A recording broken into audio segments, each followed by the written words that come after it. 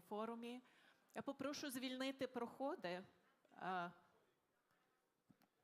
Прошу знайти місце, звільнити проходи. Просимо уваги. Гості форуму ми запрошуємо на сцену хор, The choir of the academic ensemble of the song and dance of the armed forces of Ukraine, the main choir master, Yatsenyuk, supported by the violinist, a volunteer from the very first days of the war, a serviceman of the forces of unmanned systems, Moisei Bondarenko. Ladies and gentlemen, the national anthem of Ukraine.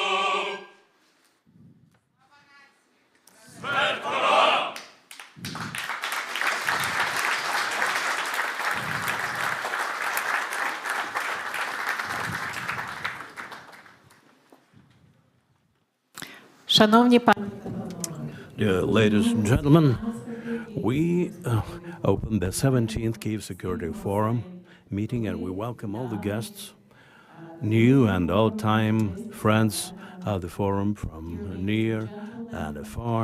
we are pleased to welcome all of you at the 17th Annual Kyiv Security Forum. Welcome all guests that came here from near and far, all of our friends, new and old. Запрошую на сцену засновника і голову I invite to the stage the founder and the chairman of the Kyiv Security Forum.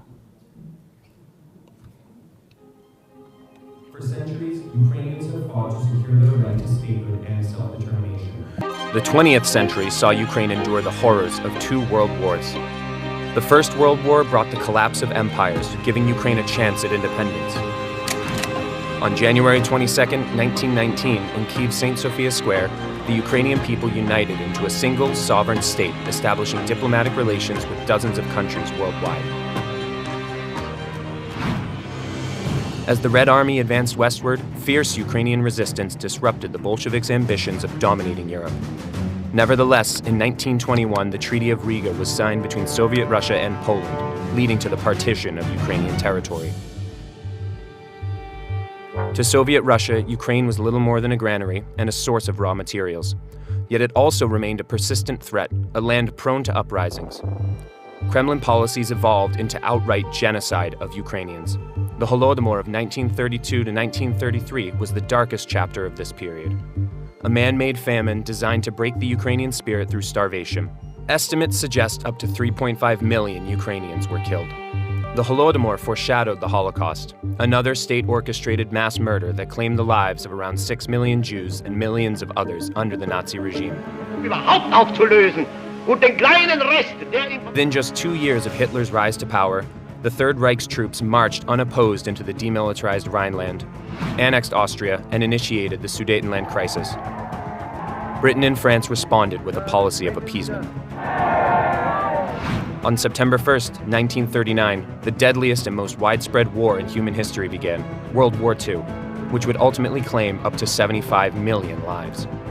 Celebrating their joint occupation of Poland, Nazi and Soviet troops marched together in a parade through the streets of Brest on September 19th. But on June 22, 1941, Hitler would betray his former ally, launching a brutal invasion of the Soviet Union. Under Nazi occupation, civilian losses in Ukraine are estimated at around 7 million. Meanwhile, 7 million Ukrainians served in the ranks of the Red Army. Another 250,000 fought in the armies of Poland, the United States, Canada, and France. Hundreds of thousands joined the Ukrainian insurgent army, resisting both Nazi and Soviet forces. Even after the return of Soviet rule to Western Ukraine, the UPA continued its resistance for nearly a decade. In February 1945, the leaders of the United States, the United Kingdom, and the USSR convened at the Yalta Conference, which granted Moscow control over much of Eastern Europe. Yalta legitimized the continent's division, drawing a line of iron that would separate East and West for the next 45 years, with the Berlin Wall a haunting symbol of that division. Soviet troops would not fully withdraw from Eastern Europe until the early 1990s. The fall of the Berlin Wall in 1989, followed by a failed coup in Moscow in August 1991, ultimately spelled the end of the Soviet Union. After regaining its independence, Ukraine inherited the world's third largest nuclear arsenal. Under pressure from international partners, Kyiv agreed to relinquish its nuclear weapons in exchange for security assurances. In December 1994, Ukraine signed the Budapest Memorandum, with the United States, the United Kingdom, and Russia pledging to uphold its sovereignty and territorial integrity. A year later, after complex negotiations, Ukraine and Russia signed the Treaty on Friendship, Cooperation, and Partnership, commonly known as the Big Treaty. With it, Russia officially recognized Ukraine's borders as inviolable. In 2000, a former KGB officer, Vladimir Putin, rose to power in Russia. Channeling the legacy of 20th century dictators, his presidency began with a wave of violent terror attacks, political assassinations, and brutal crackdowns on journalists and opposition voices. Calling the collapse of the Soviet Union the greatest geopolitical catastrophe of the century, Putin set his foreign policy on a singular course, the revival of a fallen empire. By 2008, Russian troops invaded Georgia. The West's feeble response to the aggression only emboldened the Kremlin's strongman, setting the stage for further confrontations on the global stage. On November 21, 2013, as the government abruptly abandoned its path towards Europe, a spark of protest ignited in Kyiv. What began as a peaceful demonstration of students and citizens soon transformed into a powerful national awakening, a movement forever known as the Revolution of Dignity.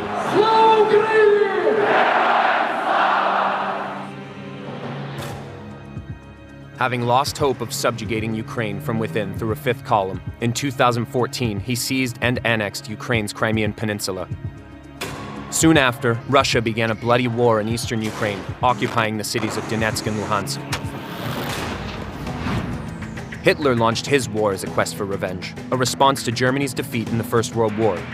Putin, too, seeks his revenge, viewing the collapse of the Soviet Union and the end of the Cold War as a historic humiliation.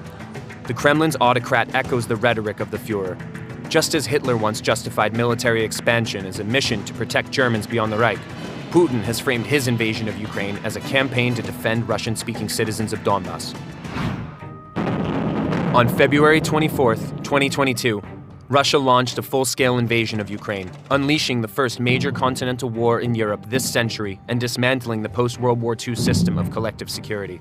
Once again, the world is confronted with a regime bent on redrawing borders by force, a regime veering toward modern totalitarianism. This new ideology has been dubbed Rashism, a toxic fusion of fascism and the Russian idea. On the temporarily occupied Ukrainian territories, Russian forces have revived the darkest practices of the Nazi era: mass executions, deportations, and cruelty inflicted on civilians. The massacres in Bucha and Izium, the mass extermination of civilians in Mariupol, all have become harrowing symbols of Moscow's genocidal campaign. The atrocities, war crimes, and acts of sexual violence committed by Russian invaders have stunned the world and exposed the brutal reality behind the Kremlin's ambitions.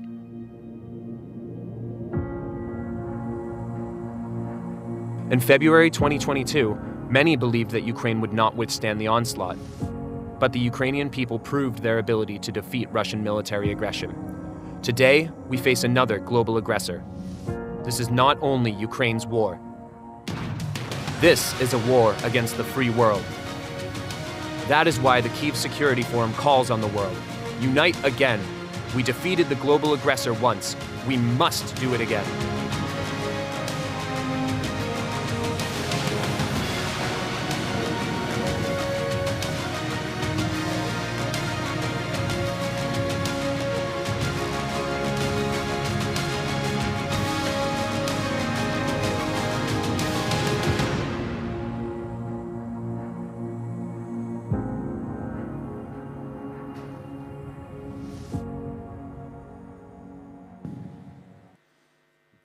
А зараз запрошую на сцену And now I invite to the stage the chairman and founder of the Kyiv Security Forum, the Prime Minister of Ukraine 2014-2016, Mr. Arseniy Yatsenyuk.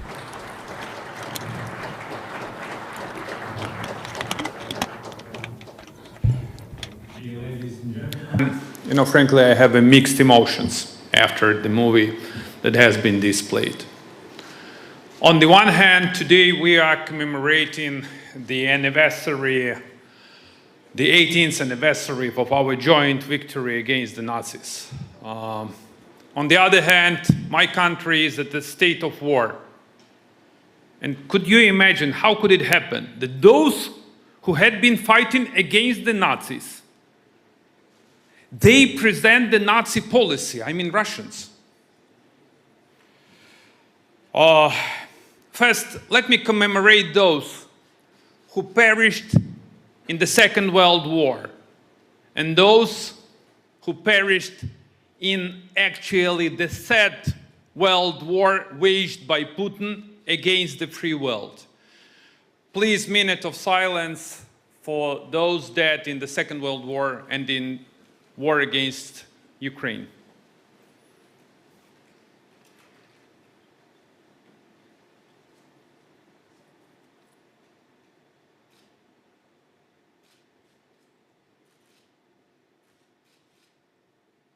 Thank you.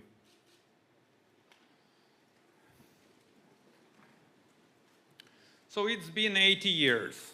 80 years since Nazi Germany surrendered unconditionally. And Allied forces prevailed. I believe that the time will come when a contemporary Hitler, which is President Putin, will surrender with his inhumane ideology, with the war crimes that he committed against the Ukrainian people, with the genocidal war that he launched against my country. And the only way how we can win is to unite again. We did it 80 years ago, and we will succeed on this righteous way towards restoring the global order. As of now, we are living in a completely different world. Let's be frank, we all reap the benefits of the peace, but there is no more benefits and dividends of peace. What we are getting right now, we are getting the trauma of war. But to overcome this trauma, there is only one solution on the table, is to square the wagons, to close our ranks, to stay united, and to respond with an enormous strength and will in order to stop this war. We can draw the lessons out of the history. Appeasement policy always leads to an aggression. And I kindly request everyone to remember that in 1938, at that time, the free world, they were eager to cut the deal with Hitler. What happened in the end? Hitler waged the Second World War. In 2014, after the contemporary Hitler illegally annexed Crimea and sent his troops to Donetsk and Lugansk, the free world tried to cut the similar deal. What happened in the end? In 2022, he waged a full-fledged invasion of Ukraine. So, no more appeasement policy. In order to get peace, we have to show the real strength. I've had a lot of different pundits and politicians saying that, look, the only way to get this peace is only through diplomatic channels and within the diplomatic framework. Let me strongly disagree with this. I do not foresee any chance to get the peace with Russia only via diplomatic means. Diplomacy has to be underpinned by military strength. This is the only language that Putin really understands.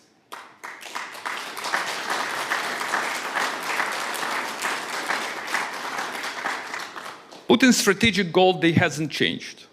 So his strategic goal is to take over Ukraine. He can change tactics.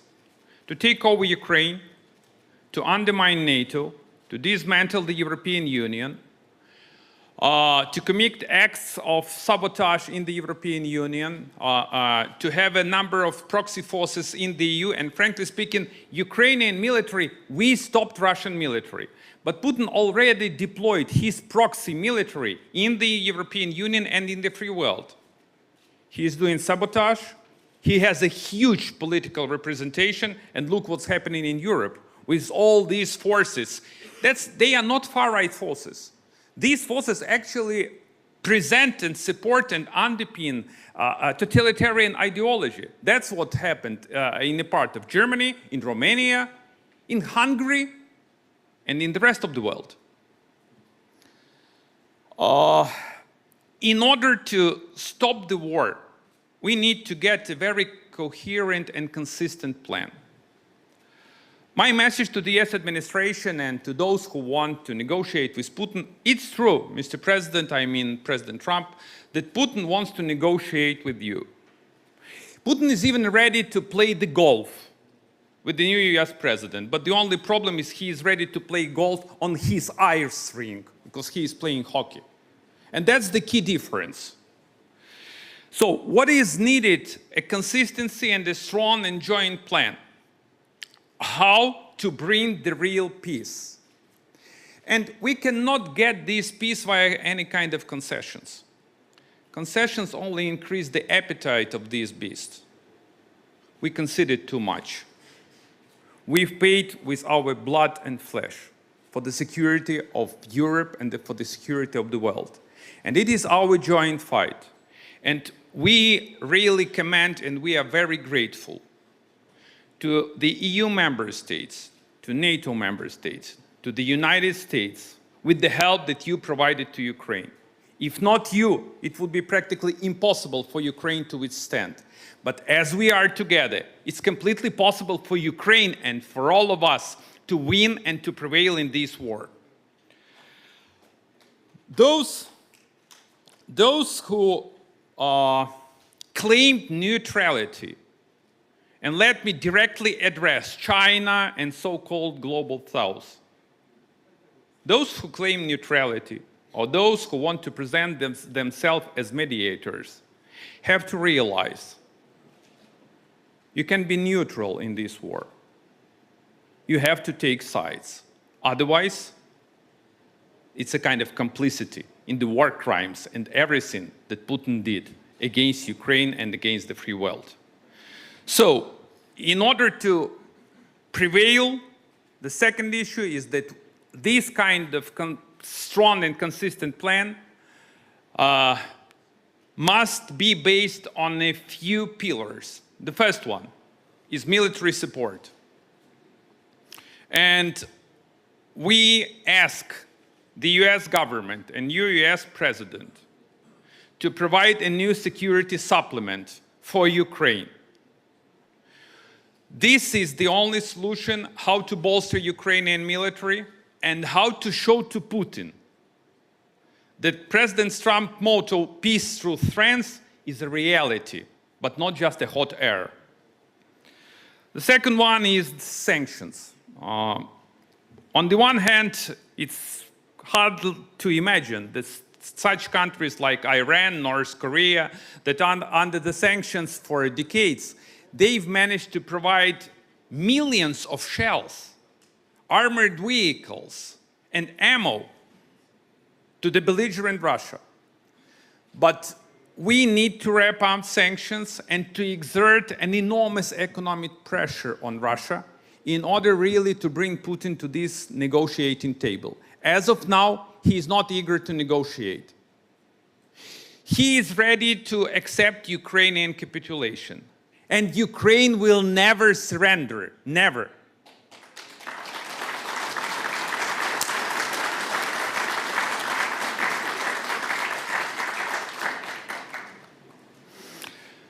Ukraine became a kind of real stronghold for the European and the global security. We have showed to the entire world that despite the fact that Russia is armed to the teeth, that Russia has allies like China and other tyrants and dictators, despite the fact that Russia has nukes, we have guts, will, and resilience to withstand and to stop Russian military. We are bruised, but we are not broken. We are tired, but we are not exhausted. And we know that the time will come when Ukraine and the free world is to prevail. And this is the very idea of this conference. Let's unite again. And let's win. Slava Ukraini. Glory to Ukraine. Glory to the heroes.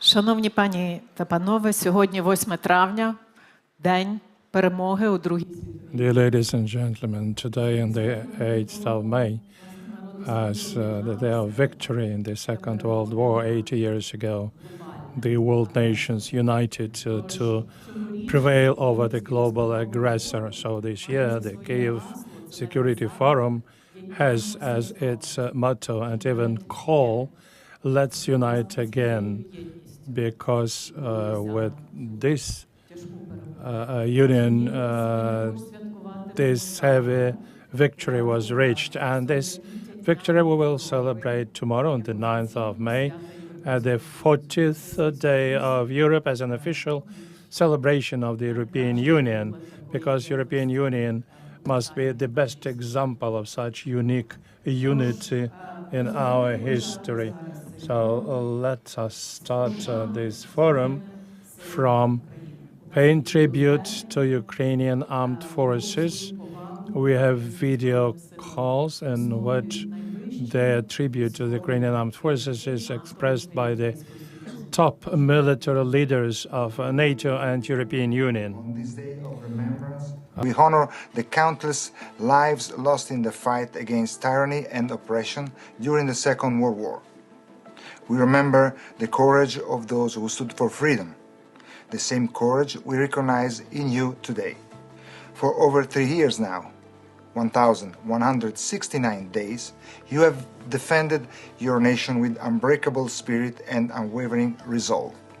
You are not just fighting for Ukraine, for your families and your fellow citizens. You are standing on the front lines of democracy and the right for freedom. The shadow of authoritarianism has cast its darkness over Europe. But once again, like-minded nations are working together to prevent its spread. This is showcased today at the 17th Kyiv Security Forum, yet no one is working harder or sacrificing more than the brave people of Ukraine and your courageous security forces. Nobody knows better the Ukraine citizen that it is not an abstract matter that is at stake. Today we discuss how to prevent World War III. At the same time, we are witnessing the fight of the Ukrainian people and the armed forces of Ukraine, waging the war for civilization itself. We have to protect, nurture, and defend those freedoms that were achieved 80 years ago. This is not something of the past. This is clearly something of the present, and it's Ukraine that is leading the way and demonstrating the importance of that preservation and what it means when those freedoms are attacked and what it means to have to defend those freedoms. When I visited Ukraine in February, I was truly impressed by the capabilities, the discipline and endurance of the Ukrainian armed forces. The Ukrainian ability for rapid and flexible civil-military cooperation and innovation is outstanding and represents an area from which we can derive significant lessons. During my visit, I was also profoundly impressed by the strong sense of resilience manifested by the entire Ukrainian population. Clearly, the battle is not confined solely to the battlefield. The entire society is and must be involved. Norway will continue to support Ukraine, both in the short term, in the current fight, but also in the medium term to regain territory, and in the long term to support the rehabilitation and the build-up of a new Ukraine Defense Force. We will also support in the reconstruction of Ukraine after fighting has stopped. Support goes beyond equipment and training. It's also about a shared understanding of the threat we face. Ukraine is on the front line of a confrontation between democracy and aggression, between international order and lawlessness. That's why your fight is our fight. And it's why we must remain united, determined, and prepared. We pay tribute to your fallen heroes who have given everything in this struggle. Their memory strengthens our commitment to support Ukraine, to uphold our values. Sisters and brothers of the Ukrainian armed forces, your courage today is a gift to tomorrow. Today is not only about remembering the past. It's about shaping the future. A future where Ukraine is free, sovereign and secure. For every NATO nation, from every uniform we wear, we salute you. Slava Ukraini! Slava Ukraini! Slava Ukraini! Slava Ukraini! Slava Ukraini! Slava Ukraini!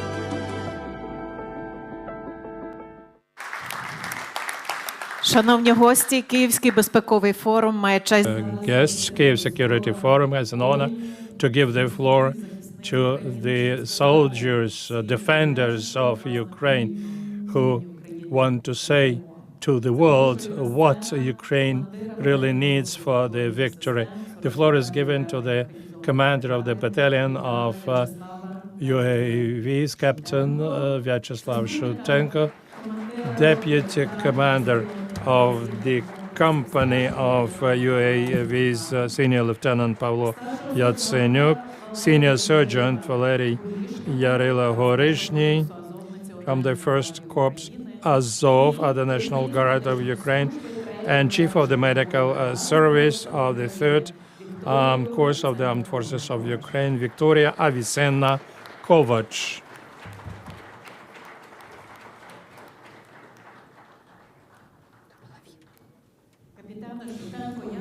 Captain Shutenko, the floor is yours. Taking this opportunity, I would like to express gratitude on behalf of my battalion to all people, all organizations, all volunteers, all our international partners who still stand with Ukraine side by side, who support the armed forces of Ukraine, and who generally support Ukraine in this big struggle for our independence and our existence. Thank you very much. This applause are for you.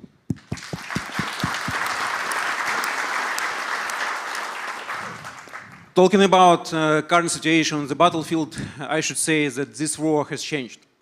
I joined the armed forces of Ukraine on the very beginning of the full-scale invasion, and in 2022, this war was different.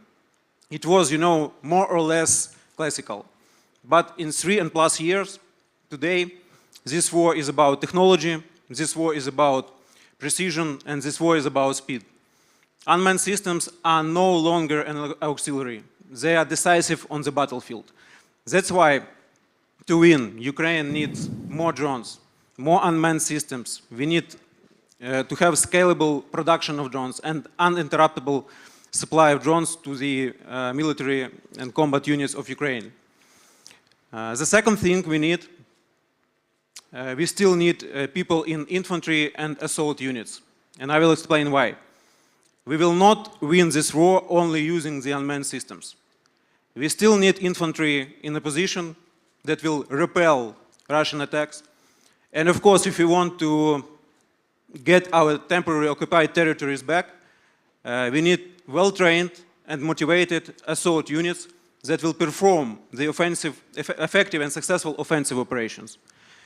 Third thing to win we need is military education, quality military education, and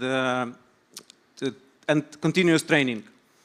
We need to scale and to spread and transfer the best combat experience, the best technologies, the best tactics that we have at the moment.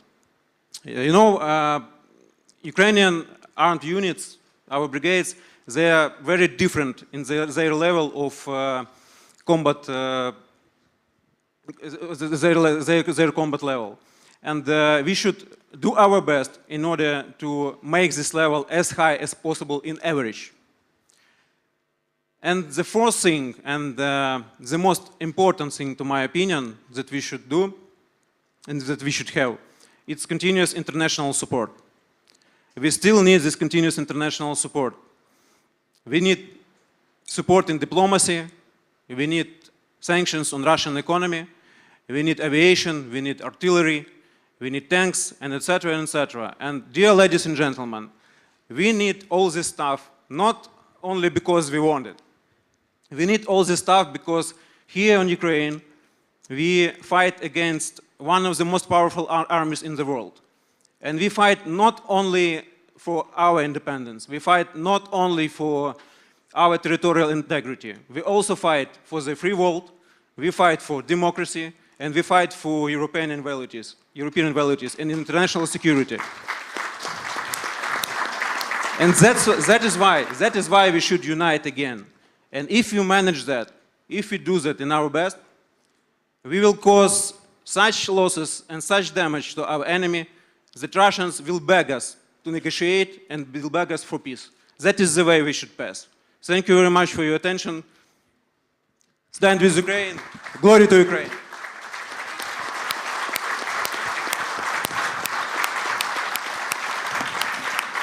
Старший лейтенант Павло Yatsenyuk, до речі, це родич. Pavlo Yatsenyuk is a relative of the founder of Kyiv Security Forum, Arseniy Yatsenyuk. So, Captain, the floor is yours. Thank you. First of all, I would like to thank the Ukrainian people for their resilience and bravery. I would also like to thank our international partners for bringing this victory closer. I've come from the direct axis where my unit and I use UAVs to conduct our missions, and every assault mission means dozens of saved lives. That's why we do need UAVs, we do need armament, we need armed vehicles to ensure safety of our crews. For logistical supplies, we need high precision ammunition to destroy their logistics and their artillery. We also need training and innovative technologies. That would be the formula of our victory. Today, on the 8th of May, the day of remembrance and reconciliation, I wish we could speak about the peace. But to me, peace is all about the victory. The victory over this barbarian Russian universe that is trying to destroy us. That's the victory of freedom over tyranny. And as 80 years ago, we can achieve this victory only when we come together. United we stand, and we will be able to fight this evil that came from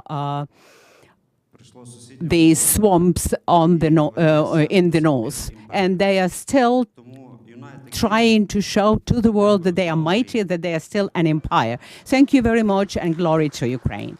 Glory to the heroes. Senior Lieutenant Valery Korishny, the floor is yours. Ladies and gentlemen, I'm going to speak English so that everyone in this place will understand me. Today I stand in front of you as not only a sergeant, the senior sergeant of the Azov Brigade, and not only as an ex-prisoner of war, but also as a voice for those who are still there in the Russian captivity, who still suffer every single day and experiencing tortures and harassment and sexual harassment and abuse as well. I was lucky enough, because of all of you guys, to get back home after my captivity in the Russian prisons. I've spent there 2.5 years. But because of your support, because of the support of the whole world, everyone, I guess the whole world knows what Azov is. And everyone knows about our courage in Mariupol. In Mariupol, we stood for 86 days in total encirclement, outnumbered, with a very limited ammunition. But still, we had determination. We had determination and courage. And on behalf of my brigade, of our corps, I would like to ask the world for the same determination regarding Ukraine, towards Ukraine. We need more weapons. We need more drones, as it was said before. And but first of all, we need courage, discipline, and determination, because some people may be afraid of the psychopath agent, but we had this courage in Mariupol and also in in many different parts of this war on the territories of Ukraine. And the other thing that I would like to ask is to do everything possible and impossible to get our boys and girls back home from the Russian captivity, because every single day people are dying there and the conditions are super tough. Like it's a very limited amount of food, not nutritious at all, tortures, beatings, and everything. I mean, you already know this, everyone knows this. And I guess there is another very important issue as for this war and as for any treaties that would be signed, I don't know, is that 80 years ago, after the Second World War, there was this Nuremberg process, and the Nazi war criminals were accused of very horrible war crimes. But unfortunately, the Soviet war criminals just got along somehow. And we must not forget now of all the war criminals that Russian soldiers and commanders have done and have been doing nowadays in Ukraine. So there might be some kind of process for those people who have done different horrible war crimes in Ukraine, including sexual harassment, abuse, killings, rapes, looting, and everything. So we need weapons to fight, unity to stand firm, and faith. Of course, the faith in our victory. We need victory, not just peace. Thank you.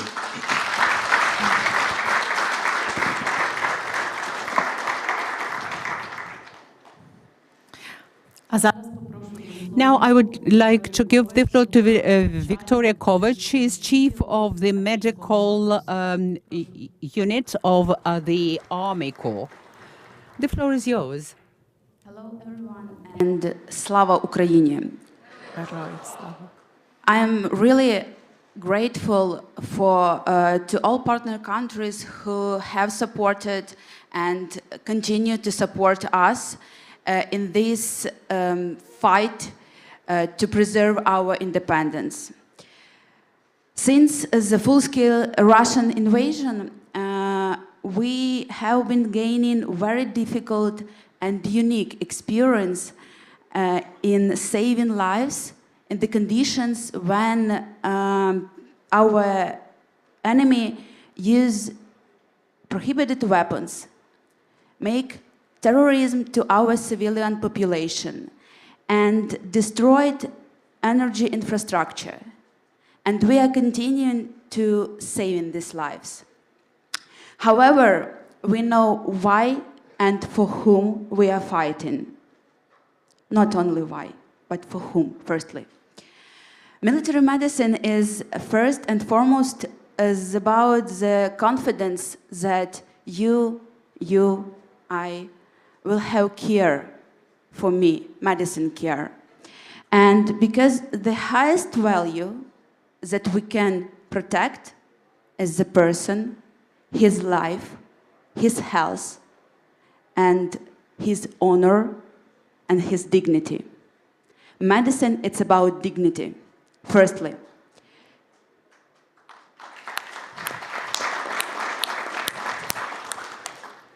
Victory begins with saving lives. Behind every successful assault operation, behind every soldier on the front line, there is a medic care under fire that take him back alive. And our ability to win depends not only how we fight, but how we care. Ukraine requires a robust system of military medicine and evacuation. There is an urgent need of armored vehicles because it's about first point of evacuation from the battlefield and about the first point of possibility to saving people's life.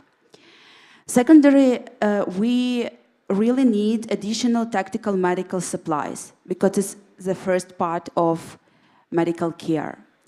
And a constant supply of the most advanced training equipment because it's about possibility to know how to use this equipment and then evacuate guys from the battlefield. Every minute we gain can mean the difference between life and death. The Ukrainian medical military system is setting new standards of care in these challenging circumstances. With appropriate international assistance, we have the potential to establish a precedent of future resilience and recovery. The entire civilized world, I think, that understands the Ukraine's role in this fight against imperialist threat. And now we need a stronger unity now against a terrorist country to ensure democratic rights and freedom, not only for Ukraine, but for the whole world. Thank you.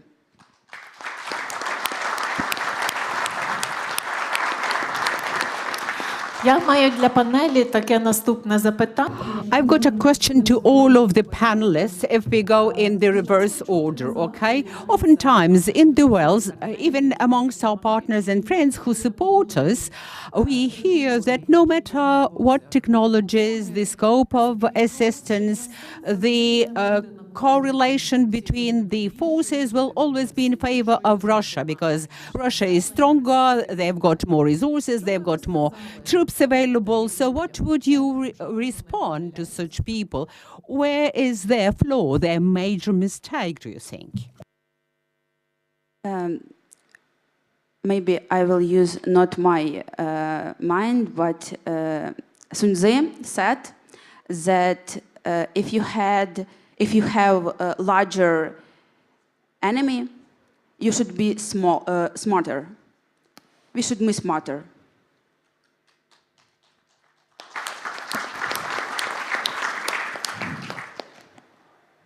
Запрошую вас до слова. Так. Thank you for your question. Yeah, of course we are outnumbered, and all the wars that Russia and the previous forms of Russia, the Soviet Union, the Russian Empire, all the wars that they participated in, they always had this advantage of numbers of people, yeah, because they have much more people. But the truth is that the modern war is totally different, and the first-person view drones, FPV drones, is the main clue to this war, I guess. But still, just recently we have celebrated the Infantry Day in Ukraine. Still, all the wars, they are won by the infantry, by the regular soldier who stands on his land and protects his homeland. So we need infantry in any way, and we need soldiers, and we need new recruits who would go and protect our country, our children, our women. And I have maybe a little message for those men who do not want to serve in the Ukrainian country, in Ukrainian army. I guess everyone would go to war, because Russia would not stop. Maybe they will take a pause, but they would not stop. So everyone will be fighting. So it's better to be prepared and maybe to do some exercise, do some sports, learn some medicine, to go to some courses, to be prepared, and then to go to a good, high professional unit or brigade, such as Azov or 3rd Assault Brigade or any other unit which is professional. This is, I guess, the main issue here. Thank you. Дуже дякую вам. Павло Яценюк. Thank you. Pavlo Yatsenyuk, please. We can win if we will be smarter, like the point is new technologies and innovations. And the second thing, we are not attacking, we are on defense, and this is a big point that we can win. Thank you. Так, дуже важливо.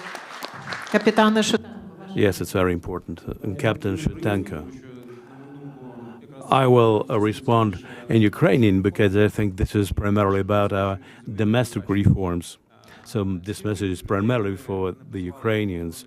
No matter how many people we draft into the military, Russians will have the advantage anyway. We will never manage to create a bigger army than in Russia. And Russia is not alone on that side fighting us. This war is approaching the scale of the World War, because the North Korea has already joined Russia in this war, and they don't even deny it. So what I'm trying to say is that we have to efficiently use whatever we have in terms of manpower, technologies, UAVs, and so on. And here we need exactly what I said in my previous intervention. We need to learn the best practices from our highly professional units. We have quite a lot of them, and their professional level is really top-notch, like Azov, the 3rd Assault Brigade, and so on. And it's very good that these brigades now are forming corps. The corps-based military system is designed to be able to use the best practices, the best technologies, the best lessons learned and the best tactics which were tested on the battlefield, and to spread them on a wider scale. This is the only way we can win. And, of course, international support matters a lot. Thank you very much. Allow me to express to you and to all men and women in the armed forces of Ukraine to express our gratitude for what you do. Thank you very much.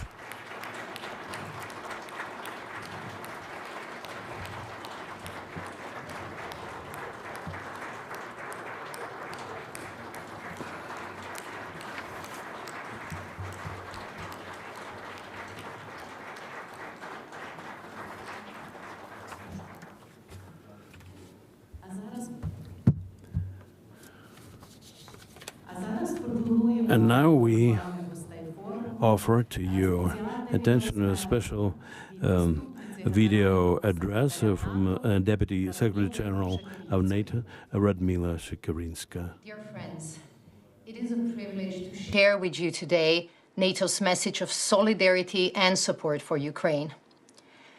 I have seen the face of courage. It is the face of the Ukrainian veterans I have met. They embody the unbreakable spirit of a proud nation. When the Russian onslaught began, these brave soldiers did not falter, and Ukraine did not fall.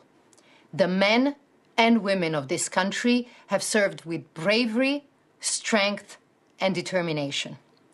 It is important to remember their service and their sacrifice.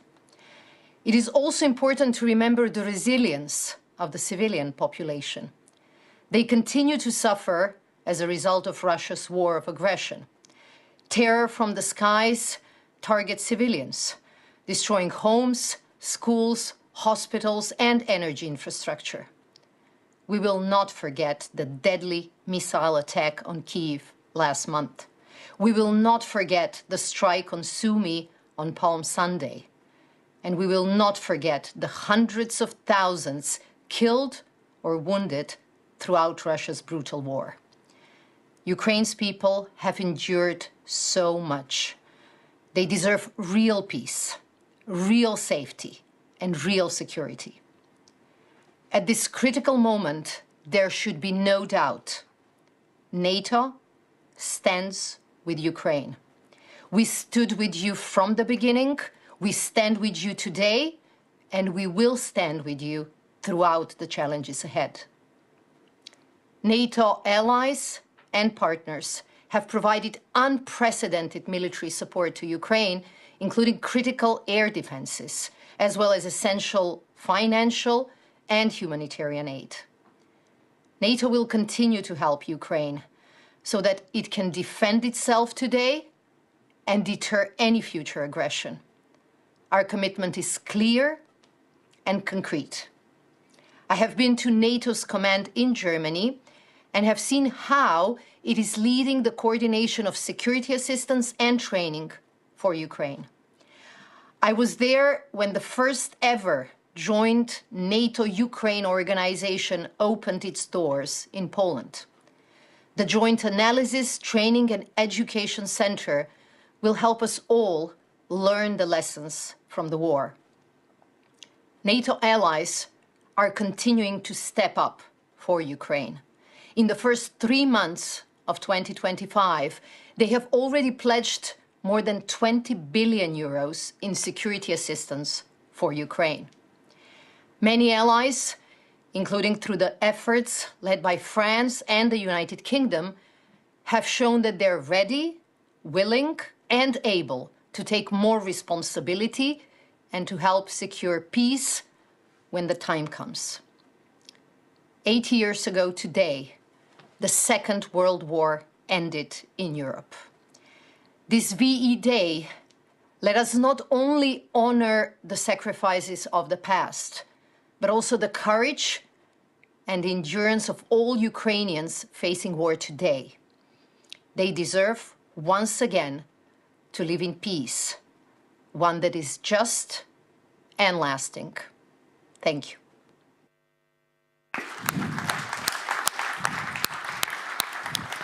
Ladies and gentlemen, 80 years ago today, Nazism was defeated in Europe, and Europe today is once again in the throes of a brutal war of conquest.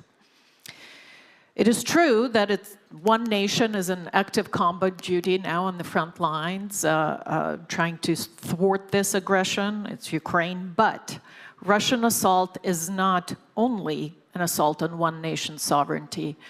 It is a challenge, a direct challenge to the European security system and to the global order.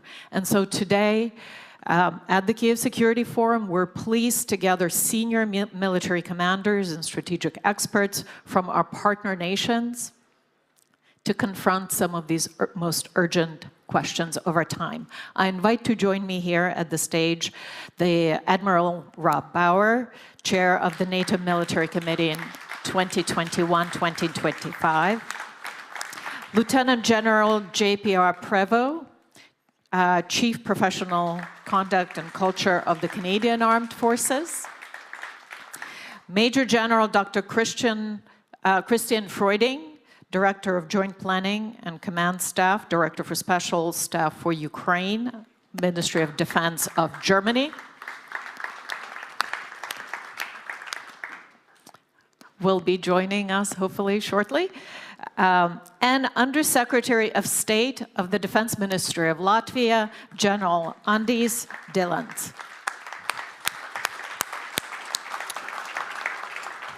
And Major General Lars Olof Corneliusson, Strategic Advisor at Directorate of Strategic Plans and Policy at the headquarters of the Armed Forces of Sweden. Welcome, welcome, gentlemen. Before we start our discussion, we have a special video address from Minister of Defense of Belgium, Theo Franken. Dear friends, it is an honor to address you here at the Kyiv Security Forum. I couldn't make it because I'm in Washington, D.C. for the Munich Security Conference, but I can tell you one thing. Belgium stands at the side of Ukraine. We will support Ukraine, and the new government will do even more to support your beautiful country. We will invest more for aid package, but also military aid package, and we will participate in the coalition of the willing when there's a peace deal. So you can count on Belgium also for the future. Greetings.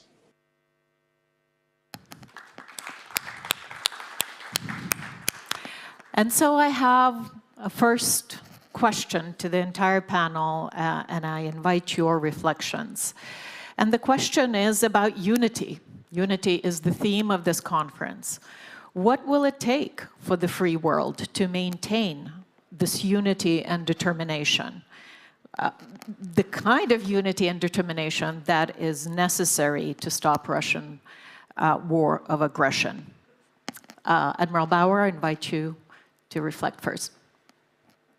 I think despite the differences of opinion, I think we need to agree on the most important ones.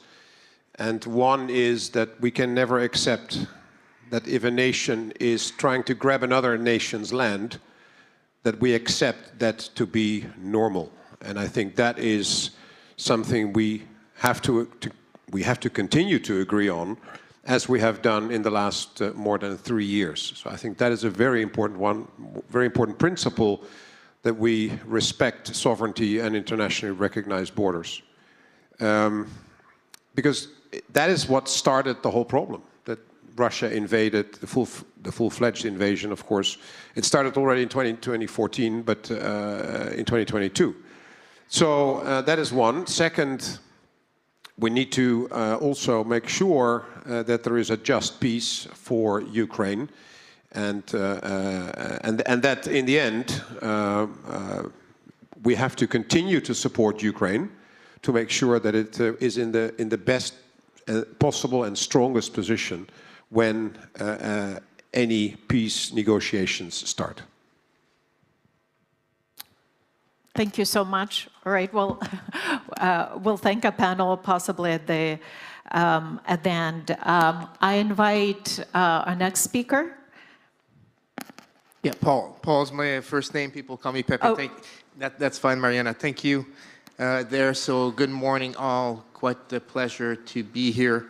this morning. Quite an honor to be back in Kyiv. I represent my Chief of Defense this morning, which you saw in the video, General Carignan, who would want to be here, but we have a new Prime Minister in Canada, and she's providing advice to the new government there. So, but happy to be back in Kyiv, in the beautiful, and thank you for organizing this there. So Kyiv, for us, a beacon of determination as you continue the fight for your own freedom, but also for all the principles, like Admiral Bauer just mentioned, the principles that underpin our freedom and democracies around the world. So thank you for this fight. To the people of Ukraine that are here with us today, what an inspiring resilience. We're watching from afar, from across the Atlantic, but that resilience is quite inspiring for the soldiers that we saw this morning also.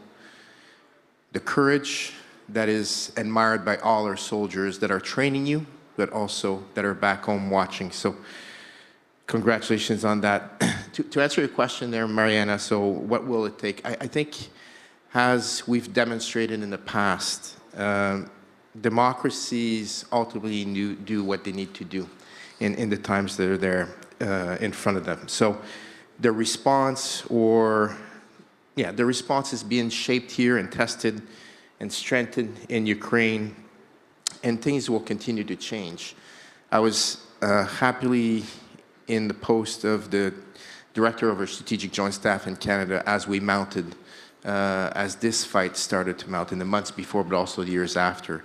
And I think we've all adapted our response. We were inspired as we were all watching from afar how this fight would first turn out, inspired by the way the Ukrainian Armed Forces blunted the initial blow, but also how, and this is to your question, how I think for the first time we quickly mounted as democracies to support behind Ukraine, not our initial fight, but right away.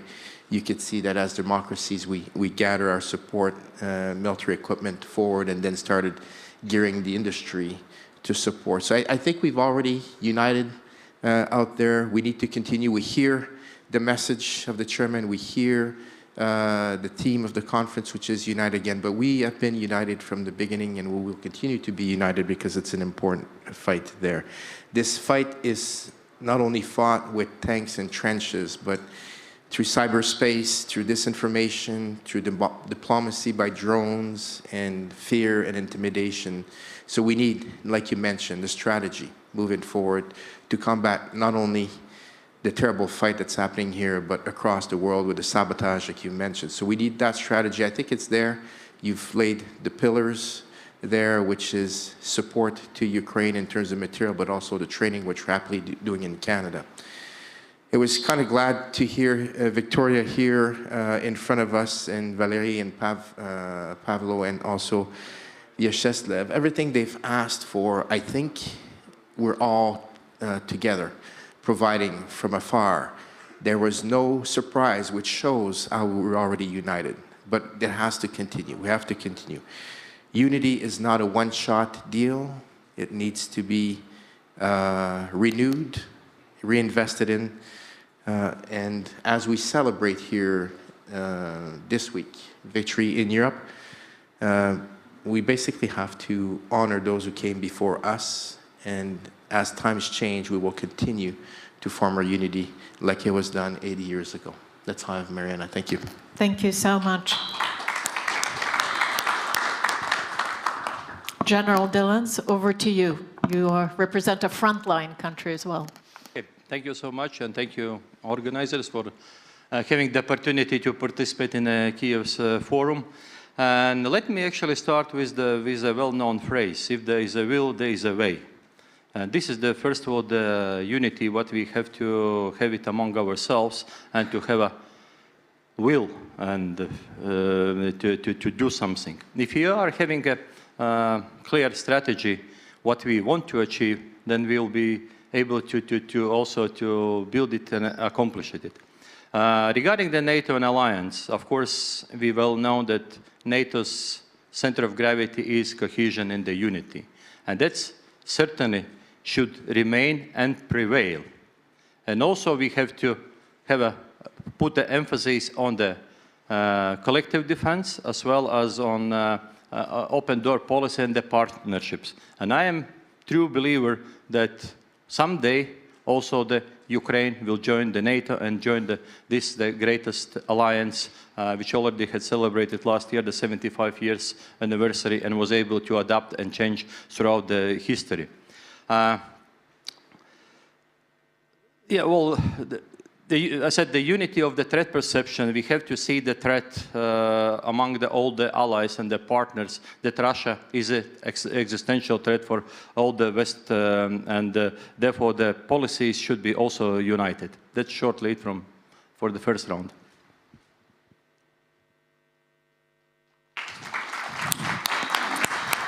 Thank you so much, General Dillons. And now, Major General Corneliuson, over to you. Thank you very much for firstly letting my Supreme Commander to come here, and also for inviting me to the conference. It's a great privilege to be here. Firstly, I want to say that my thoughts always goes to the brave Ukrainians fighting for us on the front lines every day. And they are fighting for us, not only for themselves. And the war is not about only territories, it's about disturbing the international order we have had for such a long time, that we agreed upon the sovereignty of states. I'm a Cold War warrior. Way back, I've been hunting submarines in the Baltics, I've been boarding ships and so forth. We should never forget the Russian objectives, what they are. Firstly, Putin has to stay in power. He declared openly he is in war with the West. We should be reminded about that. And Ukraine is one step in his plan. We will not get rid of Russia without being united towards fighting those goals that Russia has. And he is always dividing EU, dividing NATO, putting small things there for us to argue or fight about, instead of using the unity as a strength. I was working in the Defense Commission as a military expert for 2 years. In the first product we did, all the political parties in Sweden used words that I never heard the politicians use before. We are looking into a Russia that is imperialistic, that has no democracy, and also the word of neo-Stalinism was written by all political parties in Sweden. So the first baseline is, don't ever forget what is the Russian goals. And we can do more, for sure. The way we are working together is showing strength, but we also together can make deterrence that is readable in Moscow. Not what we think is deterrence, but how they read it. And that is the important part of stopping this idea of him influencing our way of living. I think I am there for the first time. Thank you so much. Admiral Bauer, I'm going to invite you to reflect on what has been said in the panel. Thank you very much, Mariana. I think the underlying question of this panel is, will good triumph over evil? And my answer is yes, it has and it will. Due to a shift in the tectonic plates of power, the world is seeing an unprecedented number of conflicts. For some conflicts, the difference between right and wrong is increasingly complex and nuanced. But when you look at how Ukraine is bravely resisting aggression, you know this is what right looks like. This is what good looks like. So the fate of the world is being determined right here on the battlefield. And as General Cavoli, Supreme Allied Commander of Europe, said in a congressional testimony a few weeks ago, Russia is not winning and Ukraine is not losing. Yes, Russia is reconstituting quickly, and yes, it has set up a war economy and doubled down on investments. But Russia is suffering heavy losses for very little gain. Ukraine, on the other hand, has successfully solved a lot of its manpower issues. It has strong defensive positions. And it is successfully deploying F-16s, which is making a real difference. And it is showing its military brilliance, for instance, by downing Russian jets, by using sea drones with modified US missiles. We are on day 1170 of what the Kremlin thought would be a 3-day war. And actually, we are on day 4090. Russia has sacrificed more than 700,000 of its people, wounded and killed, and it has still not obtained any of its strategic objectives. Without the support of China and other autocratic nations in the world, Russia would never even be able to continue. The presence of President Xi on the Red Square tomorrow is a testimony of the axis of evil growing closer together. And why? Because they are terrified by the power that allied nations are displaying. We are growing stronger by the day. The fact that Mr. Shoigu is writing alarmist messages about Western nations getting ready to prepare themselves to counter a Russian attack is the best compliment we could have gotten. NATO allies are growing more and more resilient. Production levels in our defense industries are going up. Certainly not fast enough, and I will keep being vocal about that, but we are moving in the right direction. NATO will continue to be strong, maybe even stronger than ever. And I know that some people will raise their eyebrows when I say that, but it's true. The US is rightly asking Europe and Canada to do more. Anyone who has a problem with that should look in the mirror and ask themselves if they have done everything they promised to NATO. Only then can they criticize the stance of the Trump administration on this. If Europe and Canada acquire more military capabilities that now only the US has, NATO will be infinitely stronger as a result. And this process was initiated years ago and is based on pure military logic. It makes us far more flexible. And it makes us better equipped to keep on supporting Ukraine, not only to survive, but to thrive as a sovereign nation. And that brings me to a conversation I had yesterday with the people of the Children of the Heroes Foundation here in Ukraine. This is a charity that supports 13,000 children who have lost one or more of their parents in the war, military or civilian. And every day that number grows, unfortunately, by 10 to 20. Children who have gone through hell and sometimes still are. And yet, despite everything they have gone through, despite all the evil they have seen, they still believe in the good of humanity. They are proud of their parents, and rightly so. They believe in their nation. They believe in the cause for which their parents have died. And they believe in a free, sovereign Ukraine. It is up to all of us here in this room and millions more around the world to not let them down and to show them that light will indeed triumph over darkness. Slava Ukraini.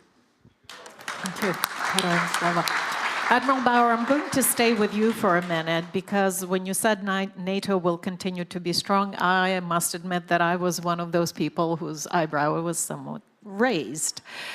So if I were to push back on you and say, you know, Article 5 is a powerful thing, but it's 4 lines on a piece of paper. And what makes it robust and what makes it effective is everything that stands behind those words. It's decades of joint planning, of force deployment, of military equipment, joint exercises, everything else, in which the United States does play an outsized role.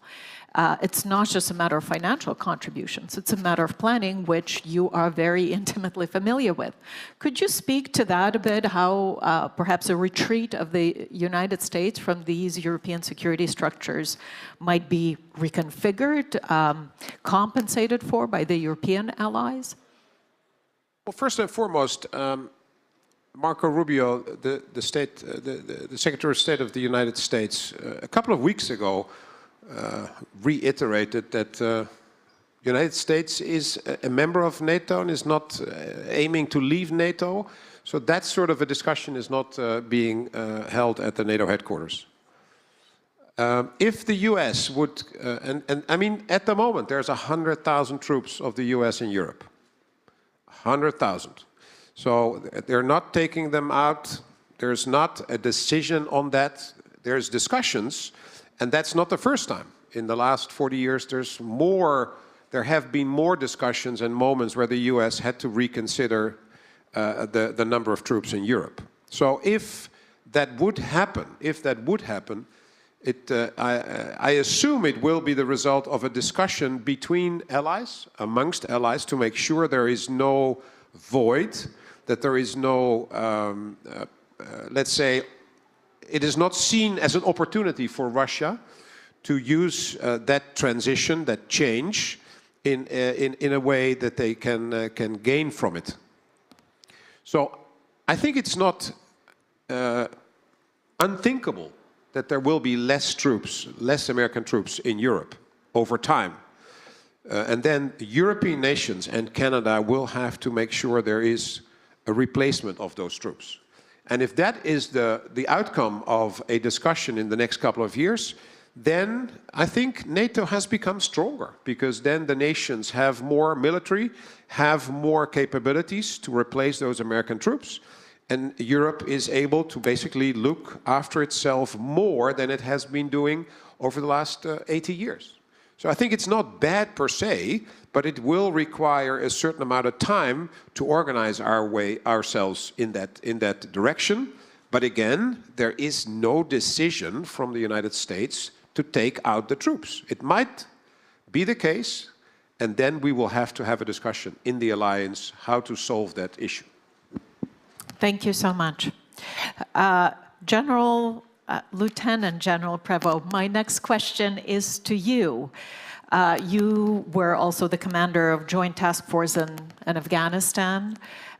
You've directed coalition air operations in Doha, Qatar, so you're no stranger to military action. We talk about Western militaries and Western partners supporting and helping Ukraine. What are Western militaries learning from the Ukrainian war, from the Ukrainian armed forces? If you can speak to that.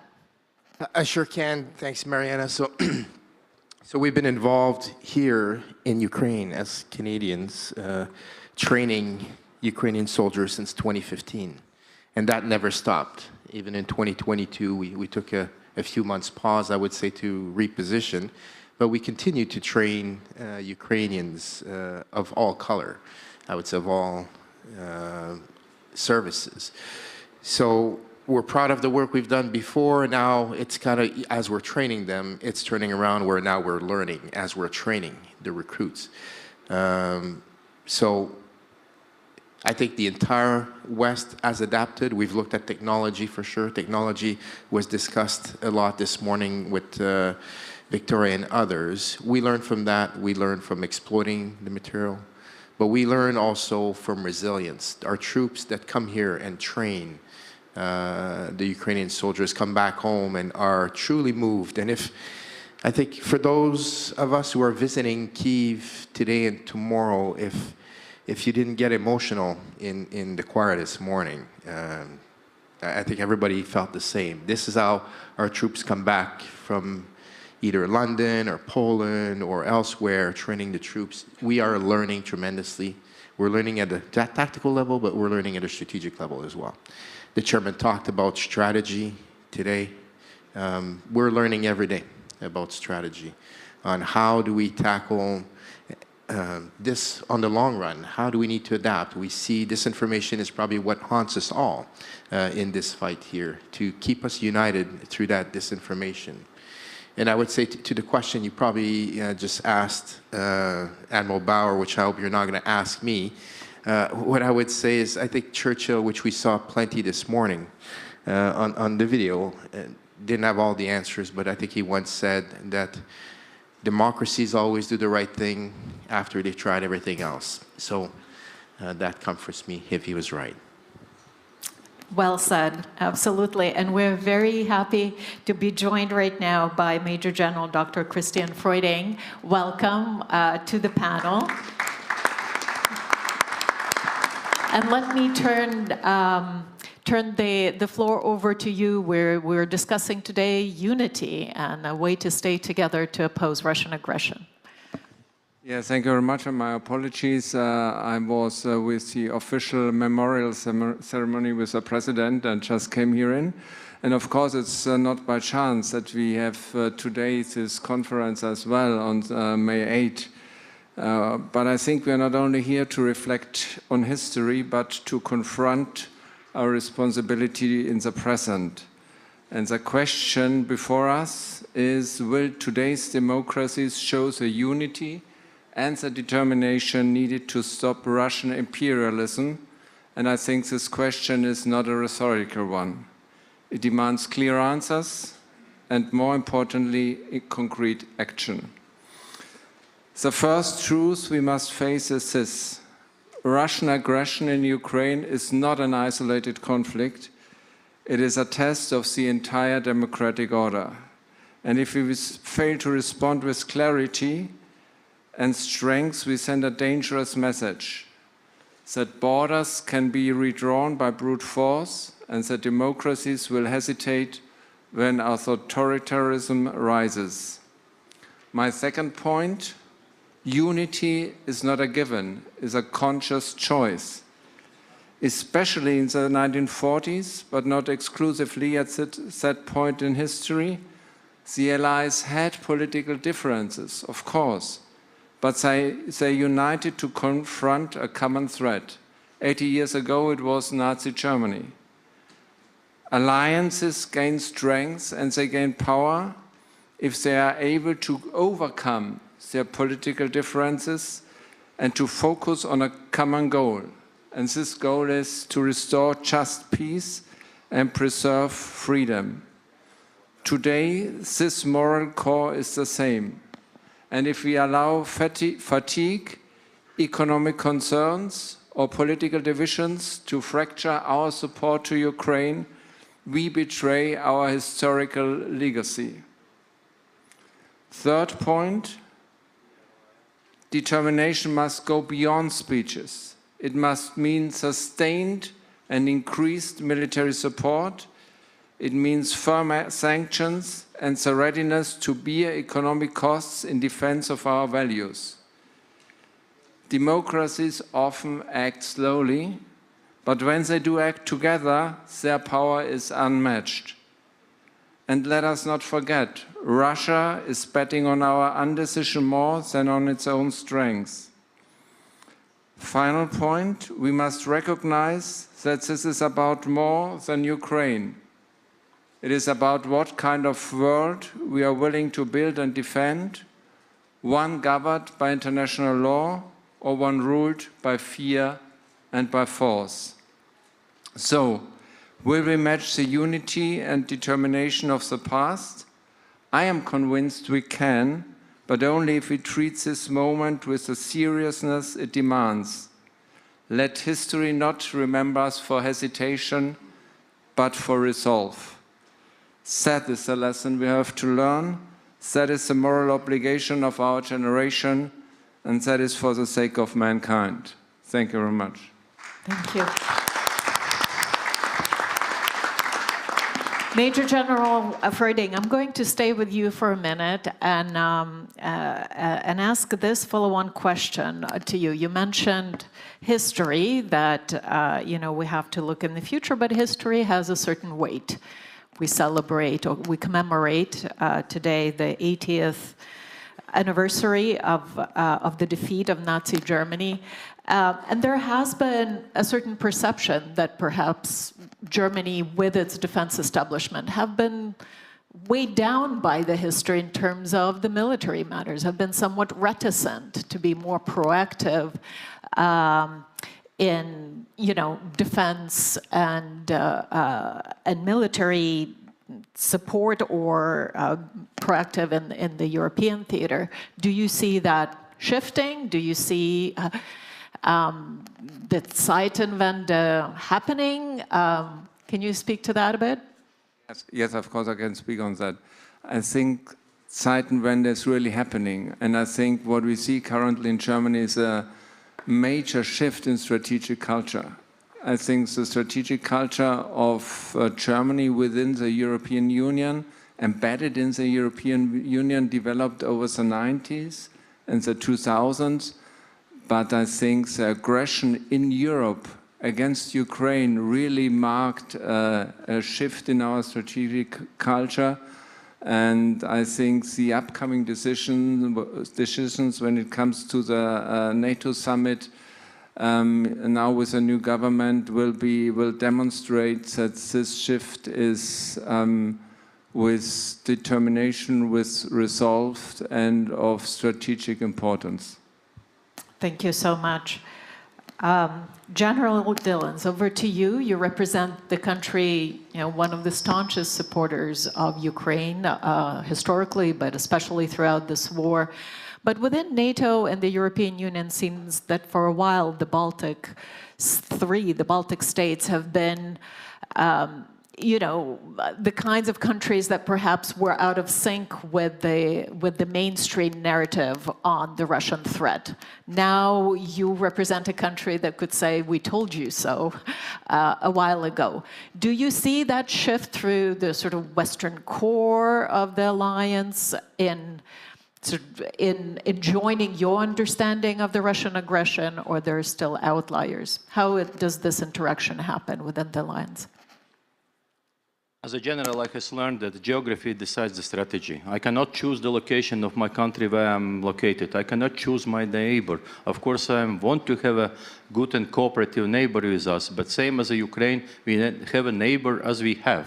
And if you look from the Arctic down to the Baltic Sea and to the Black Sea, the General Radzic, one of or twice the commander of the Latvian army in the 20s and 30s. He was also the deputy chief of staff of Hetman government of Ukrainian army back in 1919. Once mentioned, we have to build the alliance among the countries bordering with the Red Russia.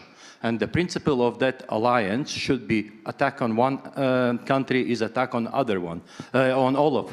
And that clearly shows that Article 5 was already proposed by the General Radzic back in 20s.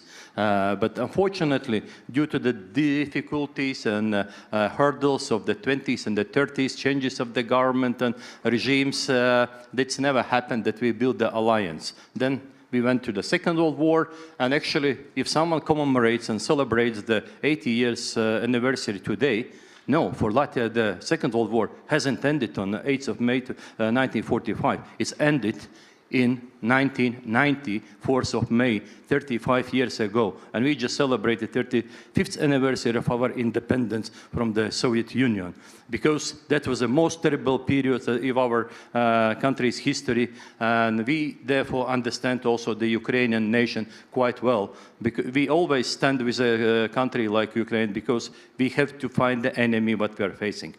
And this is the long-term existential threat. That's, again, I'm coming back to my initial remarks. We have to be united in our threat perception. Everything starts there. If we see the threat rightly, and we could find also the medicine, how to treat this cure, and therefore NATO should be ready. Of course, we need to do our homeworks, increase the capabilities, like integrated air missile defense, ballistic missile defense, and protection of our space and cyberspace, and to maintain the freedom of movement, especially in the maritime domain. There is a lot of homework to do. Of course, the resources is required for that. And we are doing pretty well. My government already agreed and publicly announced that this year we are scaling up our defense budget up to 4% of the GDP, which also will let us some additional funds to help the Ukraine, because there is a governmental decision, 0.25% of our defense budget is devoted to support to Ukraine. Of course, might be in big economies, 120, 115 million euros, it's not a big money, but for us, it's quite a big money. And also it's given to Ukraine because clearly everyone in Latvia, in also other Baltic countries, understand this war has to be finished on conditions and the Ukraine wins the war. Otherwise, we are kind of peace would face the larger and longer war, sorry to say. Thank you so much. Major General Corneliuson, my next question is to you. Your country relatively recently joined the North Atlantic Alliance and is now bolstering this northern flank. Could you speak a bit to how precisely or how exactly this is transpiring for you, your integration into the transatlantic security structures, but also what things could be done today collectively with the Nordics, the other Nordic states, to support Ukraine's effort on the battlefield? So let's start with the first part of the question in a way that, of course, we, and Rob knows that well, we have been partners of NATO for a long, long, long time. I was the first Swedish officer working in NATO headquarters 2000 in Norfolk, Virginia. So we have prepared ourselves for a long time, interoperability, providing forces to the Balkans, to Afghanistan and so forth. I got a lot of experiences how it is to work within NATO, but it's not Article 5. So the big difference for us today is, of course, to get into the war plans, to be a part of the war plans that is ongoing now, and prepare ourselves for our own planning. We have a position in NATO as a mid-rear area supporting the front states. And at the same time, we are growing in Sweden. The defense expenditure is going from 2.6 and now being discussed going even further up. And that's a big project for a small country to have downsized armed forces for a long period and just turn around 180 degrees and start growing again, building brigades, divisions, and so forth. Of course, it was a lot of new papers that came in when they opened the flood of papers, but that's life. I think we are well prepared.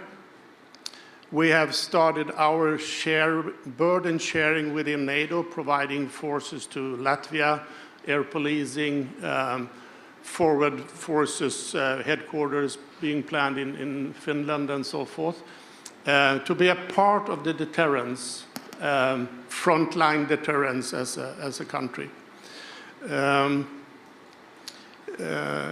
For me as a professional officer, it was a big change mentally to work with all the allied countries in one common goal, and that is defense and deterrence within the alliance. I think we are on the right track to strengthen the deterrence against Russia together and synchronize it so we send a clear message that is, as I said in the beginning, understood in Moscow, that we will fight for our freedom if we cross the border of a NATO territory or a Gotland or a small island in the Baltic or whatever it is. It's hard work. And connecting that to supporting Ukraine, going back again to the Defense Commission, it was never an issue between the parties to support Ukraine. And you have seen our efforts, what we have done so far. And I think also we are on the right track to produce material together with Ukraine. We learn from them. We are doing it together. We can export technology, but at the same time we need to have the experience from the battlefield to make it more efficient. And I think Sweden also has gone into the process of supporting Ukraine with not only giving stuff, but creating stuff together that we will benefit from coming out of Ukraine to our defense. And I think that is the right way of supporting a nation that is fighting for the freedom. It goes both ways. I've heard it several times during this conference. I stop there. Thank you so much. Thank you. So let me put kind of collectively a question to the whole panel, and perhaps we can go in the reverse order. You know, in the previous discussion and previous panel with the Ukrainian defenders, we talked that, you know, there's significant asymmetries between the resources of Russia and resources of Ukraine, of course, that are being helped by Ukrainian partners and allies. But if you look collectively, of course, at Europe, you know, perhaps not even the whole of NATO, right? But even the European NATO, that asymmetry evens out significantly between Russia and the allies. Clearly, not the whole scope, right, could be leveraged for Ukraine's aid. But some of it surely could be leveraged better, so Ukraine does not face this asymmetric and disadvantageous situation. Could you each speak a little bit to some of the main impediments to bringing to bear more of the European NATO's might for Ukraine's assistance? And with us knowing what the impediments are, perhaps we can strategize how to remove them. Well, I think we're starting from a point where Europe need to beef up their forces to be having this deterrence that they can read properly in Moscow. But I think that we can... What would be the cost of a war in Europe? If you put that in comparison what we are paying now for helping Ukraine, it's a big difference. And we should remind that we are helping ourselves by helping Ukraine, because the cost of a war in Europe is going to be something totally different. So we can afford to do more. That is what I'm saying. That's very well put. Thank you so much. Over to you. Statistics actually shows that all the wars are won by the economies and supreme technologies or innovative technologies. Therefore, the main emphasis for the support Ukraine should be put on economies, because economic strength is a decisive factor in the history of the conflicts and international security today.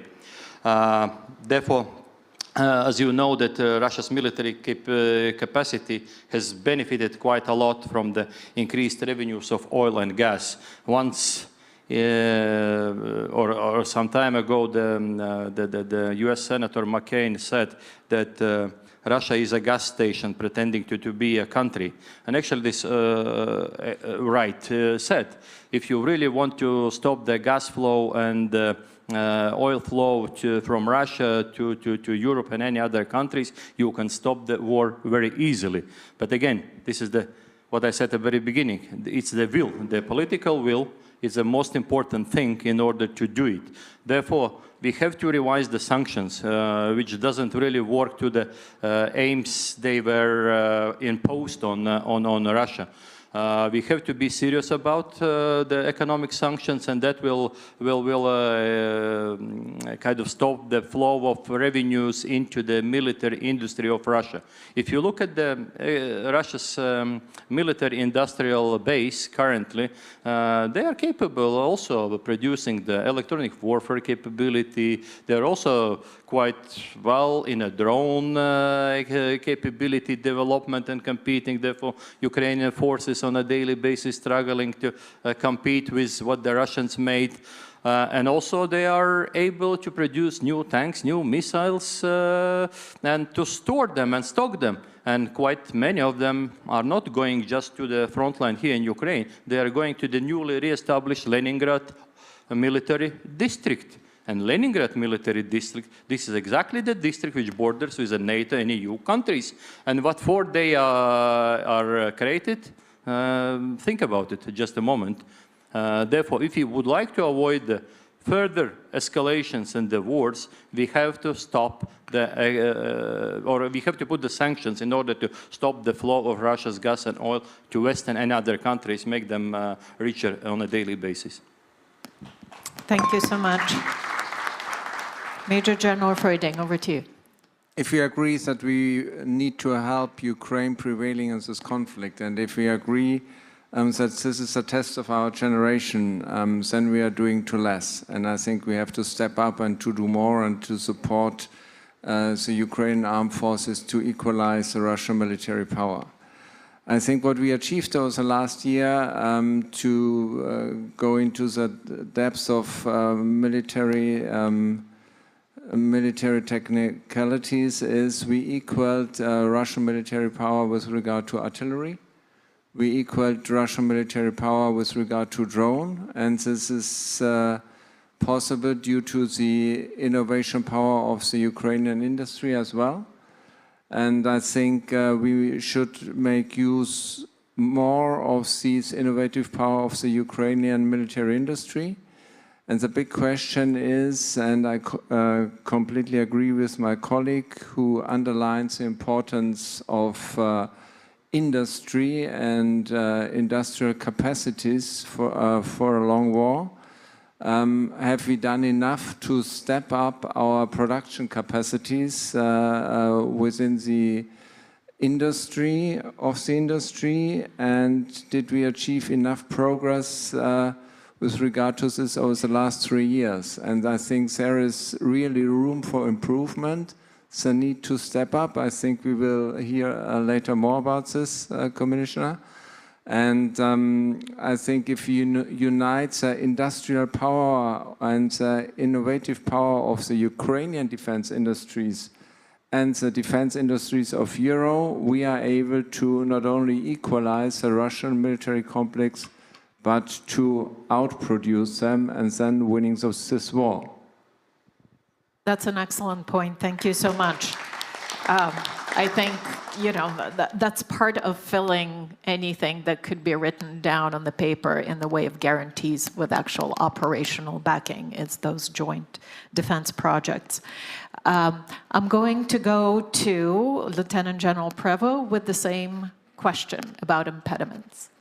Okay, thank you. Yeah, the question was about asymmetry here in Ukraine. I think so far, obviously, after 3 years or 1,170 days, that asymmetry has not shown too much, although terrible losses have been made, and we recognize that it's here. But it's true also, in your question, you mentioned the asymmetry is on our side as democracies overall. I think the might that we all collect together is greater, and I think Putin knows this, and this is how his strategy has unfolded so far. So we have to recognize that.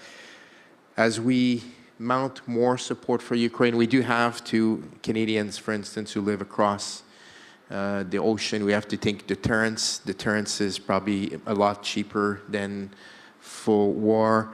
So we continue. We've invested Canada in all our troops. I would say pretty much all our baskets and our troops that are deployed are either in Latvia with our partner there as we mount a brigade, or in Poland and elsewhere supporting Ukraine. So our forces that are forward are supporting Ukraine. Our forces that are back are mounting deterrence.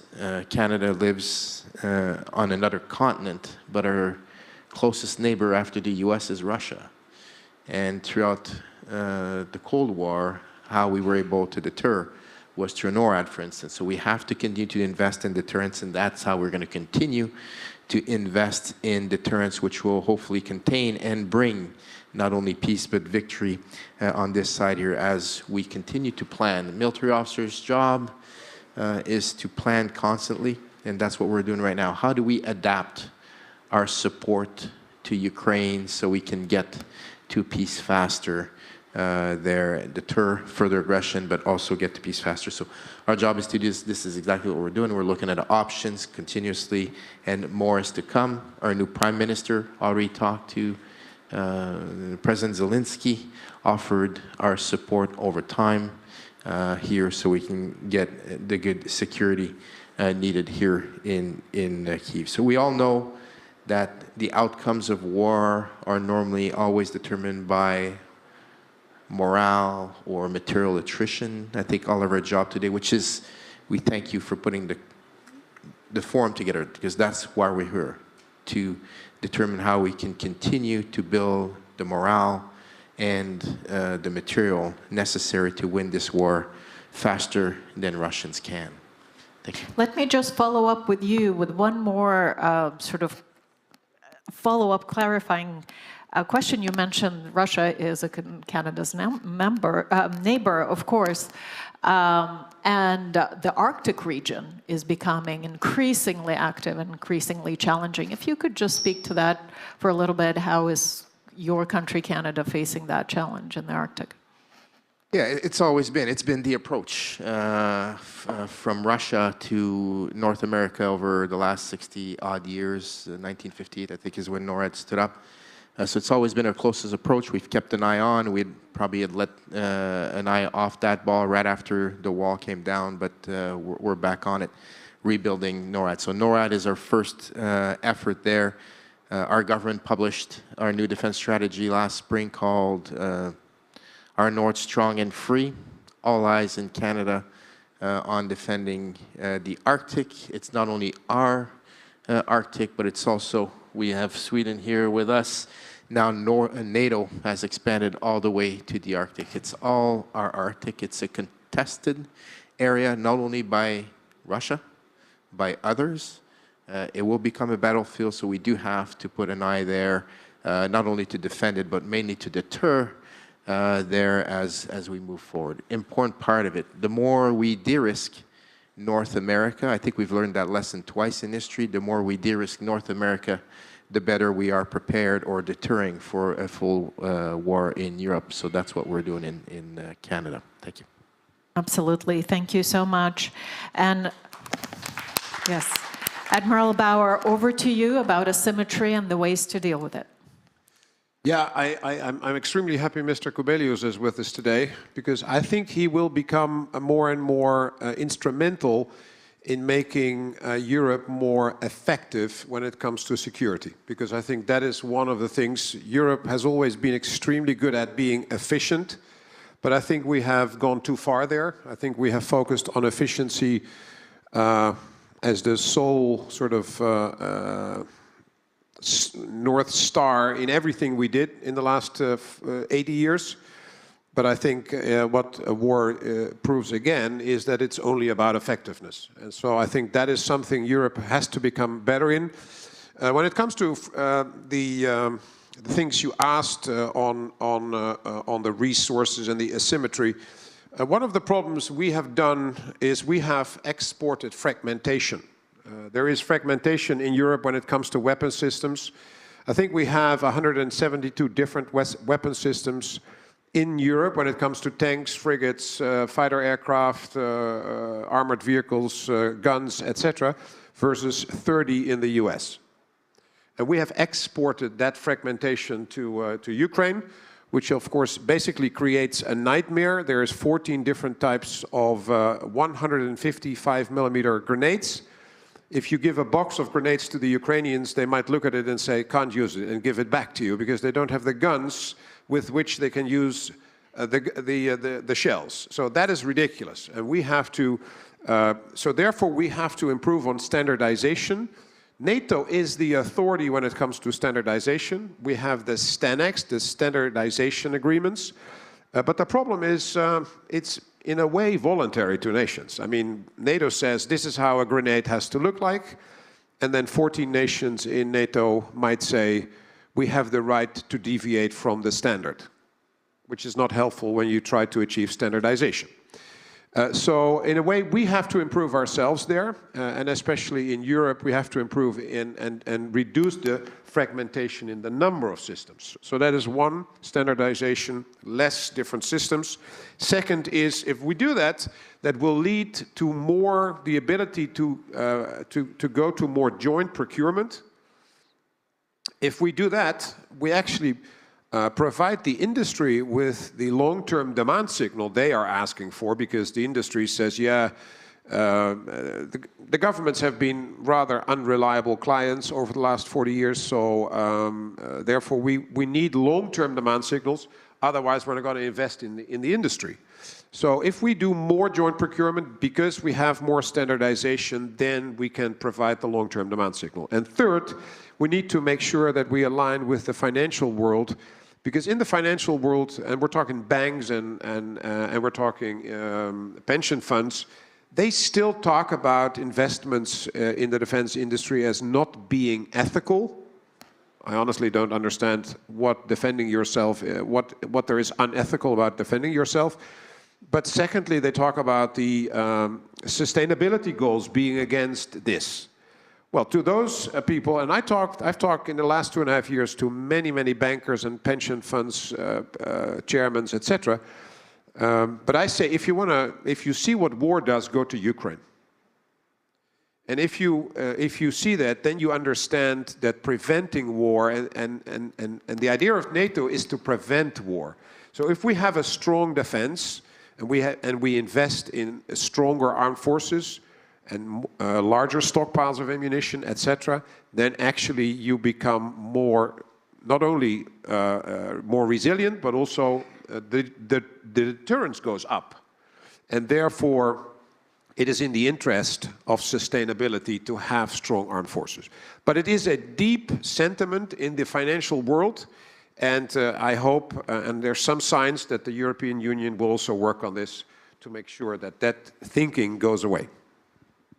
Thank you so much. And let me just thank all of you for making the time, for making the trip to join us here today, for your participation, sharing your thoughts. I know I've learned a lot, and for your support of Ukraine and its fight in the past, in the present, and in the future. Thank you all so very much.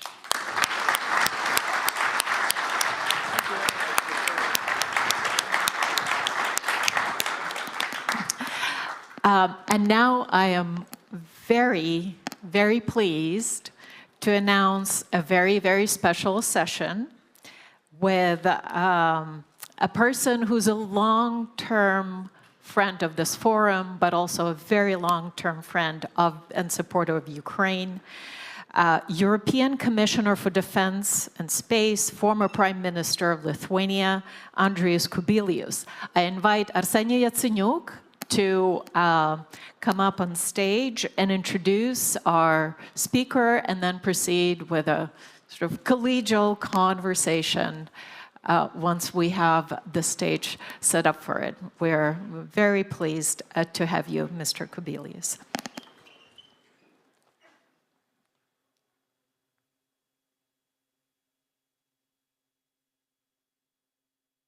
All right, all good. Arseniy, please, the floor is yours.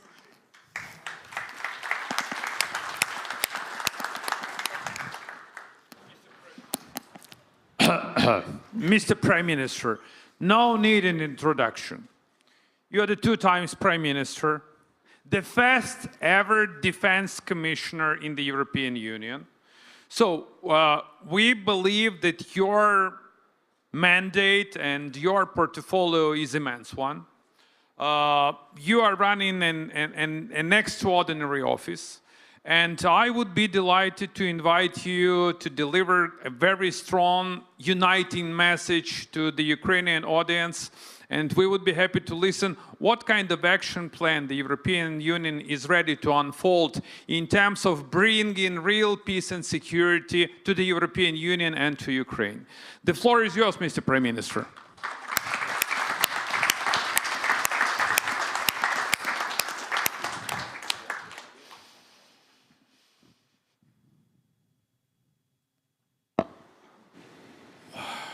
Dear Arseniy, dear colleagues, well, first of all, thanks a lot really for inviting me back to this very, very well-known and important forum. And on that, day, exactly, on 8th of May. And I will try, I understand that everybody, expects from me to make, very clear numbers, how much we shall produce and so on, and how it will be done. I would like, first of all, really to use my few minutes, to look a little bit broader. What is really going on in the whole, world, in Europe, in Ukraine, and what is the responsibility of our generation? Which is very much related, really, with the military things, but nevertheless, we need to see also a little bit of this, historical perspective. So definitely, I will not maybe go too much back into the history, but today is a Victory in Europe Day. Today we remember unconditional surrender of Nazi Germany 80 years ago, exactly on this day. And to me, this day is also about the heroism and suffering of Ukraine. Suffering because in the 20th century, Ukraine was a battlefield and killing ground for two monstrous totalitarian tyrannies, Nazi Germany and Stalinist Russia. 8 to 10 million Ukrainians were killed or died during the Second World War, a quarter of population. Just 10 years after millions starved to death, killed by Stalin in the man-made famine of the Holodomor. And Victory in Europe Day is about the heroism of Ukraine, because millions of Ukrainians fought against the Nazis in allied armies as soldiers, as partisans, and helped to destroy a regime responsible for terror, murder, and genocide on a global scale. And that heroism we see still today in the streets and battlefields of Ukraine. Victory Day is about victory, and it is about peace. But 80 years ago, Cold War followed World War, and Iron Curtain fell across the continent. In the West, freedom, but constant military threat. In the East, Soviet occupation and communist dictatorship. One totalitarian tyranny replaced the other. As you know, I am from Lithuania. For me and for people in Ukraine, freedom came delayed, 45 years later. We got freedom only in 1990, in 1991. I was born in 1956. I can still say that I lived almost half of my life. It was exactly last year when I crossed this, mark. I lived half of my life under Russian occupation. And I still remember what it was like. Oppression and liberation. That is my personal experience. And I can say that I don't want that again for my children and grandchildren. And the future of my children and grandchildren, the future of Europe today depends on Ukraine. Because today, 2 years later, we still hear echoes of the past. Then, as now, the invader came like a bandit in the night. Then, as now, it started with bombs on Kyiv. Once again, an aggressor seeks to enslave Ukraine and dominate Europe. This time, it's Putin's Russia. Russia is fighting a war of aggression against Ukraine. And we know, as our intelligence services are saying, Russia could have enough weapons to test NATO Article 5 and attack one or more European Union countries during the next several years. That is why we need to remember that today, history and future of the history is made in Ukraine. The future of Ukraine, the future of Russia, the future of Europe, the future of our kids and grandkids is decided on the battlefields of Ukraine. But history is important not only for memories. History is also important for lessons. How not to repeat tragic mistakes of the history. Today I see the danger that we can repeat some of the most tragic mistakes from European history of the 20th century. And that is why I want to speak openly about that, because this is the only way how we can avoid them. The first mistake, lack of military support to Ukraine. During 3 years of the war, annually, both the European Union and the United States was giving military support of around 40 billion euros, more or less 20 billion on each side. But each side military support is less than 0.1% of their GDP. Both 0.1% of United States GDP, less than 0.1, and less than 0.1% of EU GDP. European Union is spending now in average 2%. United States spends 3.4% of GDP on their own defense. NATO is going to agree on 3.5% requirement, which is far more than we are giving to Ukraine. Why such a difference? Why do we think that today it is more important to take care only about our own defense capabilities, but not about sufficient Ukraine capabilities when Ukraine is defending us against the same enemy? I don't understand such a military logic or political logic. Maybe we can have a more balanced approach. We cannot repeat the mistake of middle of 1930s when the democratic West was not investing into the need to stop Hitler at the very beginning. Second mistake, inability to make a difference in between of aggressor and the victim, at least by somebody. Let's remember Ronald Reagan, who was saying, don't be afraid to see what you see. We need not to be afraid to see that Russia is an aggressor and Ukraine is a victim. And to answer the question, with whom we are standing. For me, for us, the answer is clear. But it looks that for somebody still it takes time to understand. Third possible mistake, the promise to have good relations with aggressor Putin.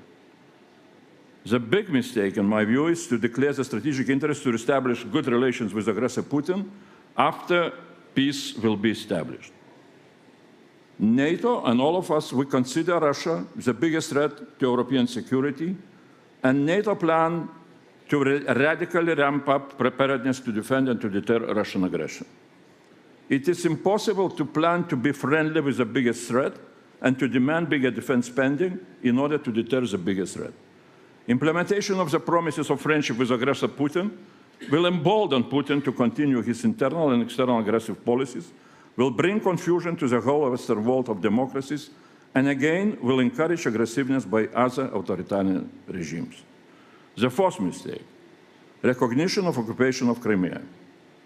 History teaches clear lessons about the leadership. In the critical moments, leaders can play the role of Chamberlain or role of Churchill, Roosevelt, or Reagan. Chamberlain was expecting that he can agree with Hitler in Munich 1938 on peace and friendship, and demanded that Czechoslovakia would give part of its territory, Sudetenland, to Hitler. That was, as we remember, the beginning of the road to Second World War. Churchill, Roosevelt, and Reagan were fighting for freedom and against evil empires, and they succeeded. To demand that Ukraine would give part of its territory to aggressor Putin is simple and tragic repetition of the historic mistake of Chamberlain. And fifth mistake, support to the formula no NATO for Ukraine. Russia demands no NATO for Ukraine not because they are afraid of NATO offense against Russia using territory of Ukraine, but because they are afraid that NATO will defend Ukraine against next Russia aggression.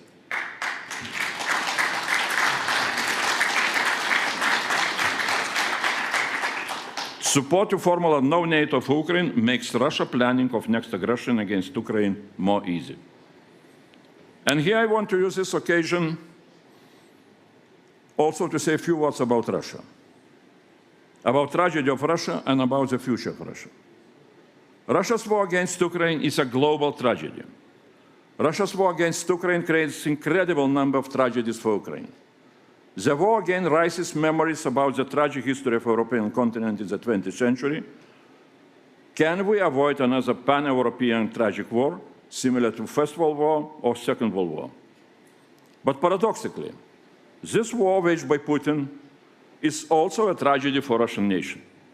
With this war, Russia excluded itself from the global community of normal, non-aggressive countries. Trajectory of Russia's development slowly is going down and will continue to follow such a direction if there will be no domestic political will for dramatic change back to normality. It is clear that it will not happen with Putin in power. The history of humanity is full of examples how nations, famous in the history, or civilizations were not able to change the downward trajectory of their development, and simply they disappeared from the future of history. The historic roots of the tragedy of Russia are very clear. During the Second World War, Russians, together with Ukrainians, Belarusians, Americans, Brits, and many other nations, all together managed to defeat fascism of Nazi Germany, but later Russians, without a real fight, lost the battle against their own internal we can call some sort of national fascism, mixture of nostalgic Russian imperialism and autocratic Bolshevism. In the 21st century, on the European continent, everybody wants to have good relations with their neighbors, including good relations with Russia. The Baltics have the strongest interest in that because of our historic experience. But good relations depend only on one condition. Is Russia able to become a normal country?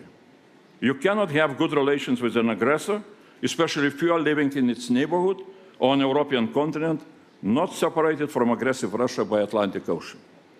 That is why everybody in democratic Europe needs to make a clear decision. What they want?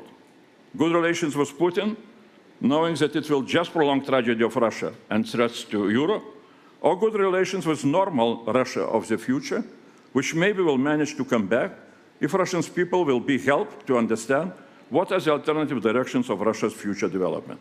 Downward with global isolation and imperial aggression, supported by autocratic Bolshevism of Putin, or possibility of normal Russia without aggression and autocracy, but with re-established global relations, including with the European Union.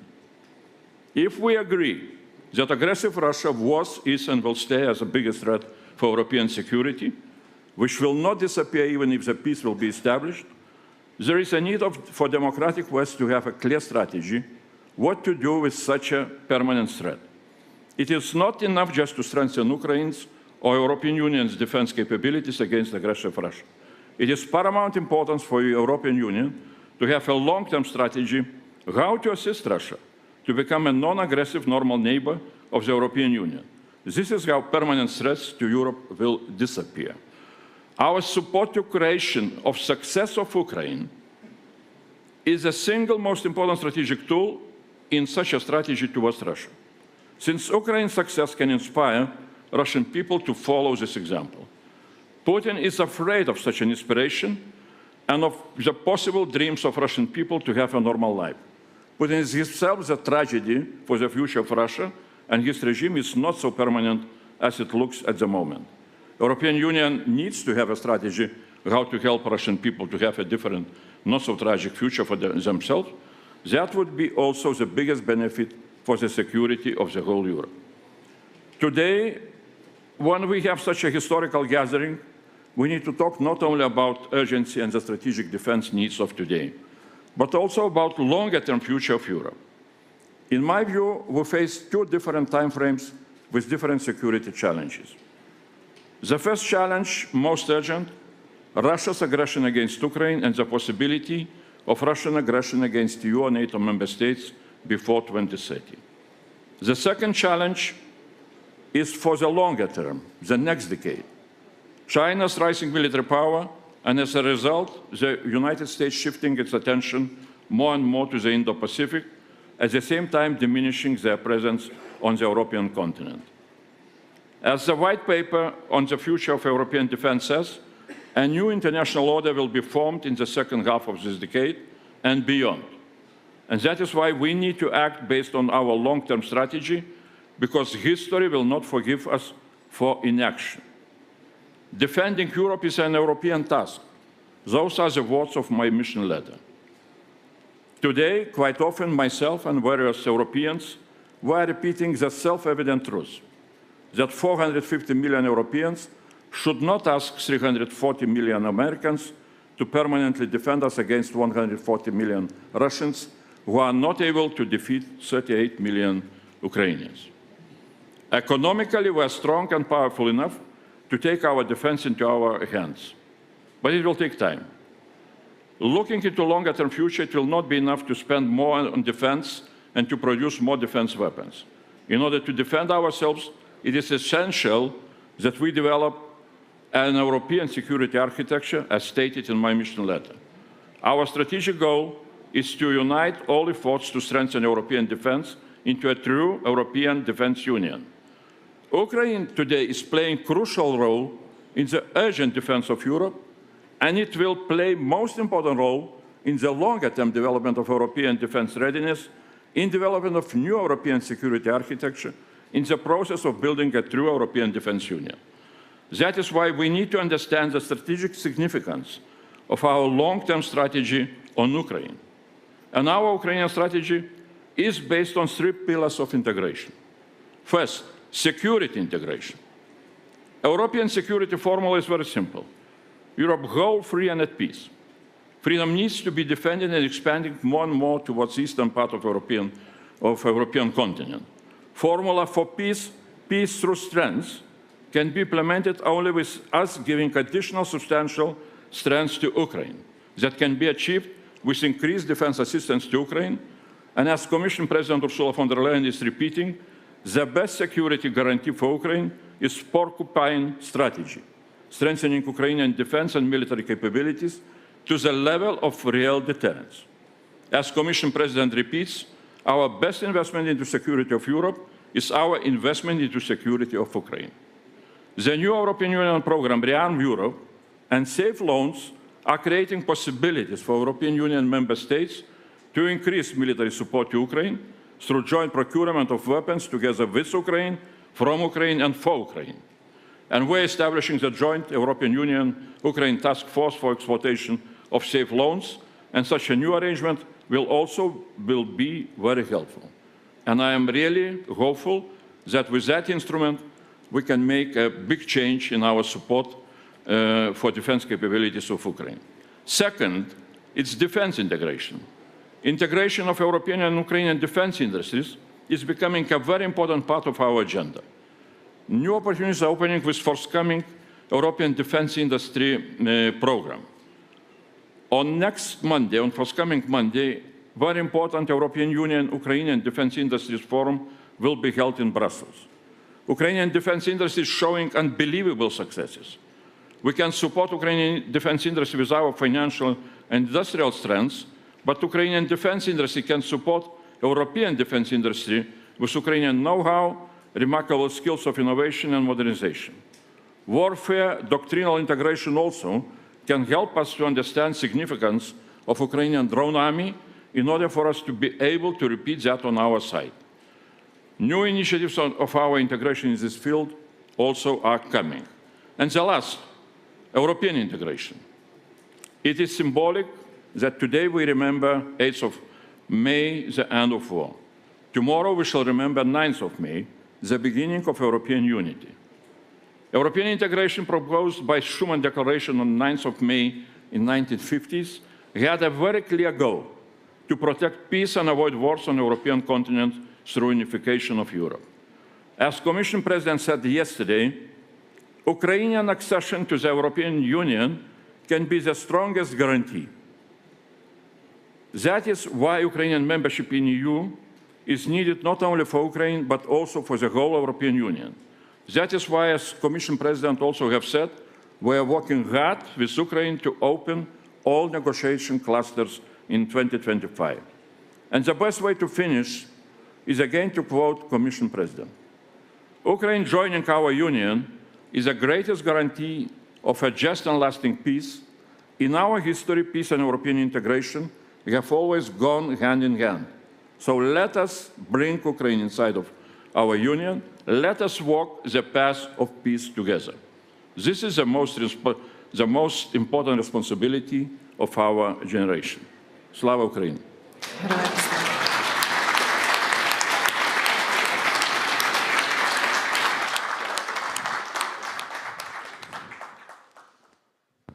So, Commissioner, you are a seasoned politician, and you always stand your ground, and you always stand your values. Is it okay if I ask you several questions slightly far beyond your mandate? Thank you. So you will get my private opinion. Thank you. Well, I do appreciate this. So here is the thing. First of all, let me praise you personally, and we are very grateful for your personal contribution and that you've decided to pay the visit to Ukraine. And the top military NATO brass that right now in Ukraine is another clear sign where the free world stands. But my question is as follows. Right now, on the Red Square, the war criminal Putin is orchestrating a military parade. And at least two heads of governments of the European Union participate in this parade. It's Hungary and Slovakia. Something is completely wrong with this. The slogan of this very forum is Unite Again. The question I have, Commissioner, is whether Europe is really united. Having in mind that we have actually 2 vetoes against, could be supposed vetoes, against an extension of sanctions. And the idea is both to wrap up sanctions and actually to make Ukraine an EU member state. So my question is whether you can handle this, Commissioner. Well, thanks a lot for a very good question. I am not so sure if member states would agree that Commission can handle them. It's maybe vice versa, you know. But really, we need to see, you know, with a very clear eyes, there is a problem. European Union member states are not united absolutely. Perhaps this is not, you know, not something very exceptional. It's natural. The question is how we are performing in such situations. And that is what perhaps we are facing, and maybe we shall face even deeper problems with the, you know, decision-making process inside of European Union, which demands unanimity, especially in foreign affairs and defense issues. So that is, you know, how the treaties are written. There is quite a deep debate inside of European Union, and there was a conference on the future of Europe. And one of the major points was from that conference on the future of Europe was proposals that we need to abandon this, you know, unanimity requirement, and we need to go to what I call normal democratic decision-making. When majority is making decision, you know, those who disagree, they can, you know, vote against, but nevertheless, you know, democratic majority is able to make decisions. Still, that is not in place. But I am optimist and believer in the future of Europe. And I'm always quoting one of the famous statements by Jean Monnet, one of those, you know, godfathers of European community. He said at the very beginning, when Rome Treaty was signed, that European community will be created during the crisis. And what will be created during the crisis, that will be community. So we can see a lot of evidence that exactly community was developing itself in such a way. When was financial crisis 2008, 2012, we got, you know, decision on banking union. When was pandemic, European Union went the first time to borrow, you know, in the markets. When we have now defense crisis, we have, you know, established commissioner position. Maybe we shall come to governance crisis, which will push us really to make, you know, those decisions which are needed. So that's my, a little bit complicated, not direct answer, but nevertheless, I believe that, you know, that it will go in such a way. I've got your point. Sanctions will be extended, as far as I understand. I would hope. Good. Thank you. Commissioner, if I may turn to your portfolio and to your mandate. Look, Ukraine in this war severely degraded Russian military, land forces. Look at the Russian economy. Okay? Right now, I can't say that Russian economy is in a complete shatters, but it's in a dire state.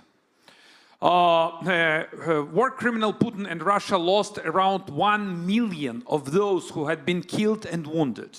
So it's a staggering numbers. And Ukraine contributed a lot to, not just contributed, Ukraine actually stopped Russian military. You've announced rearm program. And Ukraine is a real stronghold, and we can provide a battle-hardened equipment, experience, cutting-edge technology. So we can do a lot together, and having in mind that we have the biggest and the strongest military on the continent. So my question, Commissioner, the first one is, What is your time frame? What is your timetable to rearm Europe? That's the first one. The second, whether you are ready to use $300 billion of Russian frozen assets, both to help Ukraine and to rearm Ukraine. And the third one, which is more, I would say, specific, peculiar, and economic one. If you compare the numbers, if you compare the cost of the ammo, of the ammunition and weaponry produced by, for example, Russia and North Korea, it's at least 5 times lower than the cost of similar tanks, artillery, ammo produced in the European Union and in the United States. I believe that we need to increase competitiveness, and we need to focus on some kind of paritative purchasing power in military, because distinguished and honorable generals and top military brass, they don't care about the numbers of billions of dollars. They care about the shells, the tanks, their armored vehicles, the missiles, and the rest of the stuff. So, 3 questions. Well, the first question was about calendar, if I am, yeah. So definitely, as I said, you know, we have, and I'm repeating that everywhere. From one side, we have agency threats, agency challenges, with, you know, what different intelligence services of European member states, of NATO member states are predicting that Russia can be ready for aggression against EU or NATO member states before 2030. So we need to be, you know, ready with our numbers, with our capabilities, where we are working very closely with NATO on capability targets, and we need to, you know, ramp up production and procurement, joint procurement and things like that. That is, you know, short-term agenda. Longer-term agenda is what I'm repeating everywhere, that because, you know, we need to see very clearly that perhaps during next decade, you know, because of Chinese rising military power, our transatlantic partners will shift more and more towards Indo-Pacific, and we need to be ready for that. Again, we need to have a very clear plan, how we are strengthening ourselves, how we are building our capabilities in agreement with the partners, you know, because that will take time. So two time frames. And definitely, you know, speed is essential here, and we need to, again, to move ahead with our decision-making processes. Some decisions on important legal regulations are, you know, too long discussed in the Parliament or in the Council, but we're moving ahead. Now, your second question was? Russians' $300 billion that have been frozen. Yes, that's again, you know, the question how we can use those frozen assets. Till now, as I understand, there was some kind of hesitation about real legal confiscation of those assets, because, and that hesitation comes from banking sector, from European Central Bank. I don't want to argue on those, you know, on some kind of those, you know, arguments against confiscation. I think that we can really look for new ways of how those, you know, Russian frozen assets can be used. There are different proposals from experts, for example, to use those assets as a guarantees for loans which can be taken by Ukraine. Maybe that is possible. And, you know, in any case, really, in general, I see the need that our assistance, and especially military assistance to Ukraine, should move from, donations of the weapons to giving Ukraine possibility of access to additional big financial resources. Because, as you have said, Ukrainian, industry is able to produce very good modern weapons, 2 times cheaper than European production, big quantities with very high speed of production, and that is what, from one side, really, it would help with the same financial resources which we are devoting, for military support of Ukraine, to have something like 2 times more of real practical assistance. That is very simple, mathematics. So we need to be, again, very practical from that point of view. And definitely we need to look into how we can integrate our industries on a much larger scale. Really, helping your industry to, with our, industrial possibilities and our financial resources, but also learning from your industry a lot. Sometimes I am, asking some kind of, rhetorical question to myself. When we're talking about Ukrainian defense industry integration with European defense industry, for me the question sometimes is, who is going to integrate with whom? My point is that, for European defense industry to integrate with Ukrainian defense industry is really very, very important also. And on purchasing power parity, you're absolutely right. That is what we need to keep in mind.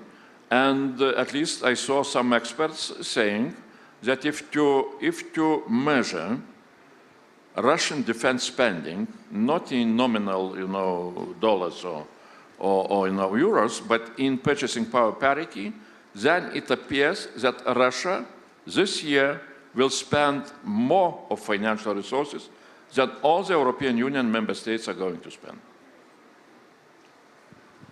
Thank you. I am not allowed to grill you anymore. That's the point I've got. So it is a great honor, Commissioner, and your task is very challenging. But our joint task is to celebrate another victory day in Europe when Ukraine is to prevail, and Ukraine will prevail. Thanks a lot, Arseniy, and I am absolutely sure that this will happen. But again, what I said in my final words, we need to understand that this is, strategic task of our generation. It's not the task of Ukrainians. It's not the task of some leaders. It's a task for our generation of the whole of Europe and of the whole democratic world. Thank you, Commissioner.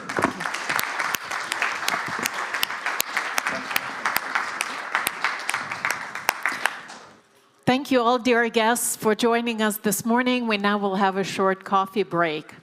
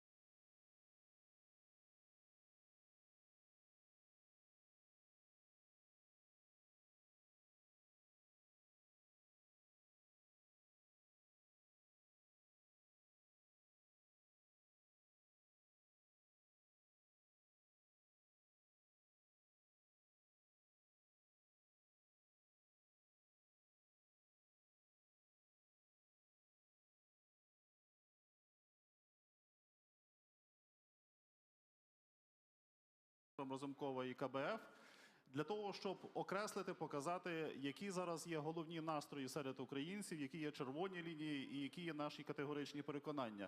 Я запрошую на сцену для презентації спільного дослідження Юрія Якименка, президента українського People are thinking about, and we invite in here Yuri Yatsenyuk, president of the Razumkov Center, Ukrainian Center for Economic and Political Studies, and Victoria Holovach, the Public Affairs Associate in the Kyiv Security Forum. My greetings to you, Kyiv Security Forum, together with our partners from Razumkov Center, conducted sensational study of the portrait of Ukraine at times of a great war. It's not just sociological data, it's a voice of our nation. These figures reflect the internal state of each Ukrainian. So I'd like to share with you three key conclusions. First, Ukrainian society is demonstrating resilience. Yes, we're hit, but our spirit is invincible. And then our belief in victory remains high. And the third, our pillars are unchangeable: army, allies, and victory. This is what gives us strength to move forward. And now I'm going to give the floor to those who work directly on this research. So the major research of sociological polling, which is called Ukrainian Red Lines, Public Opinion and National Beliefs. This is a sociological portrait or cross-cutting of psychological state of Ukrainians, their understanding of themselves, war and peace, friends and foes, about the current day and the future of our country. So people are tired. Every second family, every second Ukrainian indicates that he or she lost in this war some relative or close friend. And the anxiety is the everyday feeling of every person. More often, people have sort of not good mood.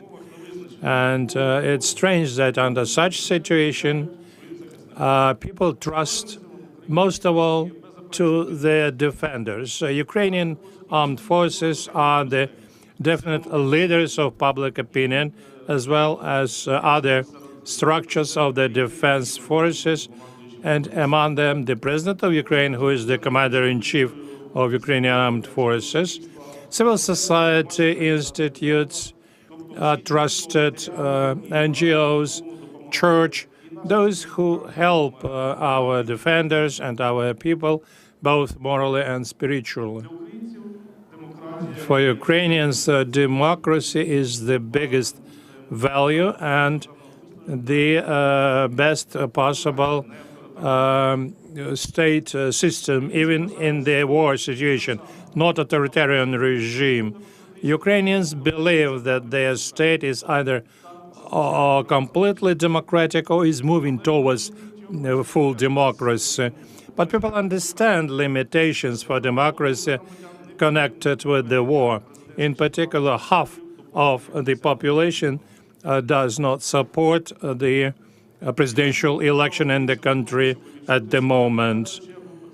And Ukrainians, first of all, want to feel themselves representatives of their nation. The national identity of Ukrainians is taking the first place in the hierarchy of identities. But some time ago, people, first of all, identified themselves with their town, their region.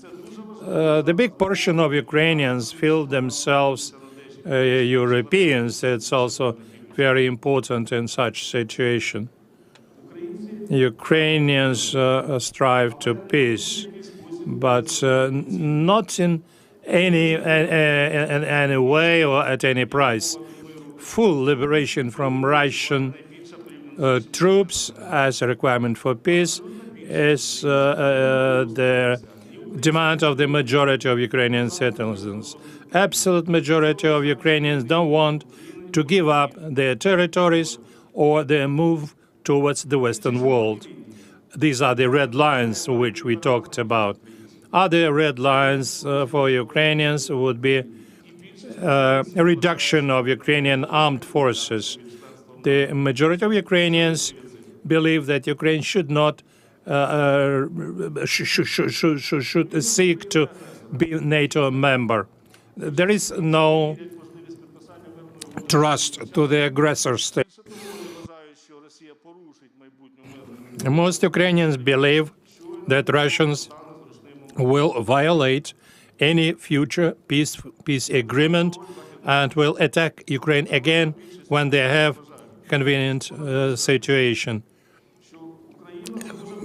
Most of Ukrainians believe that Ukraine will be able to prevail if Ukraine receives enough weapons and the West will help with human resources. But this doesn't mean that Ukraine cannot prevail individually.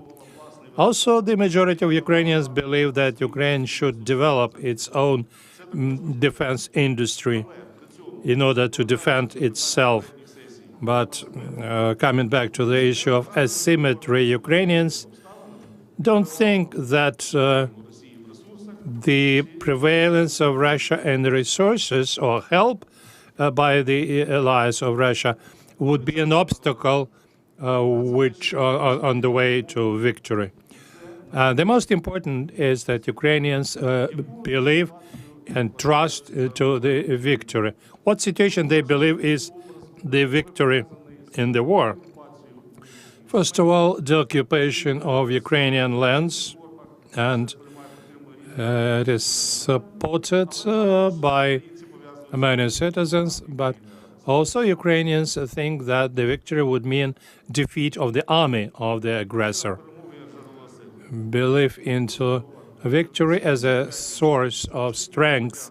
75% of population believe into the victory. This figure changes during the war, but almost a little, very, very little, all remaining almost the same. Despite all the difficulties of war, Ukrainians continue believing into the victory, and 80% of people believe that that would be the victory on the battlefield. What will happen after the war? Whether Ukrainians will come back home, it's hard to answer this question when 24 hours a day the missiles and bombs are falling on Ukraine. But even under such conditions, more than 70% will not leave Ukraine for sure, or mainly don't want to leave Ukraine. But the question whether they will come back, here the majority says that some will come back, some will not.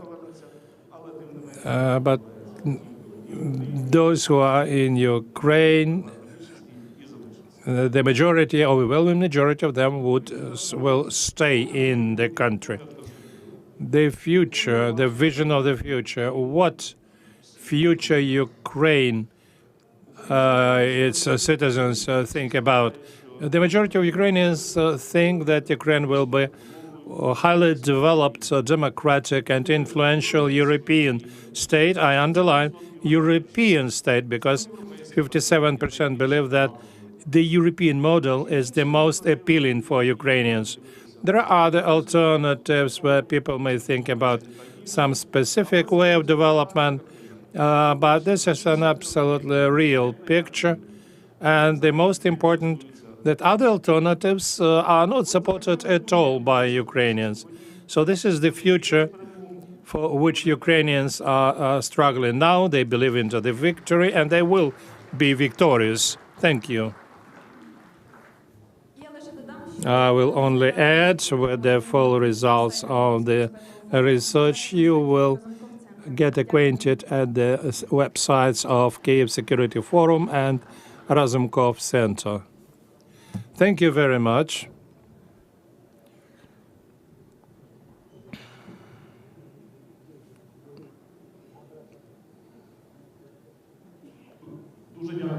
Thank you. I thank Razumkov Center, Yuri Yakimenko and his team for presenting these important results. They're important both for us and for our international audience in order to understand the feelings of Ukrainians. Ukrainians are tired, but Ukrainians are not are invincible, and this is the major signal, the major message which would like to send to the international community. The new panel of the Kyiv Security Forum, and this panel is of great significance to all of us, since we are going to talk about what they call peace talks, negotiation process that may lead us, and we wish, since Ukraine believes since Ukraine believes in just and lasting peace, that those talks may lead us to lasting peace, just peace, fair peace. So I'm going to announce and introduce the panel, which is called Peace on Whose Terms? And that's my great honor to welcome to the stage our distinguished panelists. And I would like to invite to the stage David Ignatius, an esteemed columnist for the Washington Post, is one of the leading voices in the American foreign policy community. Thank you, sir, for coming. Known for his deep insights into global affairs and intelligence. I'm happy to invite our good friend Fabrice Potier, who is the president of the Rasmussen Global, chief executive of Rasmussen Global, and a seasoned strategic advisor on European security, having previously served as head of policy planning at NATO. I'm happy to invite to the stage Natalie Tocci. I trust she is here. Yeah, wonderful. Natalie Tocci, who is the director of Italy's Istituto Affari Internazionale and a prominent architect of the EU's global strategy, bringing intellectual clarity to Europe's foreign policy debates. And this is my distinct honor to invite Ambassador Kurt Volker, who served as the United States Special Representative for Ukraine negotiations and has been a central figure in shaping transatlantic responses to Russian aggression. And finally, I'm happy to invite to the stage General Reinhard Wolski, who is the chairman of the Berlin Security Conference and a respected figure in European defense circles with decades of leadership experience in Germany's armed forces and international security cooperation. So we are going to start. Thank you, ladies and gentlemen. Thank you for being with us, and we highly appreciate such a gesture of your gesture of traveling to Kyiv, to wartime Kyiv, to discuss one of the most urgent and important topics. As we gather in wartime Kyiv, we are faced with an urgent but dangerous question.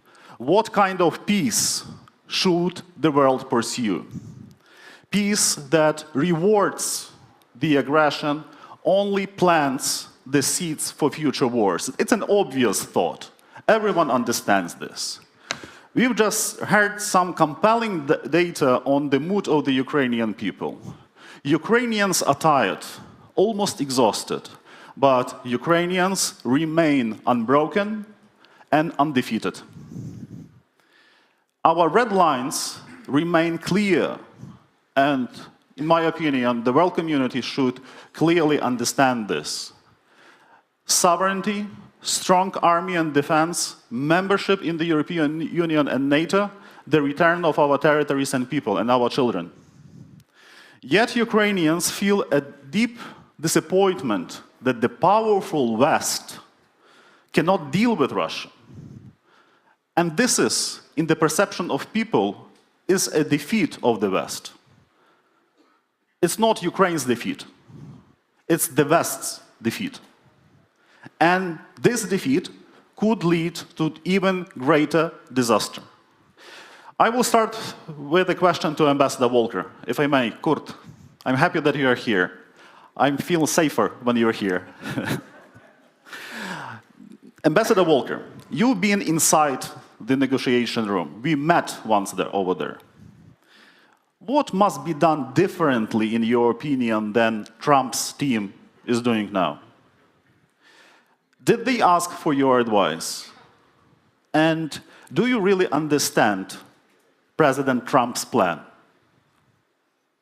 Which of those questions should I? All of them. Let me say first, I'm delighted to be here in Kyiv. Thank you, Danilo. Thank you, Arseniy. It's great to be here. I think I've been in Kyiv or Odessa or elsewhere in Ukraine over a dozen times since February of 22. And it's important to keep coming back. And I have to say it changes every time. I was here in February and it was a much gloomier mood. Maybe it's the springtime, but it's a little bit different mood now. I think, to answer your questions, the first thing I would say is to understand the framework that is possible here. Vladimir Putin will never agree to peace. Vladimir Putin doesn't believe Ukraine is a sovereign, independent state, doesn't believe Ukraine exists as an independent nation and people, and he will continuously try to eliminate Ukraine. He believes Russia has a right to all the territory here. He calls it Russian lands. And he believes Russia has a right to rule over other people, such as Georgians or Ossetians or Chechens or whomever. He has a right to rule over those. He doesn't even think that Ukrainians are a separate people. He thinks that they're confused Russians that he needs to straighten out. So peace is not on the table here, ever, with Vladimir Putin. Therefore, the framework we need to find ourselves in is one of deterrence. We need to have in place the mindset, the capability, the will, the nimbleness, and the speed to deter Putin from future attacks. Putin comes out of the Cold War, East Germany, KGB, and I think he has a little bit of nostalgia for that. We don't. We do not long for the Cold War. But the reality is we may have to come back to it if we want to stop Russia from its aggression in this part of the world, or else we're going to see continuing aggression like that. Now, what the Trump administration has done, they have focused, in my view, they've never articulated it this way, I should say, it's just my analysis. Ceasefire, reciprocity, deterrence, and burden sharing with our European allies. On the ceasefire, there's been a lot of pressure on Ukraine to get the US and Ukraine in alignment. They are now. I think we are aligned, both in calling for a 30-day ceasefire, a permanent ceasefire, this minerals deal, which creates a way for Trump to support Ukraine without it being billed to the American taxpayer. I think that side's there, but there is nowhere near enough pressure on Russia to get Russia to agree to a ceasefire. That needs to be ramped up. Here, I think we need, and Congress can do this, we need secondary sanctions on countries that are trading with Russia, and we need a lend-lease program so we can let Ukraine borrow money from the United States in advance, buy American weapons and ammunition, and have a steady pipeline there that Putin can see so that he knows he's never going to actually overcome this support for Ukraine. That's what we need on the ceasefire. The reciprocity part, this minerals deal, the Rada is going to vote for this today. I think that's in place. Starmer and Macron are talking about security assurances and a reassurance force that should contribute, maybe not be everything we need, but it contributes to deterrence. And by the Europeans taking the lead on that, it is also meeting Trump's objective of burden sharing. So I think there's a framework here. I think we're moving in that direction. But the missing component right now is enough pressure on Putin to get him to end the war. Thank you, Ambassador Volker. That's a perfect, careful answer. If I may just to follow up a little, I will tell you how it looks like from the Ukrainian perspective. In Ukraine, it is believed that Putin is toying with President Trump. They present Trump with terrible and vulgar paintings designed to appeal to bad taste. They mock Steve Witkoff. They scoff at the posturing of the administration. Perhaps there is a bit of caution towards Secretary Rubio, if I may. Instead of serious action, we see the United States, the leader of the democratic world, telling the thugs it is going to leave the crime scene because it cannot deal with them. And this is ridiculous. This is the perception that many people have here in Ukraine. Does Washington understand, in your opinion, the consequences of this situation? And is not that clear that Russia plays with the United States? That's a question I really can't answer. I see it just the way you all see this. When the United States and Ukraine come out and propose a 30-day ceasefire, Putin offers a 30-hour ceasefire. And then within hours of Witkoff meeting with him in St. Petersburg, he kills civilians in Sumy. So I see what you're seeing.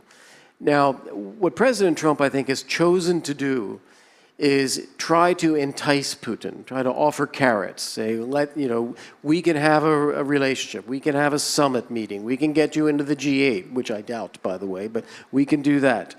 So he's offering all these enticements to Putin, and I think it's an exercise in self-discipline, in a way, to continue to do that.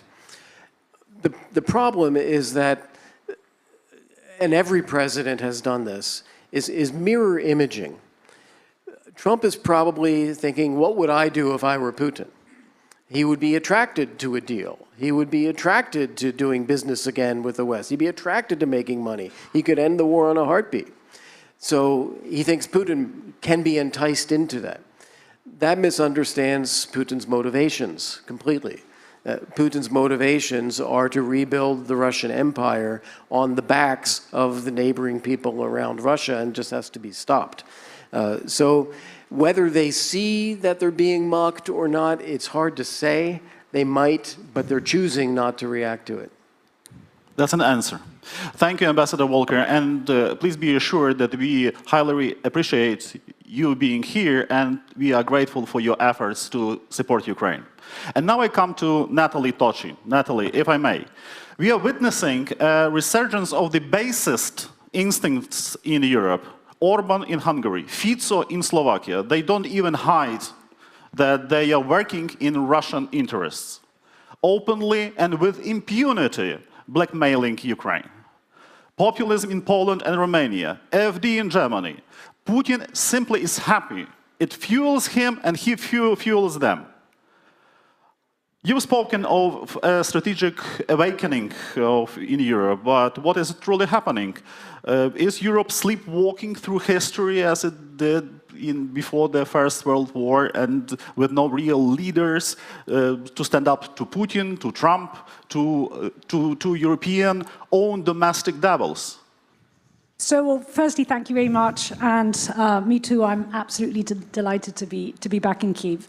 So, I think the strategic awakening that we're talking about very clearly does not apply to all Europeans. Let me start off by making that very clear. And what is the strategic awakening, and what does it revolve around? Essentially, I think it revolves around four things. The first is a fairly obvious one, i.e. that Russia represents a threat. Now, obviously, that understanding is very strong at the northeast of Europe, and it gradually diminishes as we go southwest. It doesn't mean to say that, Spain, not to mention my own country, doesn't feel the threat at all, but inevitably, there's a geographic difference, in a sense, between, as I said, the northeast and the southwest. But I would say that would be obviously the first and foremost point. The second is where we get into tricky territory, is an awareness regarding the fact that there is a very real possibility. I wouldn't necessarily say that that possibility will materialize itself, that there will be an American betrayal. So not an American indifference, but an American betrayal. And because, you know, with the indifference, in a sense, it's easy to, not easy, but it's easier to deal with. I mean, this has been the old conversation about Europeans doing more on defense, and we've been having this conversation at least for the last decade. It doesn't seem to me that an awful lot has happened. I mean, a bit has happened, but certainly not enough. No, I think the strategic awakening revolves around the appreciation that it is not simply the possibility of the US standing to one side, but the possibility of the US standing against. I think unless that psychological switch is made, that awakening will not happen. And I want to be very, very clear on this. The third, I think, element of that awakening regards the fact that, as I think your question was implying, there is an enemy within. Now, there's a triangulation between these three things, because both, as we know, those far-right forces are being supported by Russia. Those far-right forces are being supported by the MAGA movement, right? Now, obviously, there is a domestic basis for them. This is not something that simply pops up because it's supported externally. And so, obviously, we need to work on what those domestic fragilities are. But this is as much a threat to those previous two, because it's really what makes those previous two threats materialize. And then the fourth and final element of the awakening, which again regards an increasing number of Europeans, but certainly not all of them yet, is an understanding that European security passes through Ukraine. So European support for Ukraine is not just a support for the good fight, it certainly is the good fight, but it's a support for our fight. And so long as those four pillars are not in place, and as I said, I actually do think that there is a growing, let's call it critical mass of Europeans that get these four things, and that is a relative, in a sense, cause for optimism, but I think those are the four elements of the awakening that you're referring to. Natalie, thank you very much. These are great points. I believe you would agree with me if I say that Ukraine, unfortunately, has not that luxury to wait until, as long as it takes, I would say. Ukraine cannot wait as long as it takes for Europe to get ready to Russia's threat. So my question is, if, for instance, in your opinion, if President Trump cuts a deal with Putin, can Europe stop it? No, I don't think we can stop it. I think that the question really is such a deal? By a deal, I actually don't mean a deal on Ukraine. I actually mean a US-Russia deal, regardless of Ukraine. I think that is basically what we're talking about. I think the next question after that is, does that lead to an American, let's call it benign indifference, let the Europeans kind of keep on supporting Ukraine? Or are we talking about a hostile indifference? To give a very extreme example, we Americans will sanction you, Europeans, unless you also stop supporting Ukraine. Or we Americans will withdraw from Europe or from parts of Europe unless you... So I think in that scenario, we're in trouble area. I actually don't think that that is the most likely scenario. I think the more likely scenario, even in this negative scenario that we're talking about, is one of, in a sense, relatively benign or perhaps indifferent indifference. And that is, I think, something that we can deal with. Thank you. I believe that's true. We are in a trouble zone. That's true, 100%. And now my question goes to General Volsky. Sir, I'm really happy that you're here, and we value very much our relationship with the Berlin Security Conference, and we look forward to further cooperation with you. And here, you know, for the Ukrainian audience, it is very important to know what kind of mood, what kind of feelings, what kind of opinions are in Berlin these days. The vote for your new chancellor, for Friedrich Merz, has exposed the full vulnerability of your domestic political situation. Of course, this does not mean that the situation cannot be corrected. It's not a catastrophe, it's not a disaster, but vulnerability. So if it is to be corrected, please tell us how. And How does Germany view its role? How does Germany view negotiations with Russia, if any? Yes, first, let me say, yes, it happens now in Europe that elections and also the election of a chancellor or president do not go as they are intended. Germany is, I think, the last country where that happened. However, first I would like to quote from the coalition treaty between with the new government. It says, "We will provide comprehensive support to Ukraine so it can effectively defend itself against the Russian aggressor and hold its own negotiations. Our security includes the preservation and further development of the rules-based international order, based on international law." What we have to face is, for 3 years, the international community has said, when there are negotiations, it will be done by the Ukraine, to terms of the Ukraine. And we should never forget that. And I hope that in NATO, in EU, it's not be forgotten. We have said that for 3 years since the hot war began. On 27 February 2014, actually, when I was with the commander ISAF, General Dunford, possibly the best commander I had, and we heard about the Crimea, we said something has changed. It's not the Zeitenwende, it's the Epochewende in 2014. And we were far too slow with everything, with supporting the Ukraine, with giving weapons, with giving money. But we also forgot about one of Putin's center of gravities, which is destroy the coherence of the EU and destroy the coherence of NATO. And so what we have to face is we have to strongly support the EU and NATO, and I hope, and I'm pretty sure that this destruction of the coherence of NATO will not happen as a free gift for Mr. Putin. So there is a full support to the Ukraine, and we have to do more. Plus, we have to do more for what Mr. Kobilius said, to be ready actually in 2029 for full deterrence. It's a two-pronged approach we have to follow. Thank you, sir. Given your military and security experience, if I may, I wish to follow up on this. And it regards NATO and Ukraine's perspective to become NATO member, our aspiration to become a NATO member. Ukraine not being in NATO means that Russia holds a veto right over alliance. It's 100% clear. There is no other truth. What does Germany military analysis say about the security guarantees for Ukraine to deter a possibility of future aggression? And what concrete forms of security guarantees for Ukraine are you seriously considering? First, I think that's well above my pay grade about the decision of NATO accession.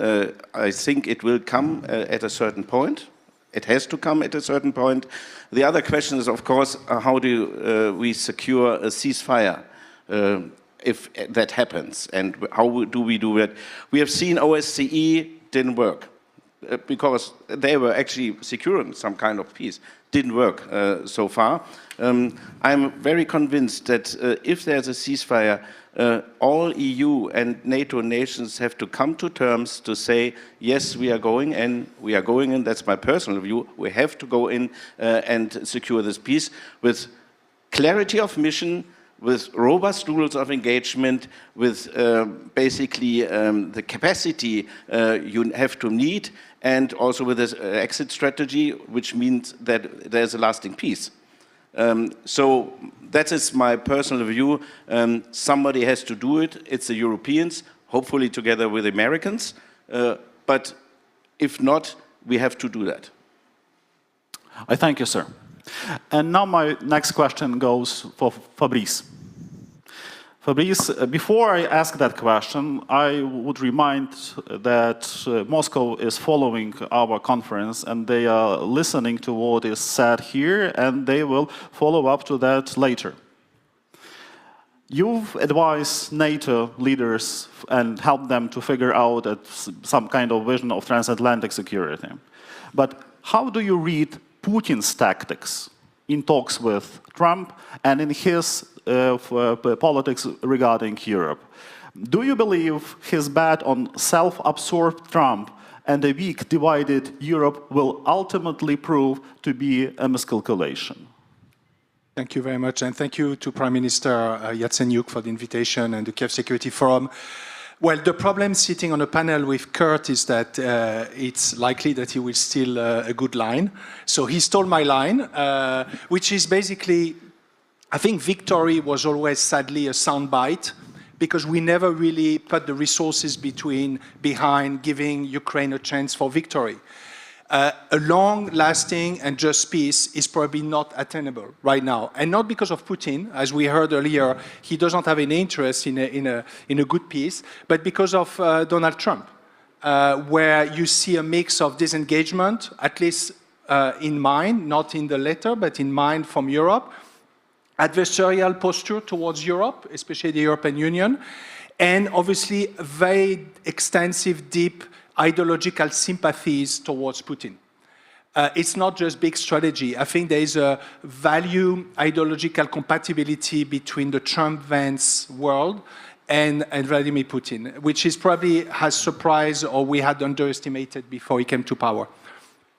So I think we are down to one last strategy, which is a deterrence strategy. And that's what we now need to get right, because if you look at the history of our decisions, our actions over the past 3 years since the beginning of the full-scale invasion, I think we've always fallen short in terms of time and in terms of quantity. So what does a deterrence strategy mean? It means we need to preserve and give Ukraine a chance to be a sovereign, independent, and resilient democracy in Europe, even if its territory will still be contested. And that's got different aspects, and I will just briefly touch on them. First, I think Ukraine needs to keep on building one of the most formidable European army. I think we have 1 million soldiers, including the border guards, serving under the Ukrainian flag. We might have to scale this down in a post-war scenario. But what you see is also a defense industry that is formidable.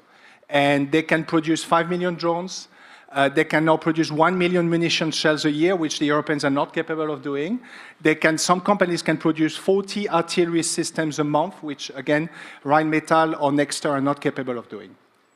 So we need to enable the Ukrainians to pursue this by keeping on financing them. I think they represent now 30 billion euro defense budget, so much bigger than Spain, but much more capable than Spain.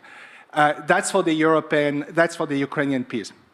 As far as the European, and I will finish here, are concerned, I think we need to shift from European defense, which has been a Loch Ness monster of the EU construct for the past 20, 30 years, to European deterrence.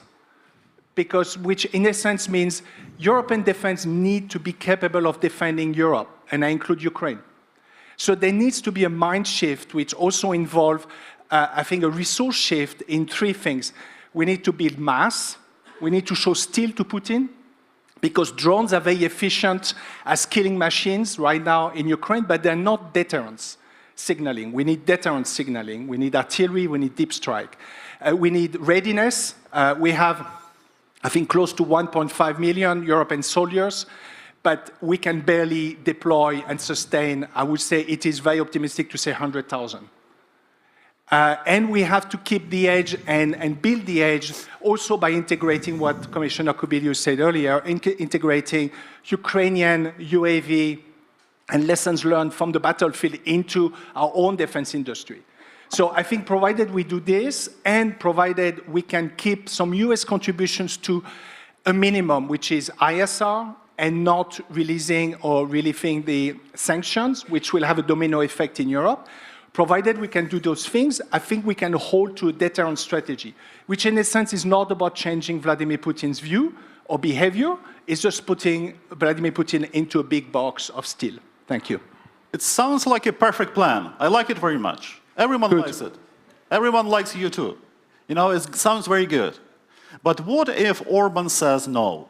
What if Fico comes from Putin with new instructions, pardon my French, and says, no deterrence. Russia is nice. I get your question. I mean, this is where I slightly disagree with Natalie. I have deep respect for her, but she knows where I stand.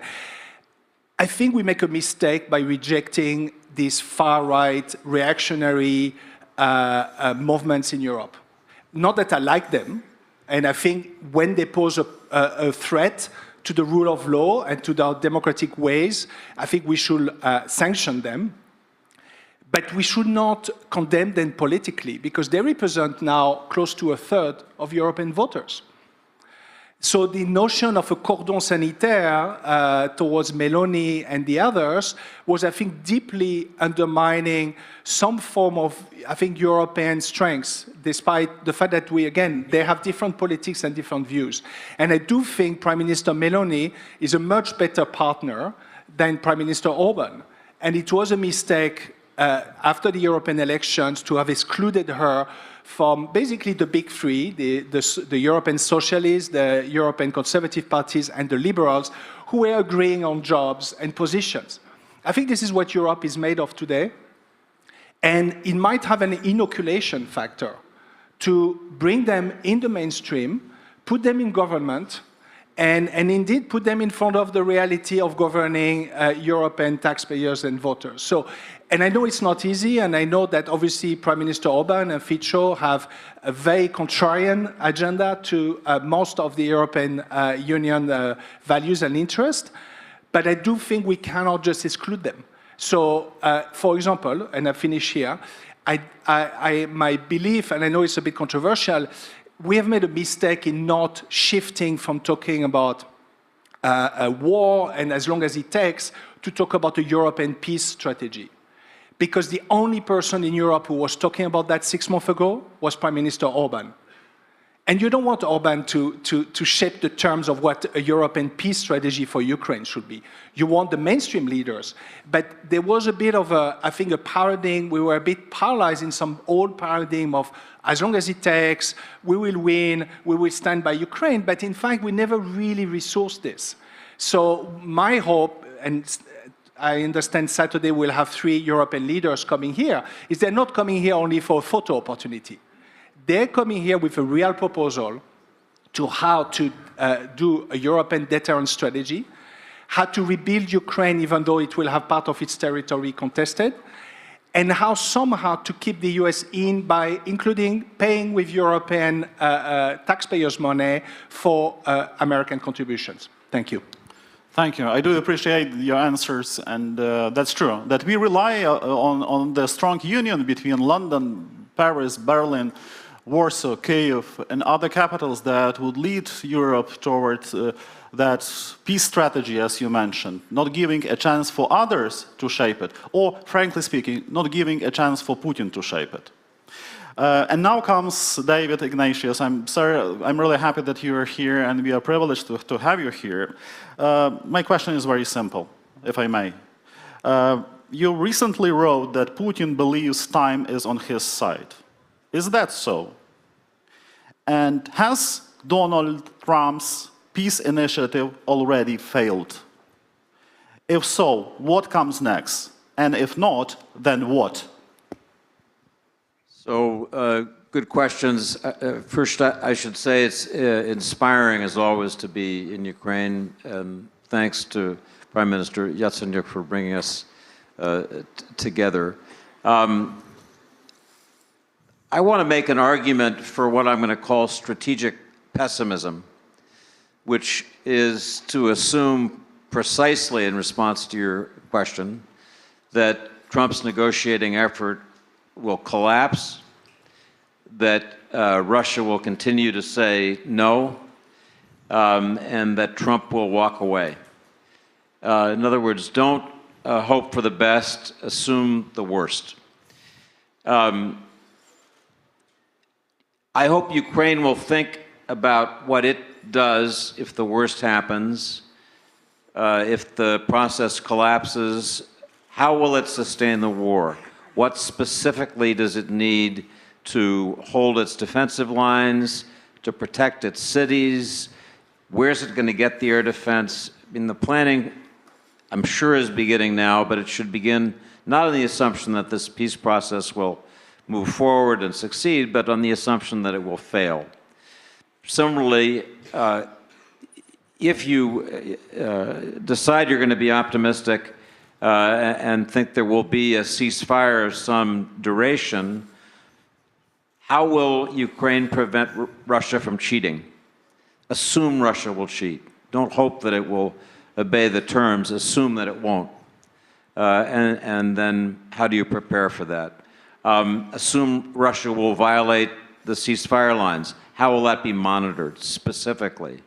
You know, what tools, what satellite resources, and what response? And then finally, again, when this war finally ends, what will deter Russia from starting it again?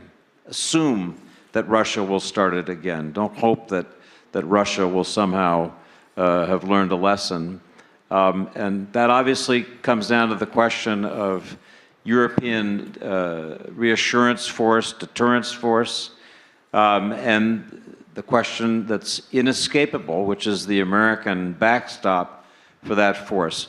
No matter how you discuss this issue, it comes down in the end to a version of NATO Article 5 provided by the United States to Ukraine. There's no escaping that. And I think that needs to be put as directly to the Trump administration as possible. There's simply no other alternative. So when we're talking about negotiations, it's often a question of how we get to yes. People always love to use that phrase. Let's get to yes. And to me, Ukraine has taught the world the power of saying no. That's what Ukraine did in February 2022. That's what your president bravely did 4 years later.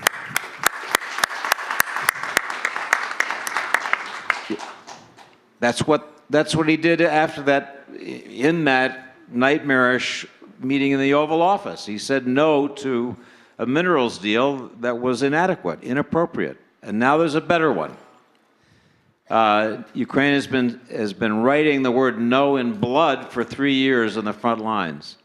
So, you know, Trump needs to learn how to say no. Very good. And, you know, I just would close there. Vladimir, please stop is not the same as saying no.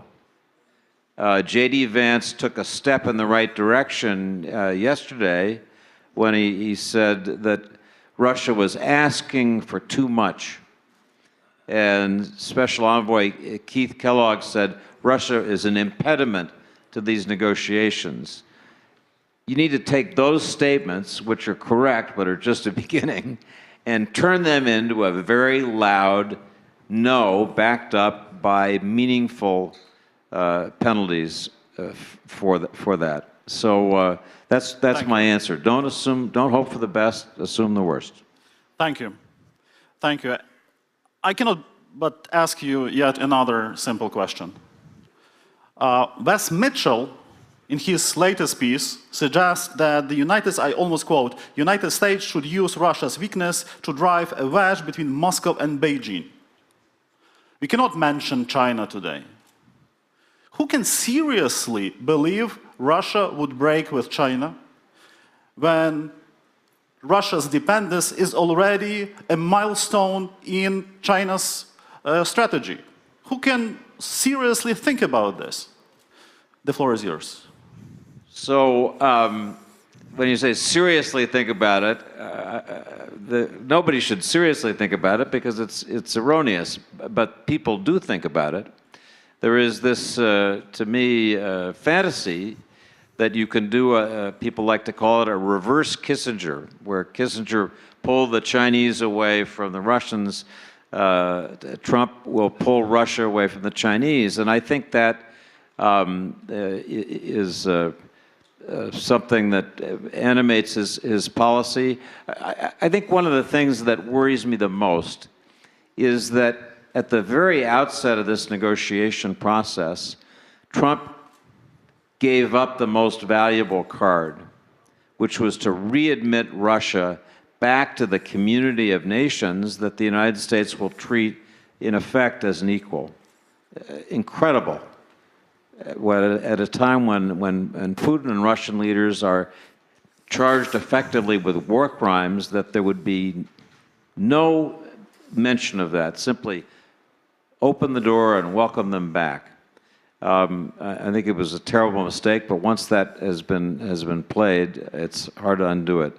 The role of the Chinese in the future, I think, is really interesting to consider. I don't see them abandoning Russia. Xi and Putin are deeply allied. But if Trump does walk away, and we're left with a continuing open-ended war that now involves European nations that China wants to see as potential future trading partners, I don't think it's inconceivable that Ukraine, with help from others, could reach out to China and say, you need to figure out a way that this conflict isn't going to spiral into a disaster for all of China's interests. Whether China would respond, I don't know. But if the Trump process collapses, that's something I'm going to be watching for carefully. Thank you. I have the last question, which would be addressed to all our distinguished speakers. Let's be honest. We understand that Trump is pressuring Ukraine because Ukraine is weaker. We understand that President Trump's mind is filled with distinctly Russian talking points. We understand that President Zelensky annoys him. We understand that a lack of knowledge and incompetence could lead to a catastrophe for the West. And we understand that Trump will not become the Pope. At least that's some good news. So my question is, where should we find a hope? And this question is addressed to all of you. Kurt, you're welcome. Okay. I have a couple points before we get to hope. One of them, I just want to emphasize how much I agree with David on this idea of a reverse Kissinger makes no sense at all. And I don't know why people keep bringing that up. They fundamentally misunderstand China if they think China has any attachment to Russia. If they can sell to Russia, they will. If they can buy from Russia, they will. They also want to work with Europe. They want to do Belt and Road. They probably want to build roads in Ukraine after the war. China is going to be its completely own thing. And Russia has very little sway in this. It is by far the junior partner. Second, when we say the Trump administration may walk away, they have not defined what that means. But Rubio has made it sound like we're not going to take part in negotiations. We're not going to try to keep negotiating a ceasefire if Putin's not interested. It is unclear whether that means we continue to put the sanctions in place and maybe even tighten them. It's unclear whether we continue to provide arms for Ukraine, but on a paid-for basis rather than an appropriations basis. So we don't know what they mean by that at this point, and I think we have, therefore, an opportunity to push for continuation of sanctions and continuation of military support for Ukraine. Now, where's the hope? The analogy that I like to use is if you have a home, you have a house, and you have a roof. If there's any defect, any hole anywhere, water will find a way. Water will come through that hole in the roof. Water, there's something about gravity that always just brings it back to reality. And that is what I think we have with the situation in Ukraine. As much as Steve Witkoff might have deals that he wants to do with Russians, as much as Trump might imagine some Nobel Peace Prize, as much as anybody might have their own visions for this, reality is reality. Putin is Putin. He is not going to give up on his objectives to eliminate Ukraine. Ukraine is Ukraine. Ukraine will never surrender. Ukraine will never stop being Ukraine. Ukrainians will never just walk away from defending their homes and their families. Europe is Europe, and Europe can see very clearly that what Putin is doing is a threat to Europe if it's allowed to succeed. So as much as we go through the media cycles, which one day there's a good statement from Vance, The day before, there's a bad statement from Vance. And then we go back and forth on this.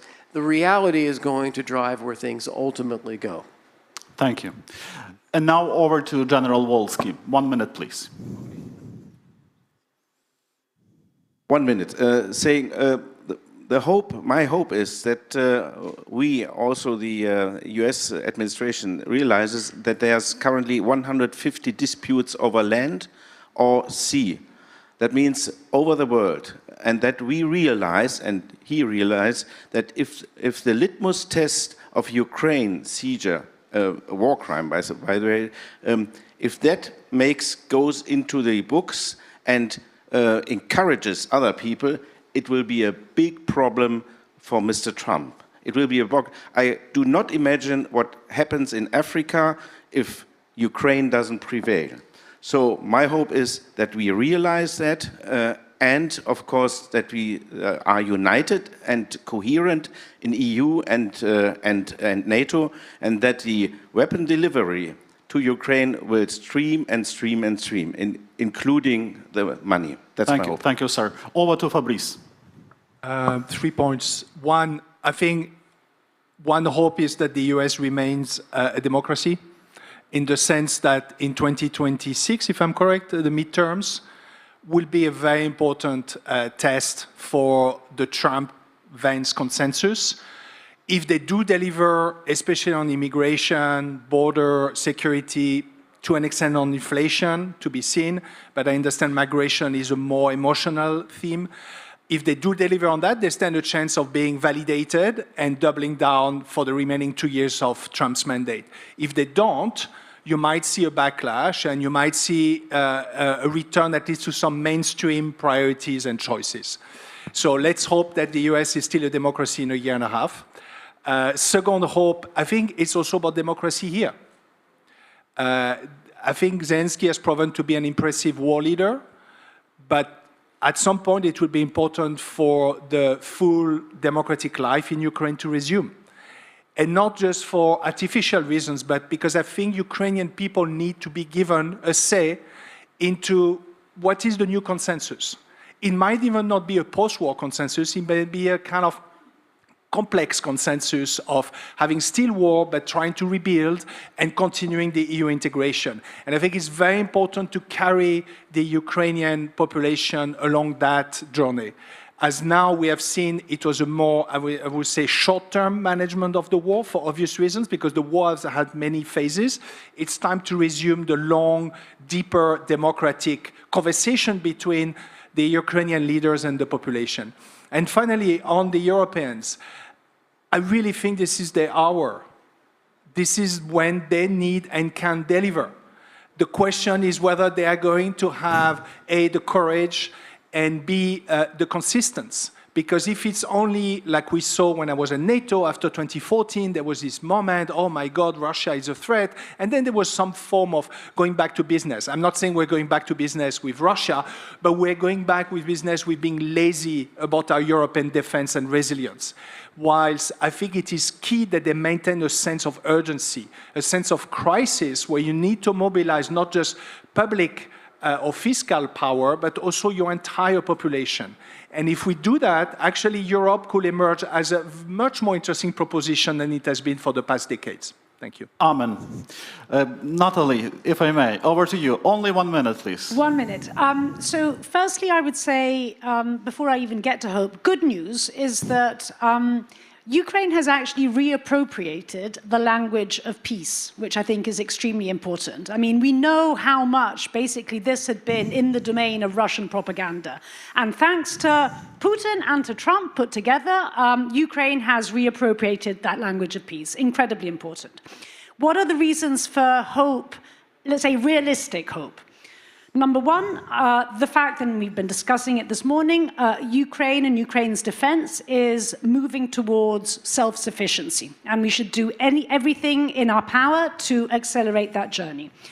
Second point, Ukraine will be and should be integrated increasingly, not just in the discussions, but in the action over European security. Thirdly, if things continue in this direction in the US, meaning not the worst of circumstances, but just, in a sense, half, bad, then, I think we can deal, as I said earlier, with that relatively benign US indifference. And then fourth and finally, precisely because Ukraine has reappropriated that language of peace, I think that we should be in the business of ensuring that the rest of the West actually reaches out to the rest and promotes that language of peace. Thank you. Thank you. And now, David, the floor is yours. 1 minute, please. So I'm going to give you two brief hopes. Hope number one is that President Trump will realize that his actions towards Russia look weak. And this is a man who abhors weakness and being accused of being soft and being taken advantage of. If he realizes that, some good could come of it for Ukraine.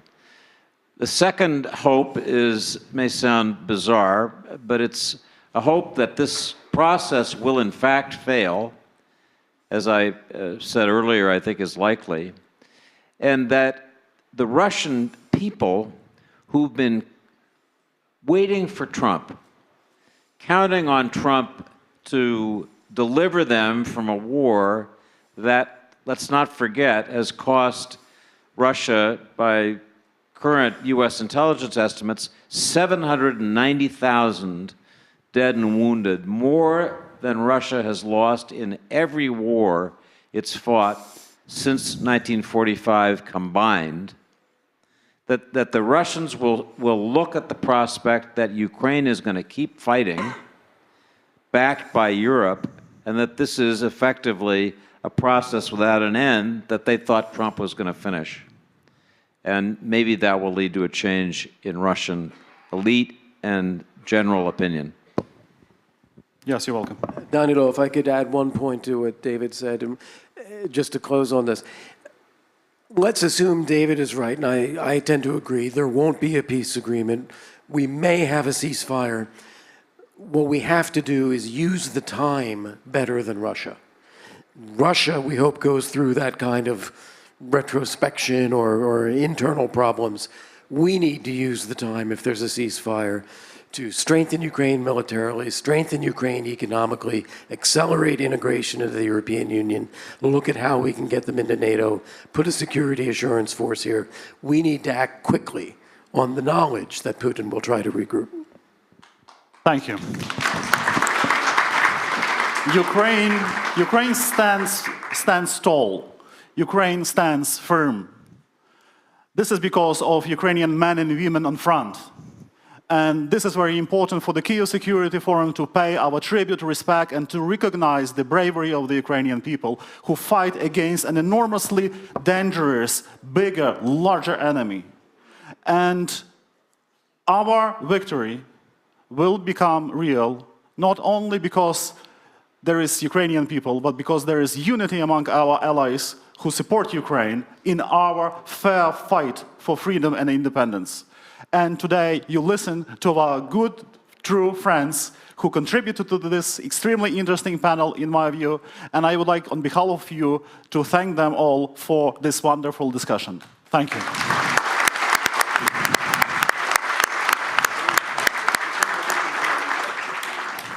And now comes something extremely interesting that I would like to listen to. And I'm happy to invite to the stage our good friend, Beth Sunner, who will moderate the session on intelligence, secrets, and, conspirologies. Thank you. Thank you.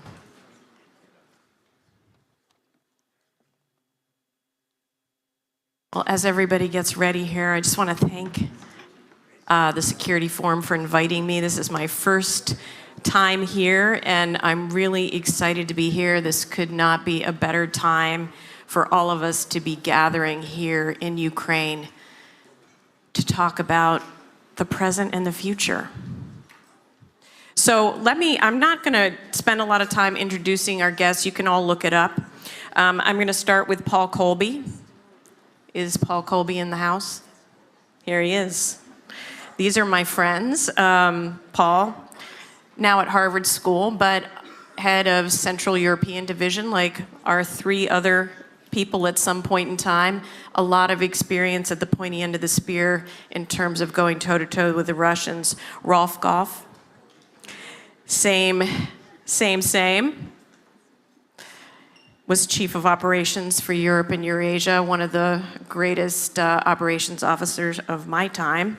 And Rob Dannenberg, who handled pretty much every spectrum of operations, cyber, CT, and good old traditional human. And last but not least, my friend General Doug Lute, who obviously has all this experience from NATO and also in Washington. So as we get settled here, I just will kick off this panel. You know, I feel like this panel is really special because the U.S. relationship with Ukraine really blossomed around intelligence. A decade ago, after the Crimea War in 2015, this is when CIA really became involved. And it was the vision of our Ukrainian counterparts and the willingness of the American intelligence community, and everyone on this panel participated in this US-Ukrainian partnership in some way, and I think that it has been monumental and it continues to be important. So I'm gonna start off with kind of a softball for Paul, because this is true to your heart here. As an American who is really part of this story of the special relationship in US-Ukrainian intelligence, why has it been so central? And you know, kind of what are the experiences that we can take away from this, given our current political fraught times? How do we look ahead from where we are today and where we came from?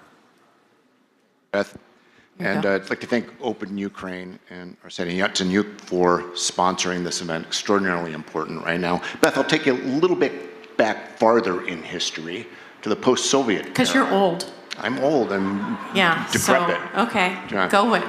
Look, Ukrainian special services evolved from the same organization and same roots that the FSB, SVR, FAPSI, and others evolved from. They were all part of the KGB under the Soviet Union, right?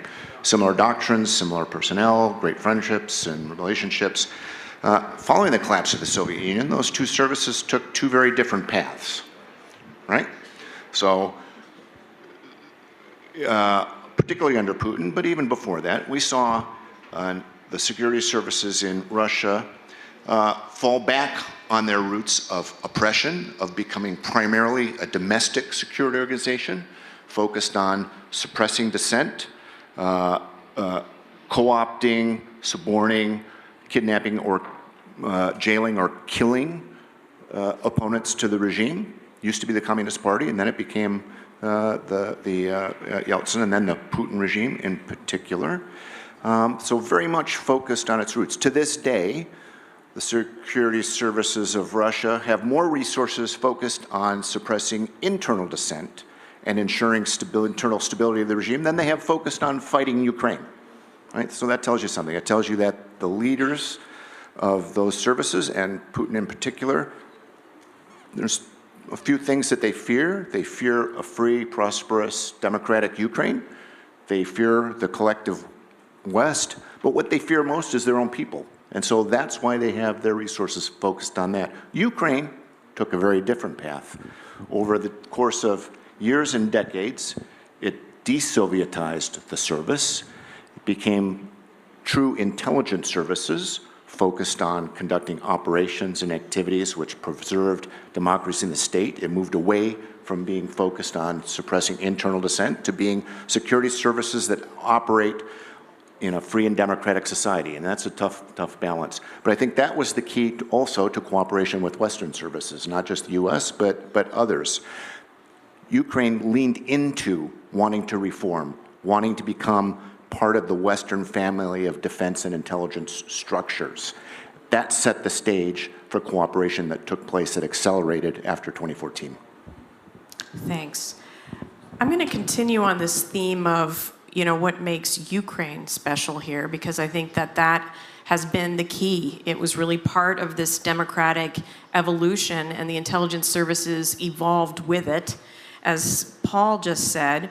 So, Rolf, for you, Ukraine has really had to emphasize this qualitative asymmetric advantage because they don't have advantage in quantity in order to prosecute this war. So what does that require in terms of the role of intelligence in war?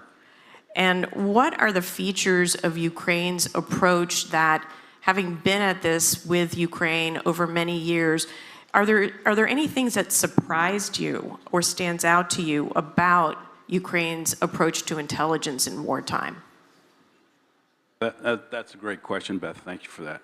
I think one of the things that didn't really surprise me, but was pleasant to learn, was how the services managed to turn around so quickly from the KGB, or as we say, the KG used to be model, and started to reform in terms of not being like their predecessors and taking that to the advantage. You look at their reach inside Russia, right? I think one of the most amazing things I've seen from the intelligence services of Ukraine in the past few years during this war is that they still operate inside Russia effectively, right? I mean, you look at the long-range attacks that are being launched, right? Those are based on intelligence. You look at some of the assassinations, right, that have taken place against valid military targets, that's based on intelligence. And that means that the Ukrainians have developed a capability to operate inside a police state where, President Putin has a 40,000-man National Guard force for his security, right? So that's an amazing turnaround for the service. And not only that, but Ukraine, they take it to the Russians wherever they find them, all right? I don't know if anyone from here recalls a few months back when a Russian paramilitary force in North Africa was wiped out by the Tuaregs, all right? Now, I can't say 100% certainty, but I have heard from some friends that the Ukrainian hand was involved in that as well. And then there was fighting in Sudan. Ukrainian forces from the military service, took the Russians on in Sudan. So I would have to say that this developing global reach of the services is probably the most effective and pleasant surprise that I've seen from them. Syria, yeah, another place. I mean, it has been absolutely, I think when you sit in Washington or in the United States and these stories pop up, you're like, how is it in the middle of a war where everything is focused on Russia and the enemy that somehow they have the vision to think further afield, right? I mean, because it's this strategic thinking and this global thinking that sets great nations apart from, countries that are just kind of dialing it in. And to me, this is a huge one. Well, I'm going to ask Rob now. So, we've been talking about this agility and inventiveness around the military in particular, and so now we're talking about it in the intelligence context. And oftentimes, we're thinking about like what we taught the Ukrainians during this time, but as we've just been revealing, there's a lot going on here that is of Ukrainian origins. And war is a definite forcing function, but character is another part of that. Rob, what are the lessons that you look at Ukraine and what they're doing, and to think about what can we in the West, in our intelligence services, take away from them? Yeah, thanks, Beth. That's a great question. And I think you, in a way, you partially answered it by saying there's nothing like a war to really force your thinking and force you to use your resources effectively. In some ways, what the Ukraine has done, really starting with 2014, but especially since February 2022, is they've understood that the nature of the threat in a way that I hope will be one of the lessons that Western intelligence services take from what's happened the past 3 years. And they focus their resources on what, and people like to use the term, this is an existential threat. Well, in the case of what's happening, what Russia's doing in the Ukraine, it is in fact existential, and that will focus you. And I look with great admiration at what the Ukrainians have done, both in the military context, but arguably especially in the intelligence context, because it was more difficult for them. They had to unlearn the lessons of all those years of Russian occupation. They had to break relationships that in some cases had been personal and rebuild it in the Ukrainian interest, use new tools, learn new lessons, and make it work in a wartime context without forgetting, and I think we talk a lot about Ukrainian successes on the battlefield and elsewhere in this war, technology development, but they had a counterintelligence problem that was a serious problem as well. And they managed to overcome that and still conduct these operations quite effectively, as Ralph pointed out, even on enemy territory.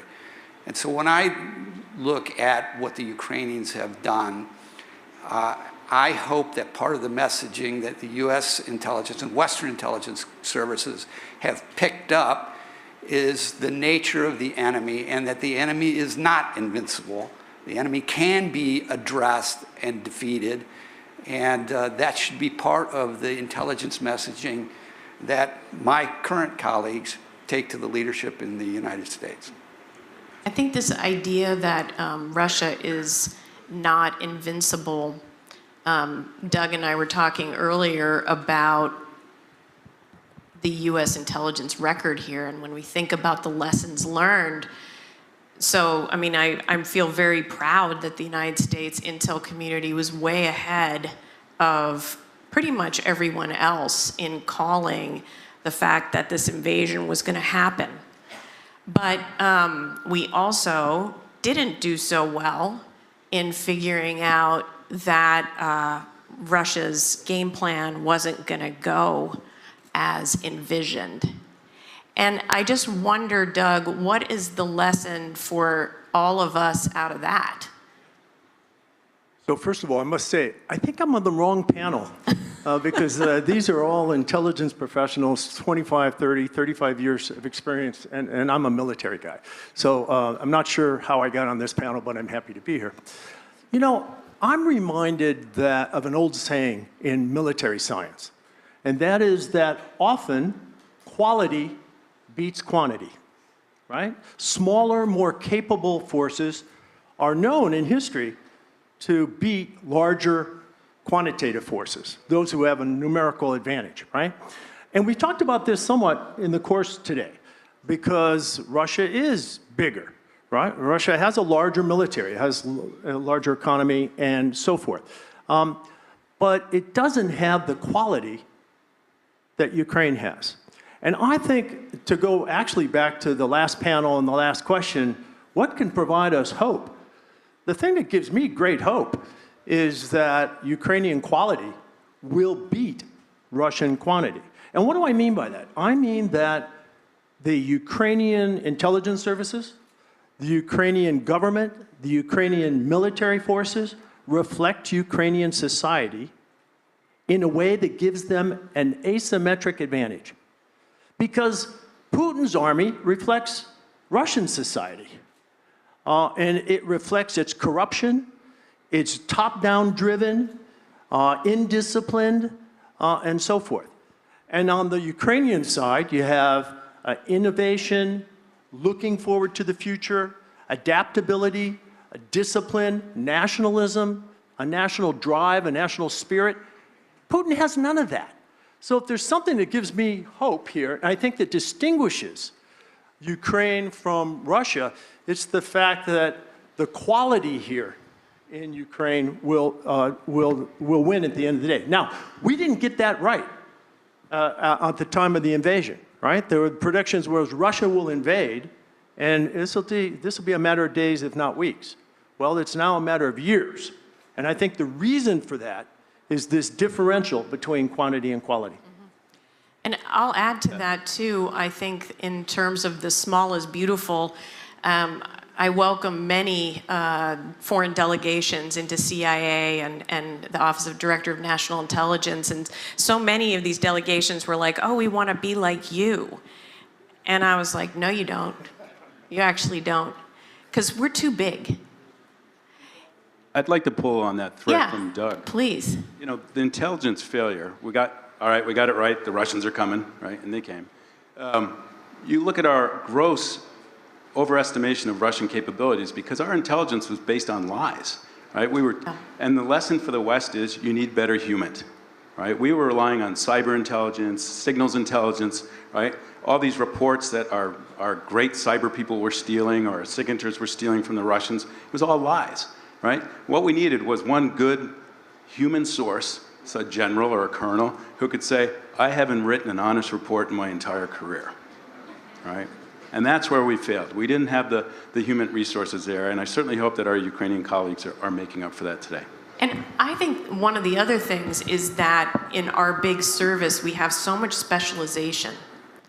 And so you have military analysts doing this, and you have like a subset here, you got order battle guys, and then you have the economists over here, maybe in a different part of a room or a hole down the hall. But it was the economists and the people following society, people who understood corruption. And I don't believe that they were brought into the conversation enough. And so for small services, you have the beauty of, you know, you need to work together. You can't have that specialization. And that actually brings sometimes better insight. So let's dig in a little bit to the other side of the equation that we've been talking about here in Russia. And I'm going to ask Paul and Rolf to take a first swing at this one. And, you know, we've been seeing Russia, they're not standing still. They're evolving too, sometimes because of necessity, sometimes because of invention. But what are we learning about Russia's tactics now, both in Ukraine and in Europe, about how and why they're evolving, but also what's enduring in terms of their threat? Let's start with what was, at the beginning of the war, was a massive Russian intelligence failure. Totally. They believed that they were going to roll in, they had their uniforms, March uniforms packed, that the population was going to rise up, and that it would be an easy road for them. Rise up with them instead of against them. The main architect of that assessment, Sergei Besedov, is from the FSB, is now one of the main negotiators for the so-called peace talks. I think that, if nothing else, should tell anyone sitting across the table from him where the Russians are with this. In terms of their evolution, look, they've suffered some enormous setbacks, right? They weren't able to execute their operational plans to decapitate the government. They've been remarkably absent, and I credit this to the Ukrainian security services, but their ability to conduct sabotage operations, to operate behind the line, have been noticeably absent from the battlefield. Quite opposite of what we've seen in Russia, with tremendous amount of activities taking place on Russian territory.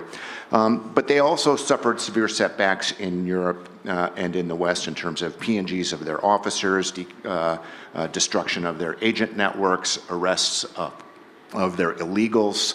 And so they've had to adapt to that. How have they adapted to that? They've gone to a lowest common denominator approach of essentially cash for hire operations, using low-level commercial operatives hired from afar. Looks a little bit like ISIS recruiting over the internet, you know, $10,000 to place this bomb in this cafe. Well, it's similar operations taking place, sponsored by the FSB and the SVR. Great case, example case was recently wrapped up in the United Kingdom, where 6 Bulgarians were arrested and convicted of conducting a massive operation to capture cell phone signatures of Ukrainian soldiers training at American facilities in Europe, so that they could take those back and use them for targeting those Ukrainian soldiers who hopefully would be standing next to Patriot batteries. But even if they weren't standing next to the battery when they were targeted, they're still killing the operators. And as with drone operations, one of the primary objectives in defense is to kill the operator of the drones. So they've gone that. It's a fast, iterative, unconventional approach. It's fast and loose. It doesn't go by any of the traditional rules of tradecraft and espionage. But in some cases it can be effective because it is so fast moving and it is so amorphous, and collecting against it is difficult. Yeah. Rolf, do you want to join in there and also talk about, like, is this more of a threat or less of a threat? It's definitely more of a threat. And because Vladimir Putin and his intelligence leadership, I mean, these are people who, they stick with what works, right? And what price has Putin paid, right? What price has Russia paid for these sabotage acts in NATO countries? None, right? I mean, how many anchors have to be accidentally dragged across internet infrastructure at the bottom of the Baltic, right? How many incendiary devices have to be put on civilian cargo planes, right? I mean, the West has escaped high, I think, mass casualty events by accident, not by design. So the threat is going to increase, particularly once there's a ceasefire or some sort of armistice. It's not like they're going to turn that stuff off. In fact, the Russians will double down on it, right? Because it's cheap, it's effective, and they've never been punished for it, right? Yeah. Those two things have to change. And Doug, on this, I mean, from the NATO perspective, we've seen in terms of the gray zone threats, NATO starting to step up to this plate and talk about it, recognizing it, putting it in strategies and plans. But how are we doing overall? You know, is the West prepared for dealing with these gray zone issues? What do we need to do? Yeah, no, we're behind. I mean, look, even as Americans, you know, we may not have the acts of sabotage that European allies are facing, right? But we should remember the 2016 election interference run out of Russia as well, right? So these gray zone tactics of election interference, misinformation, disinformation campaigns, cyber attacks, energy intimidation, and so forth, attacks against civilian infrastructure like the undersea cables, and so forth, are going to continue. And I absolutely agree that even in the face of a ceasefire, this is a tactic that Russia will continue to play, and over and over and over again until something's done about it. Now, what's interesting from the NATO perspective is that this highlights the importance of NATO and the EU working together, because much of the civilian infrastructure that's at risk here in the gray zone attacks actually falls under not military authority, but civilian authority. And so it's very important that the 27 members of the EU and now 32 of the NATO alliance work together. An interesting spot report, as NATO headquarters looks to the June summit in The Hague, the NATO summit, and they begin to think about responding to the Trump call for 5% defense spending. The Secretary General has crafted a variant of that, and it's 3.5 for military and 1.5 for critical infrastructure. So, and if that is adopted in June, that's a very significant down payment on NATO coming to grips with these gray zone attacks. I think this is so important. I think from the intelligence perspective, you know, everyone in this room from different countries also needs to look at their authorities. And, you know, is their foreign intel able to work with their domestic intelligence and law enforcement to the degree that's needed in order to counter this a threat? Because it's NATO and Europe, EU, because of those different authorities, but each nation also has these internal problems. And I have to say, you know, given the age of our service and our structures, you know, we're just not really built for speed here in dealing with these issues. And the innovations that we made after 9/11. So, you know, the Director of National Intelligence, the National Counterterrorism Center, NCTC, and so forth, were designed against a very specific range of challenges. You know, the challenges that brought us Al-Qaeda on 9/11, September 11th, right? And I don't think we've had similar innovations nationwide, even in the States, much less multinationally at NATO or the EU, to take on this Russian challenge. Drone warfare really does look a lot more like terrorist operations, and it really is the way to defeat that we saw at 9/11 was wide intel sharing, working across borders, working very closely with law enforcement and making sure that there's seamless cooperation across the board there. Yeah, and I think as someone mentioned on a previous panel, this idea that in the United States, right, we have parts of our political system that are actually putting out Russian talking points. And so, you know, having intel services look at these issues is getting harder and harder in any case.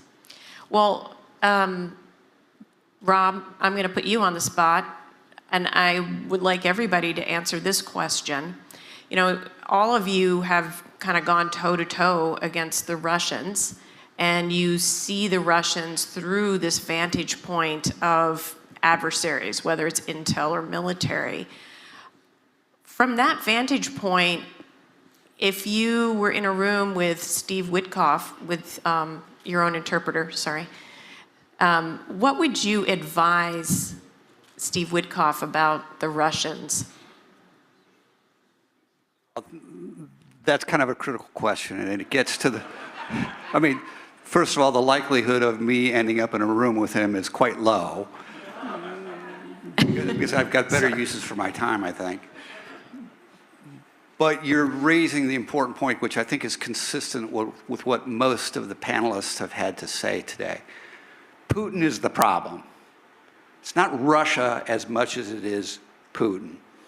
And Mr. Witkoff, if you're advising the president on his strategy with regard to Ukraine, you need to understand the root of the problem. You can't just address the symptoms. The root of the problem is Vladimir Putin. So it is a job of my former colleagues in the Central Intelligence Agency in the U.S. and allied intelligence communities writ large to make sure their leadership understand what the real threat is, where it comes from, the spider at the center of the web. Yes, there's strong arguments made in Washington these days about the China threat, about other threats, but really the linchpin in the coalition against Western values is led by Vladimir Putin. And I think part of the mistake that the Trump administration has made in approaching the Ukraine situation in general, Putin in particular, is that somehow they've been persuaded that the Ukraine is losing the war and that Putin is winning, and arguably and more dangerously, that Putin is invincible, that he sits on top of now 25 years or 26 years of effectively running the Russian Federation, that he's become invincible, that his tools of repression are so pervasive that his hold on power is invulnerable. And I would argue that the real situation is quite different. And that part of the strategy of the U.S. intelligence community and allied intelligence communities now is to understand the fragility of Putin's leadership and conveying and developing and conveying to our political leadership a strategy to deal with the problem. And that's Vladimir Putin. You can go back, there's some historical reason to believe, I mean, we were talking about on the last panel or panel before about reasons for hope. Over a 10-year war in Afghanistan, the Soviet Union lost 15,000 casualties roughly. And the withdrawal of the Soviet Union from Afghanistan arguably was one of the building blocks, if you will, of the collapse of the Soviet Union. And now in a three-year hot war against the Ukraine, the Russians approach 800,000 casualties. And Putin's done a very nice job of hiding that fact from the Russian people. You can't hide it forever.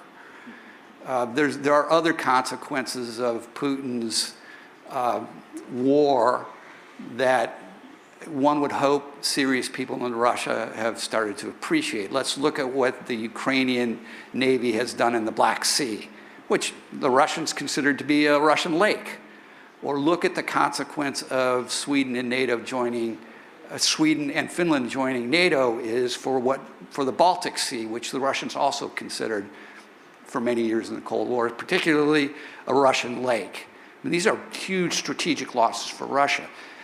You look at the economic impact of sanctions on Russia's economy. You look at brain drain. What is it, some 250,000 young Russians, technologically capable, educated, have voted with their feet and have left the Russian Federation. Look at what we can observe now about Russia's defense industrial base, their ability to use their own capabilities to produce the tools of warfare. No, they're importing factories from Iran, for crying out loud. There are a number of signs of weakness in the Putin regime. And if I were sitting in a room with Witkoff, I would say, don't hand Putin a victory for free. Make him work hard for it. Show our resolve. Let him know that he's weak, we are strong, and we're not backing down. I feel like the art of the deal is actually required here. Does anybody want to add to that? I also want to ask a sub-question of Rolf and Paul. People talk about Putin being this master spy. How good of a case officer is he when you think about this?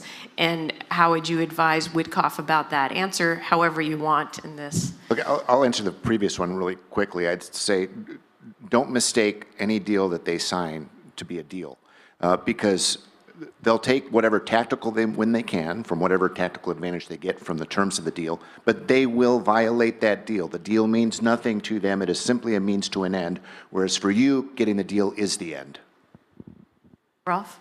I'll go Doug last. So I would say to Mr. Witkoff, I would say, look at who Putin's allies are. All right, you got Russia, Iran, North Korea, with China lurking in the background, Belarus timidly throwing in some support there, rather unwillingly, like a hostage. All right, I mean, this is not just a battle of nation states; this is a battle of values. All right, and I mean, I have to admit, every time I see a UN vote and the United States is listed with Russia, Iran, North Korea, China, and others, I cringe. All right, so I would have to say, Mr. Witkoff, you know, see who are on the other side of the table with the Russians and pay attention to that.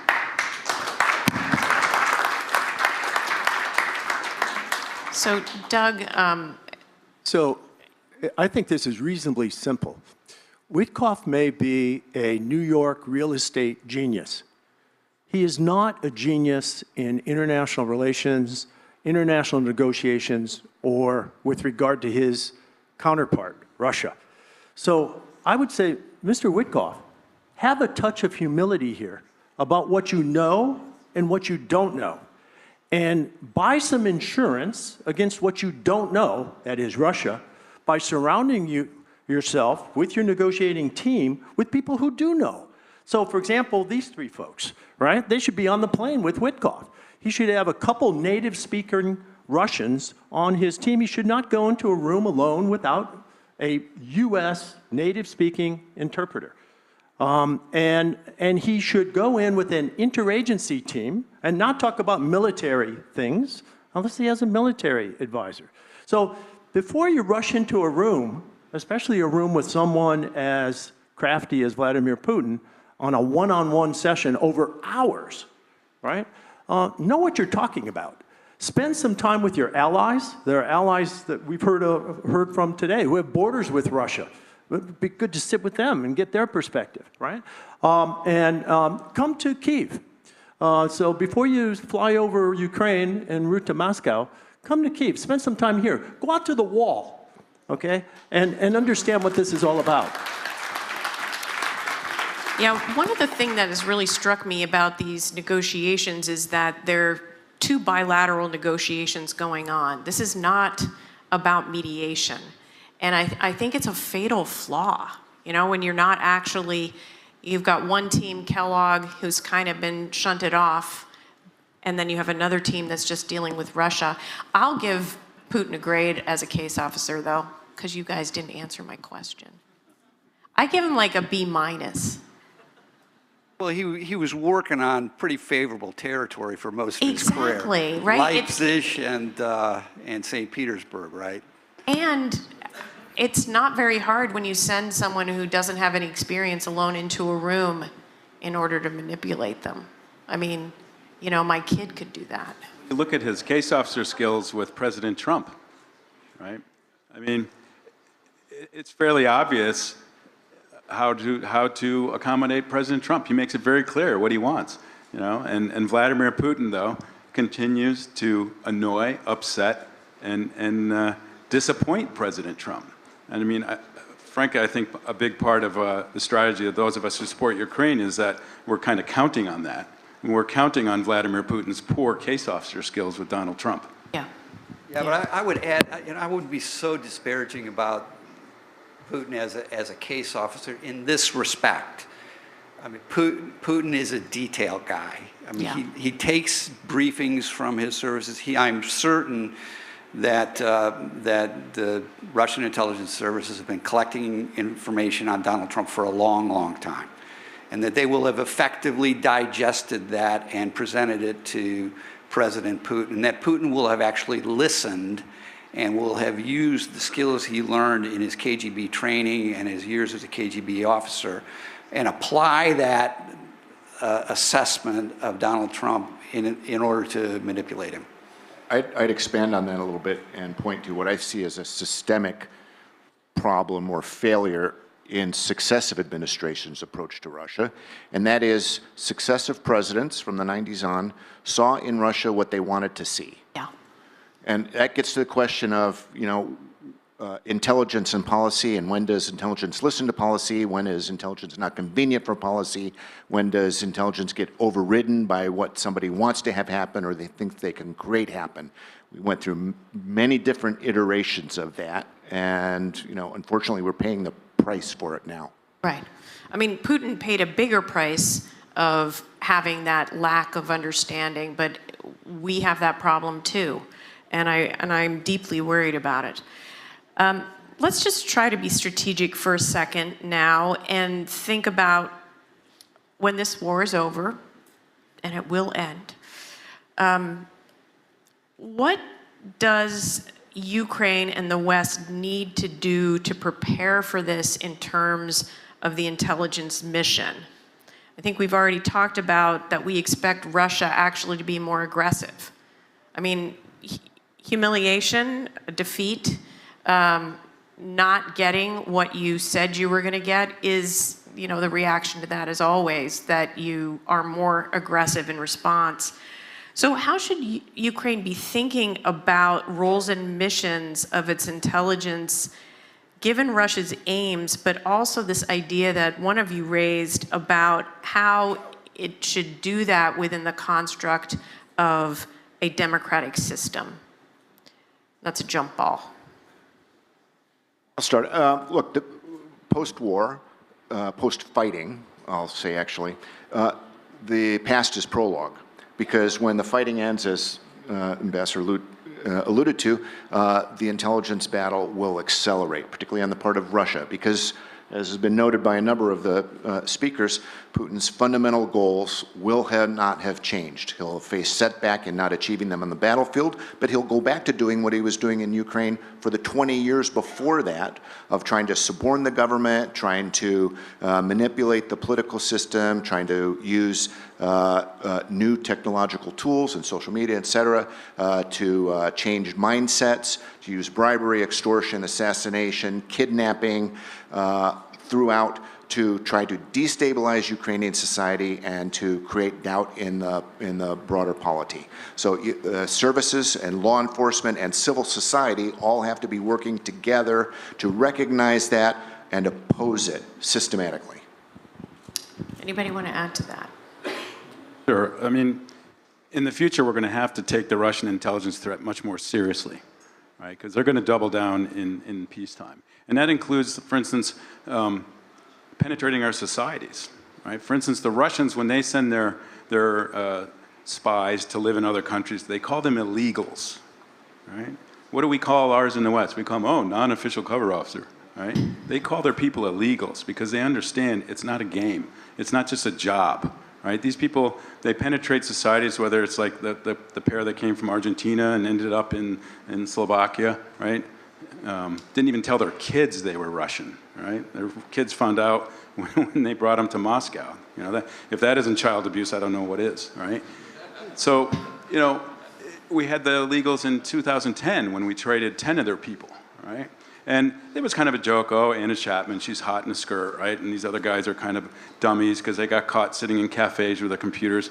But on the serious side, those people were just a few years away from seriously penetrating government and military circles in the US, right? And if it hadn't been for a greedy and brave Russian counterintelligence official in Moscow who sold us the file, right, we might not have found those people before they created damage. So I would say, you know, following the war, we in the West, we got to up our game.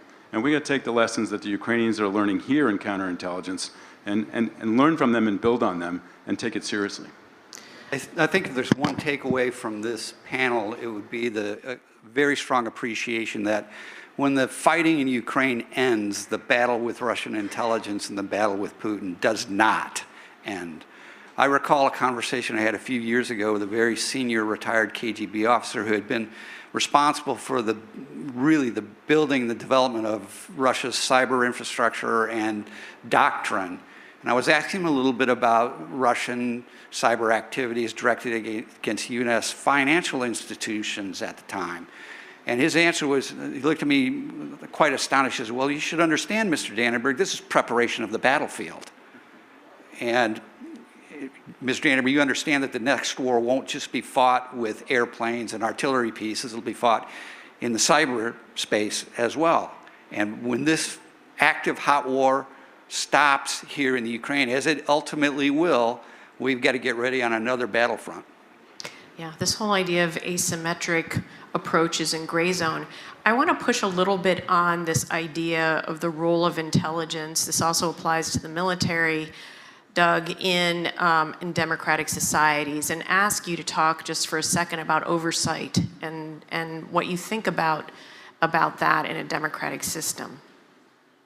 Well, you know, this whole war is about Ukrainian sovereignty, right? And I recently reread the first couple articles of the UN Charter.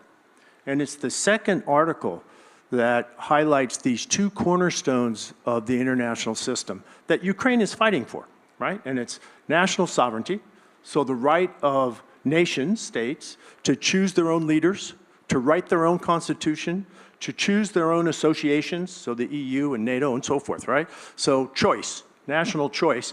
And then the second is territorial integrity. These are right up front in the UN Charter. So I think as Ukraine begins to think about the next chapter, right, after the conflict, it's really important to understand what this conflict was all about and to uphold what Ukraine has paid such a heavy price for, and that is democratic principles, the democratic process, the values, the rule of law, the fight against corruption, all those things that are going to be here after the war.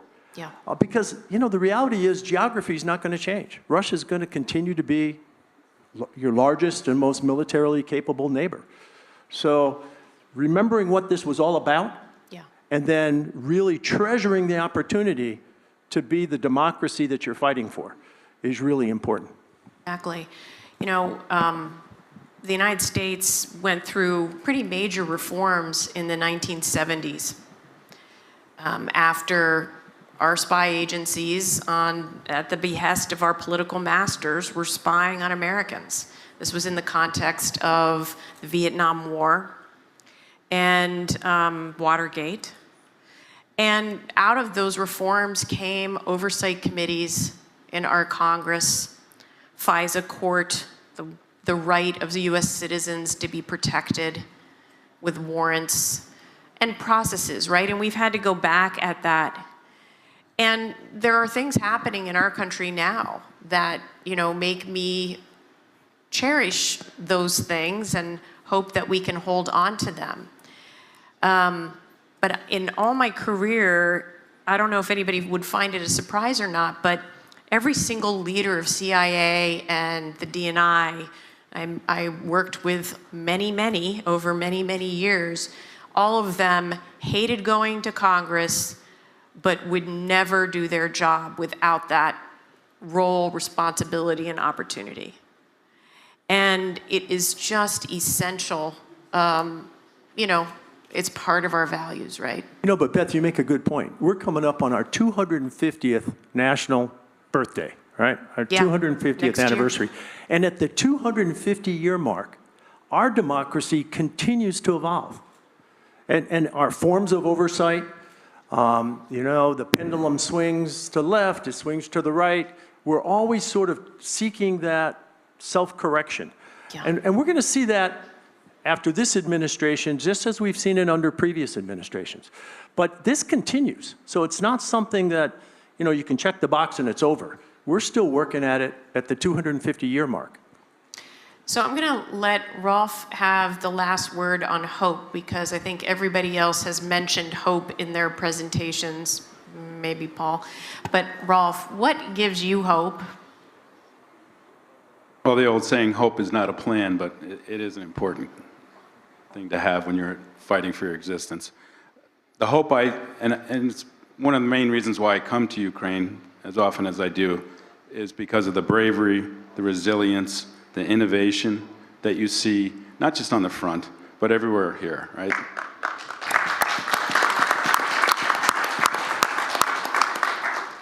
And you know, I wish more Americans would come here. One of my tasks is to try and bring Americans here, whether for business or you know to speak at events or whatever. But more Americans need to come here and be exposed to that kind of resilience and innovation and bravery, because you can't but be affected by that and bring some of that back to the States, where I think we could use a bit more of that ourselves.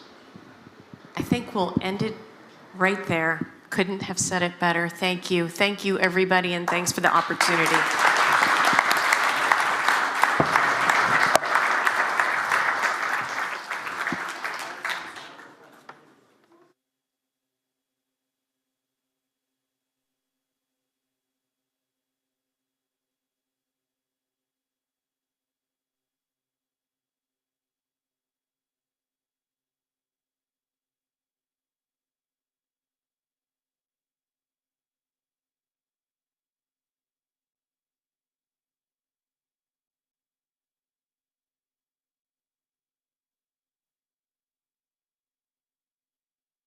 Good afternoon, dear colleagues. It was a true privilege to listen to the previous discussion. I hope we have another interesting conversation ahead of us. I'm convinced we do. My name is Sasha Dovzhik. I am the head of INDEX, Institute for Documentation and Exchange. And it is my privilege and honor on behalf of our institution to partner with the Kyiv Security Forum for an important conversation on justice holding Russia accountable for its crimes.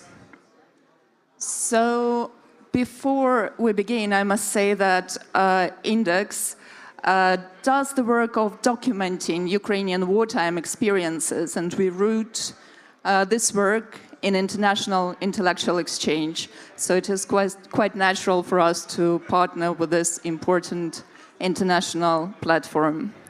Before we begin our conversation, it is necessary to acknowledge that we would not be able to do our work today if not for the labor of those who trod this path before us. So before we actually jump into the conversation, I would like to draw your attention to the fact that this is an in memoriam session, and we commemorate and honor three towering figures who pursued justice in the 20th century.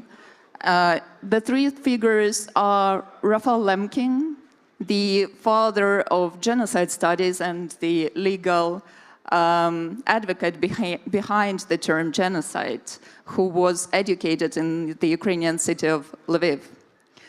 Ambassador Lev Dobransky, who was a Ukrainian-American statesman and lifelong advocate for exposing Soviet regime's atrocities. And Ambassador Roman Smalstotsky, a Ukrainian diplomat and tireless voice for the recognition of Soviet regime crimes. I would like now to ask our brilliant tech team to show us a little commemorative video dedicated to these three figures. So please, your Kyiv attention. Security Forum, in collaboration with the Index Institute for Documentation and Exchange, dedicates this event to the memory of the distinguished global jurist and human rights defender Raphael Lemkin, along with his Ukrainian colleagues, diplomats Roman Smalstotsky and Lev Dobryansky. Raphael Lemkin was the architect of the international concept of genocide. Thanks to his efforts, this term became an integral part of international law. Born in Belarus, he studied in Lviv and later taught at Yale University. A prominent Polish-American jurist of Jewish heritage, he was among the first international law scholars to classify Stalinist crimes against Ukrainians as genocide. Lemkin's work laid the foundation for the verdicts of the Nuremberg Tribunal. Through his initiative on December 9, 1948, the United Nations General Assembly adopted the Convention on the Prevention and Punishment of the Crime of Genocide. In the pursuit of international recognition for the term genocide, Raphael Lemkin's allies were Ukrainians. Roman Smalstotsky, a distinguished Ukrainian diplomat, statesman, and scholar from Chernivtsi. He served as the extraordinary and plenipotentiary ambassador of the Ukrainian National Republic in Berlin and was an influential member of the Ukrainian Congress Committee of America. Lev Dobryansky, a prominent Ukrainian-American diplomat and public figure. He was a longtime president of the Ukrainian Congress Committee of America and served as the extraordinary and plenipotentiary ambassador of the United States. Both played a crucial role in the collective efforts to advance the concept of genocide and to defend all nations against the unimaginable crimes of total annihilation. With this dedication, we honor the memory of our great predecessors and express our deep gratitude for their work and struggle. We do stand on the shoulders of the giants, and we continue the work that they have started. It is my honor to invite to the stage the 5 speakers who will join me today. Charlotte Higgins, Chief Culture Writer for The Guardian. Welcome, Charlotte. Laurynas Kasčiūnas, Minister of National Defense of Lithuania in 2024, and the leader of Homeland Union, Lithuanian Christian Democrats. Welcome.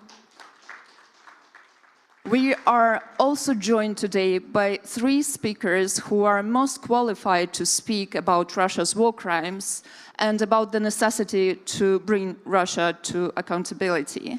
So I'm inviting Svetlana Tolmach, a bank worker from Kryvyi Rih, who survived a Russian attack on this city on the 4th of April, 2025. Thank you, Svetlana, for being with us. Richard Stupart, a researcher at the University of Liverpool, who researches war and witnessing, and who became a witness of Russia's attack on Sumy on the 13th of April, 2025. Thank you, Richard, for coming and joining us here. And Maxim Butkevich, a human rights activist, war veteran, philosopher, who enlisted in the Ukrainian armed forces in 2022 and who was captured by Russians, who survived the captivity, was released in 2024 and bears witness to what it means to be a prisoner of war in the Russian Federation in our day and age. It is my huge honor to be with you on this stage today. We will also be joined online by Alexandra Matvichuk, who is the head of the Center for Civil Liberties and a Nobel Peace Prize laureate. She will address us via a video address. So before we begin our conversation, I would like to say that it is not only due to the work of those who struggled and fought for justice in the 20th century, but also due to the work of our contemporaries who dedicated their lives to the pursuit of justice and gave up their lives in this fight that we are able to be here, and it is our duty to continue their work. This session brings a spotlight on the work of a brilliant Ukrainian writer and war crimes investigator, Victoria Amelina, who became a researcher of Russia's war crimes in 2022. In 2023, Victoria was on a mission in Kramatorsk, where she accompanied a delegation of Colombian journalists. The restaurant where they dined became the target of Russia's missile attack. Victoria did not survive, but her work did, and her voice is resonant with all of us today. This year, her book, Looking at Women, Looking at War, A War and Justice Diary was published posthumously by HarperCollins and translated already into a dozen of languages. It is a huge honor to be here tonight with Charlotte, who not only reports on Ukraine's cultural resistance to Russia's genocidal war, but she also brings the memory of a person who was at the forefront of this fight, of Victoria Amelina, whom Charlotte knew personally. So my first question is to you, Charlotte. I would like to speak with you about the non-fiction book which documented Russia's atrocities through Victoria's eyes and through the eyes of her women heroines. What does the book mean for us, for all of us who are seeking justice for Russia's crimes in Ukraine, and what does it mean for you personally?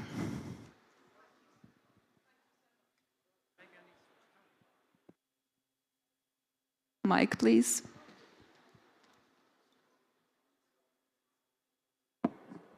It? Yes, okay. Thank you so much, Sasha. And I do want to talk about Victoria. I mean, we are gathered here today, and I know we're speaking largely about policy and diplomacy and peace building, and I just want to bring us back for a minute just to talk about an extraordinary person, Victoria Amelina. And it really appalls me that I'm doing this in her place. She should be here. She would be better at doing this than I am. She and I first met in October 2022 in Taras Shevchenko Park. We sat on a park bench and talked. 2 days previously, cruise missile attacks had hit that park and destroyed a children's playground in it. Actually, events that Victoria very successfully and accurately documented, because that was the person she was. And that day, she told me about the fact that she had put on hold her incredibly successful career as a novelist in order to retrain as a war crimes investigator. And she told me about the book she was hoping to write, which was about this experience of being a war crimes investigator. But again, because of the person that she was, it wasn't focused on herself. It was going to focus also on extraordinary other women who had done so much in Ukraine's resistance against Russia. These were people from lawyers to librarians, and including Alexandra Matvichuk, who we're going to hear from later. And Victoria also told me about a case that she had done a huge amount of work on.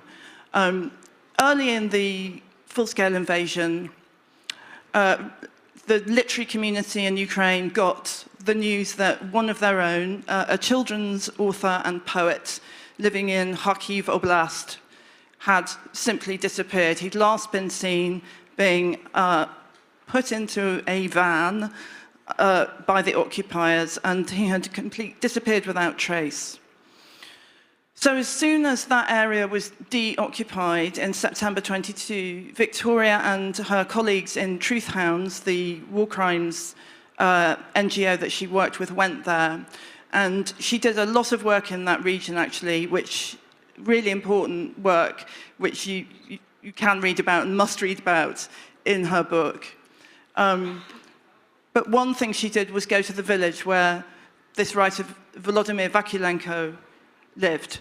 And she spoke to his parents. And when she was speaking to his father said, Victoria, he did write a diary, and he buried that diary.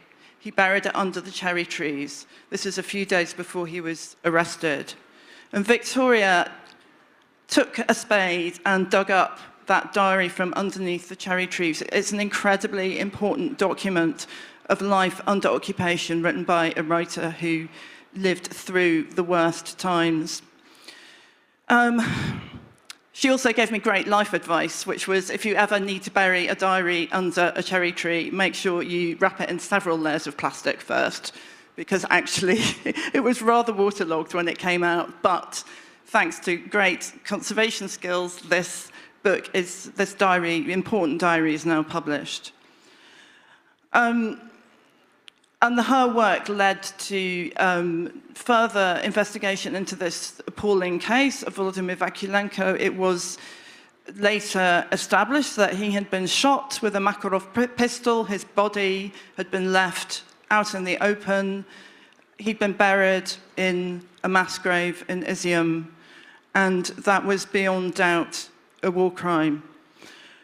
So that's the extraordinary person that Victoria was, and I suppose what I would again say, what she would want me to say, I think, and she would have done it so much better than I can possibly do it, was that in these conversations that we're having about how to achieve peace and how to keep America on side and what to do about rare earths and how to second-guess Putin, please can we not forget that to achieve a lasting and sustainable peace, we have to think about accountability and we have to think about justice for war crimes, which is what Victoria gave her life for.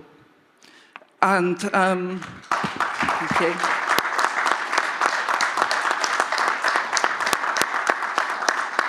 I just quickly want to leave you with her words, since she can't be here in person. Just a tiny, tiny bit from the book. She is, the scene is Obolon in Kyiv. She is talking to an amazing women's rights activist and lawyer called Larisa Denisenko. It is the first time I've see Larisa without makeup, in grey, nondescript clothes and with a lost look on her face.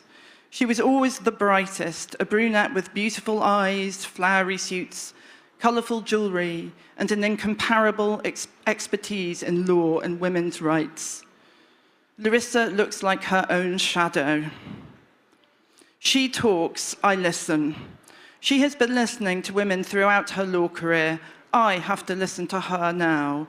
Suddenly, she stops, looks at me, and asks, "Can you see the future? I mean, I can see today, but I try to imagine our life in several years, and I cannot. Even half a year or a month is hard. I just don't see it." "I see it," I say. She waits for me to elaborate. "I see the future. I mean, we might get hit by the Iskanders at this very moment. But at the same time, I somehow see Ukraine after the war. I don't know if we are in the future, but there is Ukraine after the war," I say, and turn away.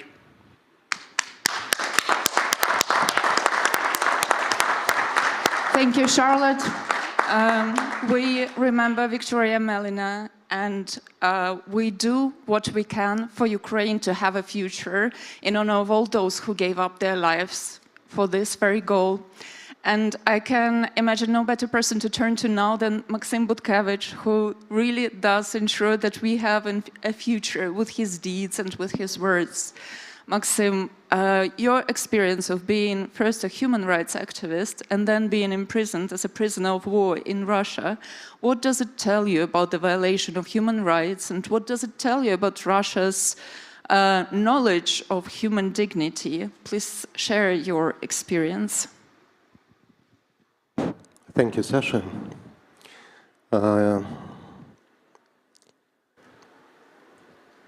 You know, I said it already several times, so maybe it's not something new you will hear, but I used to deal with human rights violations for, as a main part of my life for almost 20 years. I've been called a human rights defender, and to me it is a very honorable title to be called a human rights defender. Someone really needs to do something important to defend human rights.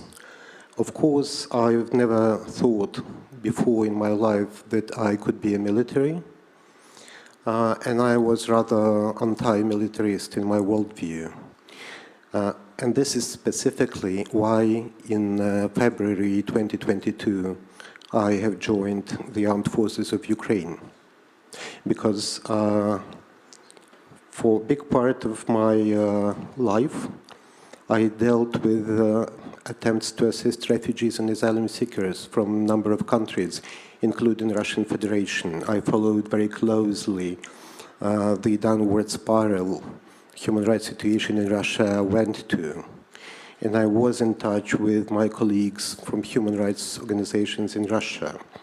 I understood very well that if Russian Federation prevails and takes over Ukraine, big part of Ukraine, Kyiv city, all the achievements we've made in the realm of human rights in Ukraine in many years of advocacy and struggle and campaigning and education, we've achieved quite a lot actually, much less than we wanted to, but we've achieved things which were unimaginable, say 20, 25 years ago.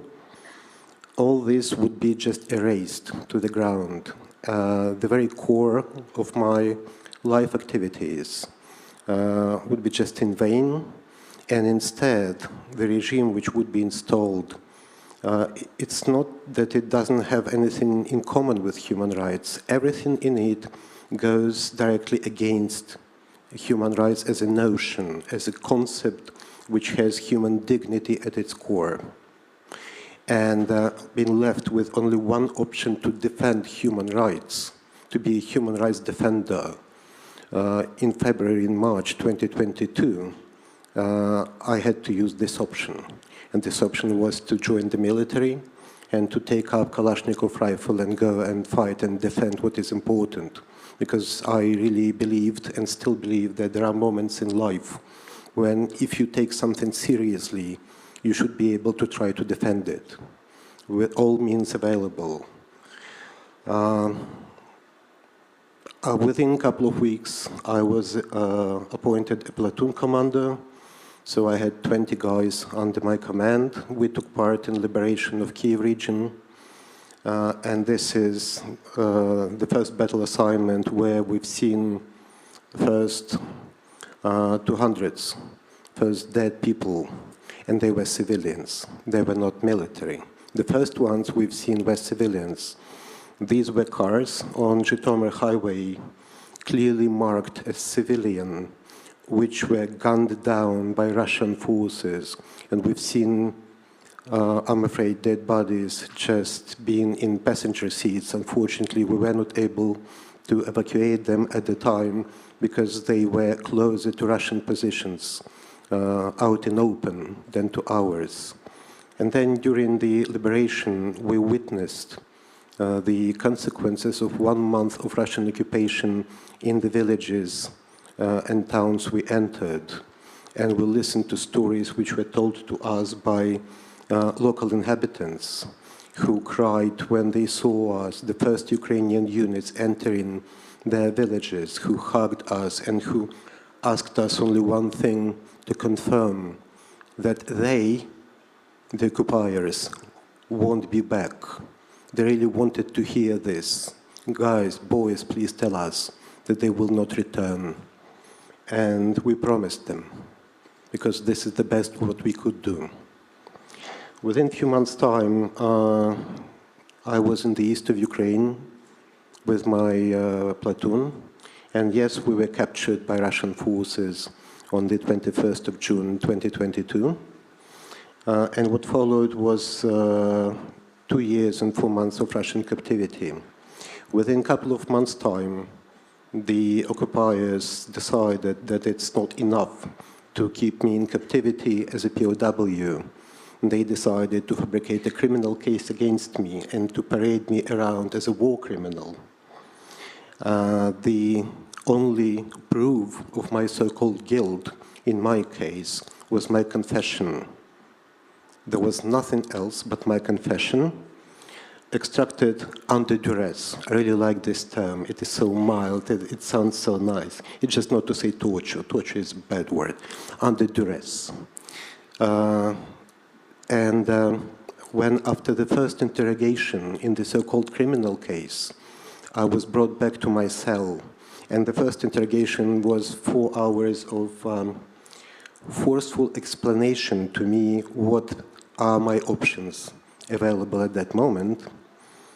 The first person I thought about was my great-grandfather, whom I've never seen in my life because he was executed in 1938 in Poltava as the enemy of the people, accused of being part of underground counter-revolutionary network during the Great Terror.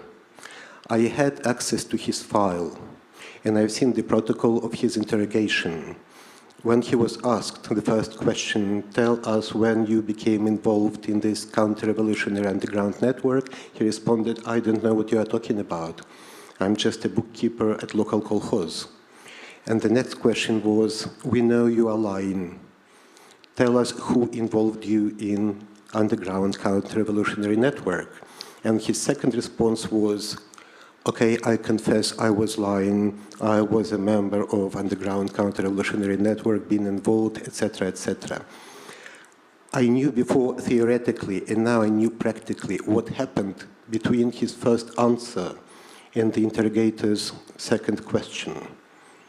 I knew it because it was used against me 84 years later.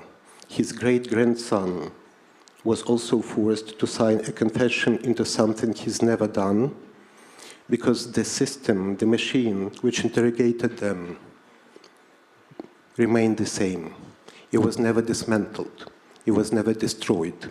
It retreated for some period of time into the depths, institutional depths of security apparatus of Russian Federation, and then it came back in force and entered Ukraine. And I really believe that one of our goals in this liberation war is to stop and to dismantle this machine so that in 80-something years' time, our great-grandsons and daughters would not be forced to sign a confession into some horrible crimes they've never committed.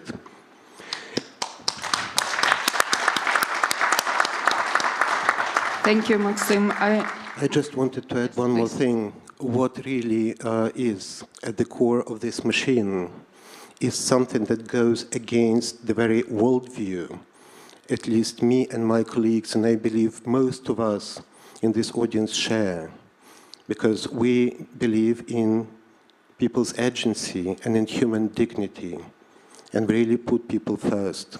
While what I've seen inside the captivity, talking to locals, to collaborators, to Russian interrogators, they see human being as a disposable part of state machinery, where the state comes first, and humans mean literally nothing unless they serve the state. It really reminds me of, the second commandment. It is idolatry. When people created something, in this particular case, the state, and suddenly it became, in its own right and force, active, saying that human sacrifices should be made for it to live. Well, humans should not. We are not protecting ourselves from different language or even political system. We are defending ourselves when it comes to the worldview, to the very basic values which are shared by all societies which strive to live freely, in solidarity and without fear. So this is much bigger a story than many people imagine when they just read the headlines. Thank you very much. Thank you. Thank you for showing the genealogy of Russian evil, and thank you for fighting it. I will now turn to Svetlana. Svetlana Tolmach is a bank worker, as I've said, who on the 4th of April 2025 was supporting an event for beauty industry in Kryvyi Rih, and the cafe where the forum, the beauty forum, took place, Rosmarin, became the epicenter of a Russian airstrike, which took lives of 20 innocent people, including 9 children. Світлано, я дякую, що ви з нами і що ви погодилися поділитися цим досвідом. Svetlana, thank you for being with us and that you agreed to share with us your experience. Please tell us, what do you remember about that day? Our forum ended about 6:20. I came to my bus to make some phone calls talking on the phone, looked at children playing at the children's playground, and I made the last phone call to my husband, and he was a military mobilized at the first days of war. And on the 25th, it was my birthday, and the commanding officer let him go home to visit myself and his son. Talking to him, I was making up a list of persons invited to the celebration of my birthday. Then suddenly there was light, very loud eruption, and I saw blood dropping on my notebook. I shouted to my husband, there is a missile hit, call the ambulance because the blood is dropping from my head. Went out, and everything was covered with dust, with smoke. Some of people were lying on the ground. Some of them, there was some blood spilled around. Somebody was running by and shouting, run out, because there might be other strikes. And I couldn't understand why so far from the epicenter of the eruption, from the head, there were so many died people. And then I realized that the cluster bomb was dropped on us. So I found this element near my bus. 20 people were killed, more than 70 people were wounded by these elements of the cluster missile. And then I saw first police officer. He approached me, and the driver came to me and told me that he can take me to the hospital. The police officer helped me to get into the car, and we waited for a man who was running to our car with a little boy in his hands. Then we went to the hospital. On the way, the father all the time was repeating, "Sonny, don't die, hold on." So on the way to the hospital, and the child was just quiet. It was terrible. There were more and more people coming and arriving to the hospital with various wounds. Those were adults and children. I'll never forget the moment when I raised my eyes up and I saw my husband, who was trying to find me in the crowd. He approached and held me closely, hugged me very strongly, and he said, "You're still alive." I said, yes, I'm still alive, and it's very important for me to feel everything. I feel that I'm alive like this. It was very difficult to sleep because there were stitches on my head, and all the time when I closed my eyes, I mentally saw that eruption. And then suddenly at night, I heard the air defense systems shooting. There were UAVs attacking our city at that moment. And the number of patients were taken to the corridors, and some of them had panic attack. At the same time, the doctors were helping people in the operations rooms under the sound of air raid. That day, the classmate of my son was killed, and that was the first case when my son lost his friend, and at the same time he was scared was very much afraid for the life of his mom. So when the next day I saw information that Russia killed 75 military personnel. There were 75 women and girls at our forum. Those who worked, lived nearby, worked as volunteers, and that was very painful. it just was a miracle that I survived. I'm very grateful to our Lord. And I want to say that the people must be strong. If we are together, if you really want to help us, then together we'll be able to overcome that fear and terror against our country. Thank you very much. Thank you for being with us, and thank you for giving this evidence. It's extremely important, not only for us, but for the history. If you can show your notebook once again, I would be very grateful. This is the chance which saved the life of civilian person. We are here not only to bear witness, but also to take action. I would like now to turn to Richard Stupert, who is an academic fittingly researching war and witnessing. And in April this year, he became a witness of the deadliest Russia's attack on Sumy, which killed at least 35 innocent people. And as we know, it's not just statistics, it's human lives and human futures and potentials cut short.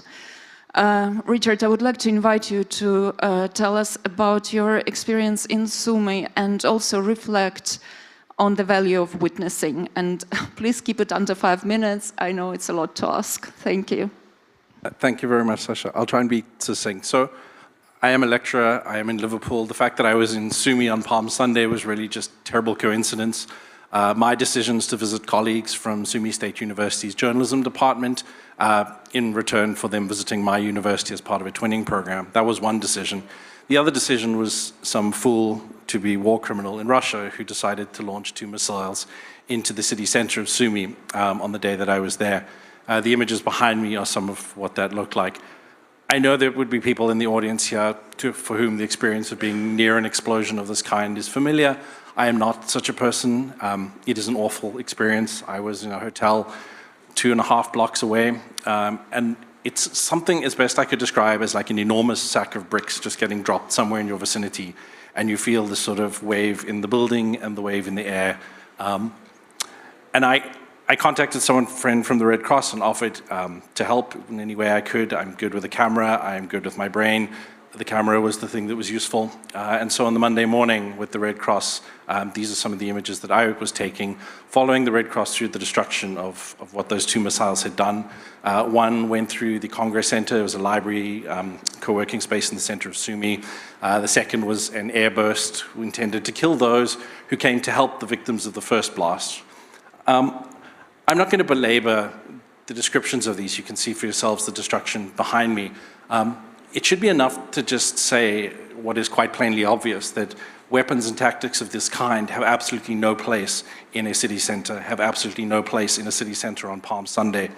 The officers of the people who had organized my trip from Sumy State University, the International Affairs Department, I have a photograph in another set of the entrance to their office that just goes into open space because the second airburst took out 3 stories of the office building that they work in. And so the woman who had so kindly helped to broker my safe passage to Sumy, her office, the office underneath that, the office underneath that one, all of these had disappeared in the blast. And it was really only just by the luck of God that because it was Palm Sunday, none of them were in their office, or all 15 who work in that department would have been added to the people who died in Sumy. Also present that day, very quickly after the attack, were the media, so BBC, Guardian, the rest, but also Suspilne in Sumy, and Cordon Media, a conflict reporting organization that was turning 2 years old around about that exact time. And the thing I want to close on is what the value of their work was to this. Like, what is the value of taking photographs or interviewing people or writing the story of something like this that happened in Sumy, you know, in the broader story of what bombs and missiles and bullets can do? And I think, very briefly, there are 3 things. The one, and Victoria Amelina talks about this extensively in her book. There's an interview where she talks to the lawyer and author Philip Sands.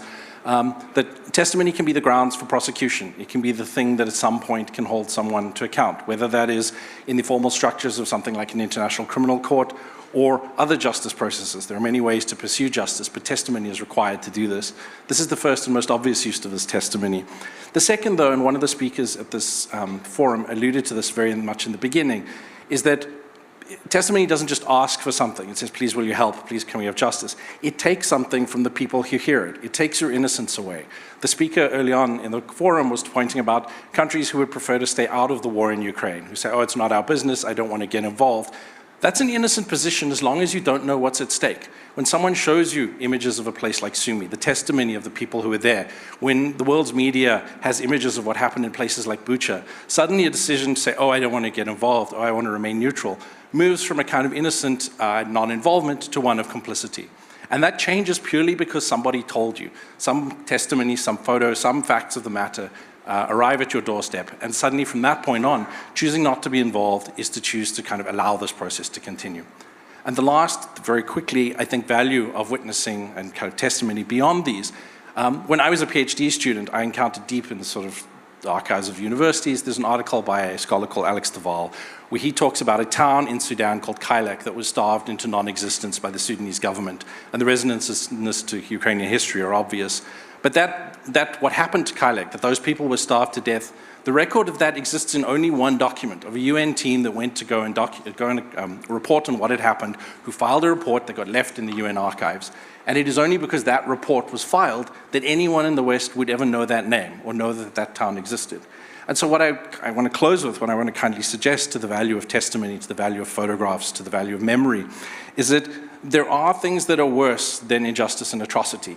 And it's injustice or atrocity where the knowledge of that injustice and atrocity disappears, right? To wipe people out, to kill them, and then wipe out the knowledge that they ever were killed. What happened? The circumstances, right? Had Victoria Amelina not found the diary under the cherry tree, right? That is a worse thing than often the injustice itself. And that's something that testimony, that photos, that the work of the reporters from Suspilny Sumy, from Court Media, from journalism students from Sumy State University who were on site that day, that's a thing they do just by keeping a chronicle, just by keeping some sort of trace of what happened that hopefully others can follow up, others can be confronted with, right? It's a small thing, but it's not nothing. It's everything if you want to hold on to history, if you want to hold on to justice. Thank you. Thank you, Richard. We record and we document for epistemic justice, for nobody now or in the future have any doubt what happened in Ukraine and who was the perpetrator. It was Russia. I will now turn to Laurynas Kasčiūnas.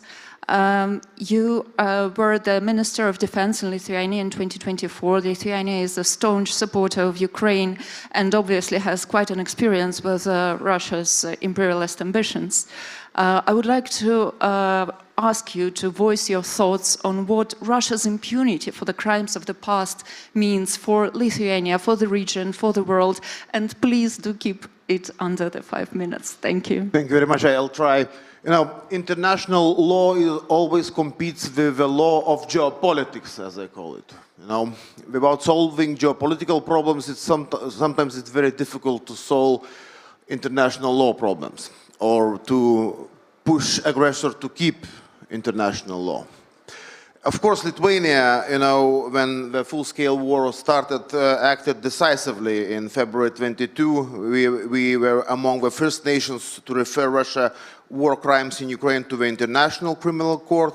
Our Prosecutor General launched national investigations under universal jurisdiction, gathering testimonies and opening cases for crimes against humanity, and made a lot of other steps. But we understand very well it will work when we will solve geopolitical puzzle. And here, during 2 decades, I think we, West, made many mistakes. Starting 2008, Russian aggression in Georgia. What happened after that? No sanctions and back to business as usual. 2014, annexation of Crimea, occupation of Donbass, some kind of sanctions, but almost back to business as usual. And now we have a full-scale war with all its brutality, with all war crimes. And if we are thinking how to bring Russia into the responsibility for that, you know, we should it's a question of just peace. And now when we are hearing the proposal for peace talks, for truce, but you need to know to recognize annexation of Crimea, de facto recognize of occupation of 4 regions of Ukraine, negotiating with Russia, asking from Russia permission for Ukraine to have a military, it's a disaster. If we will implement such kind of formula of a peace, it will be not a just peace. And all war crimes which we would like to investigate after that, it will be difficult to do it. That's why it's another argument why we need, help Ukraine, to push back the enemy from their own territory and to implement real, just peace and not a fake peace. Thank you. Thank you so much.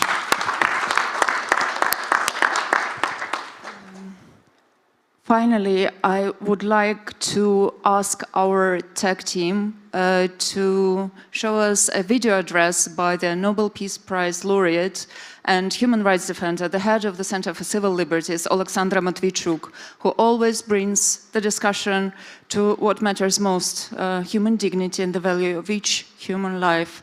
Oleksandra Matviichuk. My name is Alexandra Matviichuk. I'm a human rights lawyer, and I'm documenting war crimes in this war which Russia has launched against Ukraine. While this war turns people into the numbers, we are returning people their names, because people are not numbers. Life of each person matters. All this hell which we now face in Ukraine, it's a result of total impunity which Russia enjoyed for decades, committing horrible crimes in Chechnya, Moldova, Georgia, Mali, Libya, Syria, other countries of the world. Russia has never been punished. Russia believes that they can do whatever they want. We must break the circle of impunity. We must demonstrate justice. If we want to prevent wars in the future, we have to punish the states and their leaders who start such wars in present. It's a common sense, but in the whole history of humankind, we have only one such a precedent. It was Nuremberg trial, where Nazi war criminals were tried only after Nazi regime had collapsed. But we are living in a new century. It means that justice shouldn't be dependent on how and when the war will end. We cannot wait. We must establish a special tribunal on aggression now and hold Putin, Lukashenko, and top political leadership and high military command of the Russian state accountable.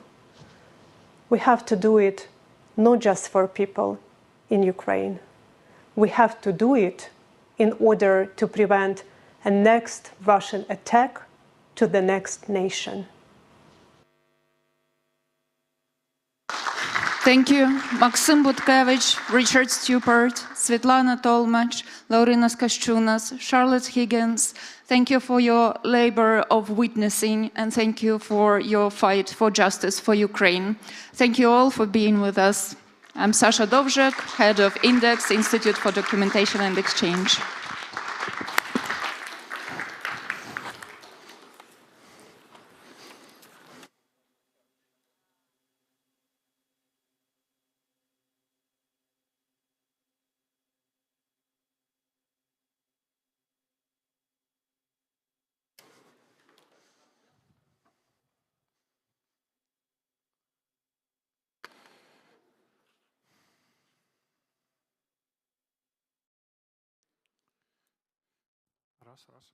Before the next panel, I have short notice. This panel will be into 2 languages, so if you need translation, please take translators.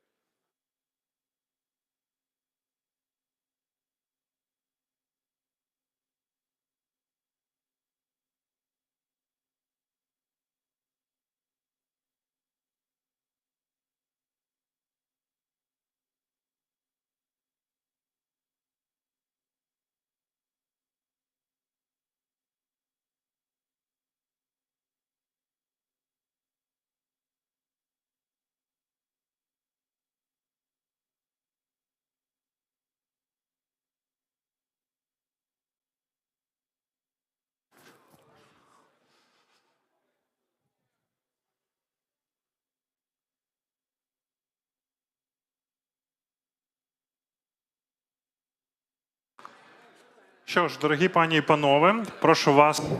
Okay, ladies and gentlemen, can I kindly ask you to take your seats and we will start our next panel discussion according to the forum program. So we continue our work and our next session is called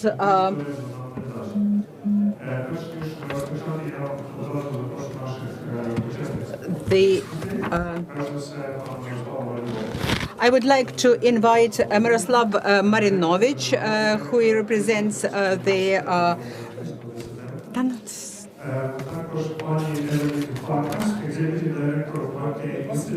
So it will be Evelyn Farkas, Executive Director, McCann Institute. For Foreign Affairs of Lithuania, please, from 2012-2020. Mr. Volodymyr Vyatrovich, український історик, член. He is a Ukrainian historian, member of the Verkhovna Rada of Ukraine and former director of the National Memory Institute, and a Ukrainian journalist and writer, Vitaly Portnikov. Thank you very much, dear friends. Just the key issue that we are facing today, and we are going to discuss in this panel, is what has happened to the paradigm never again.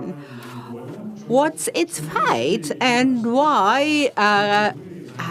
has Russia torpedoed it so successfully? Why does it exploit history for its own benefit? And before doing that, I would like to thank two people who did a lot for Ukraine and Europe to distance themselves from this very propaganda-based concept of we can repeat. The first one is Arseniy Yatsenyuk, who chairs the foundation Open Ukraine, and who is the founder of this forum. Back in 2015, it was the government chaired by Arseniy Yatsenyuk that Ukrainian parliament received a bill on commemorating the victory over Nazism in the Second World War. And it was the beginning of the huge paradigm shift that put a full stop in the Soviet historiography in Ukraine, and where we started to shed the misinterpretation of the war and even the name of that war. So it was thanks to that bill that was then adopted into law that instituted the National Memory Institute that oversaw the transformations from the Soviet toxic and later Russian narratives into the true history. So I would like to thank Arseniy for that.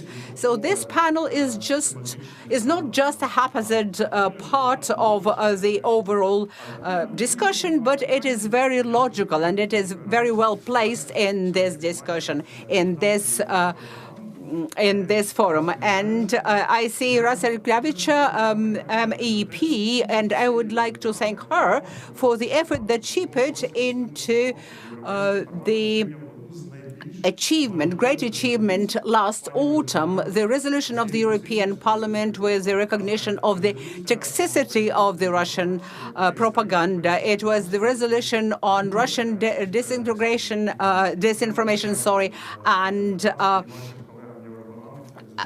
and Russian aggression.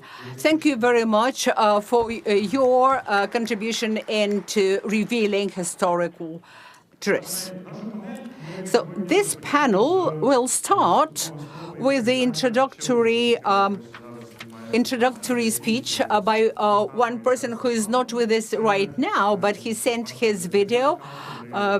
Welcome to us, and this would be Professor Timothy Snyder, Chair of Modern European History, supported by the Timothy Endowment for Ukrainian Studies, University of Toronto, and Richard Levin, Professor of History from Yale University. He is one of the most prominent historians specializing in Ukraine's and European history of the 20th century. So we will give the floor to him.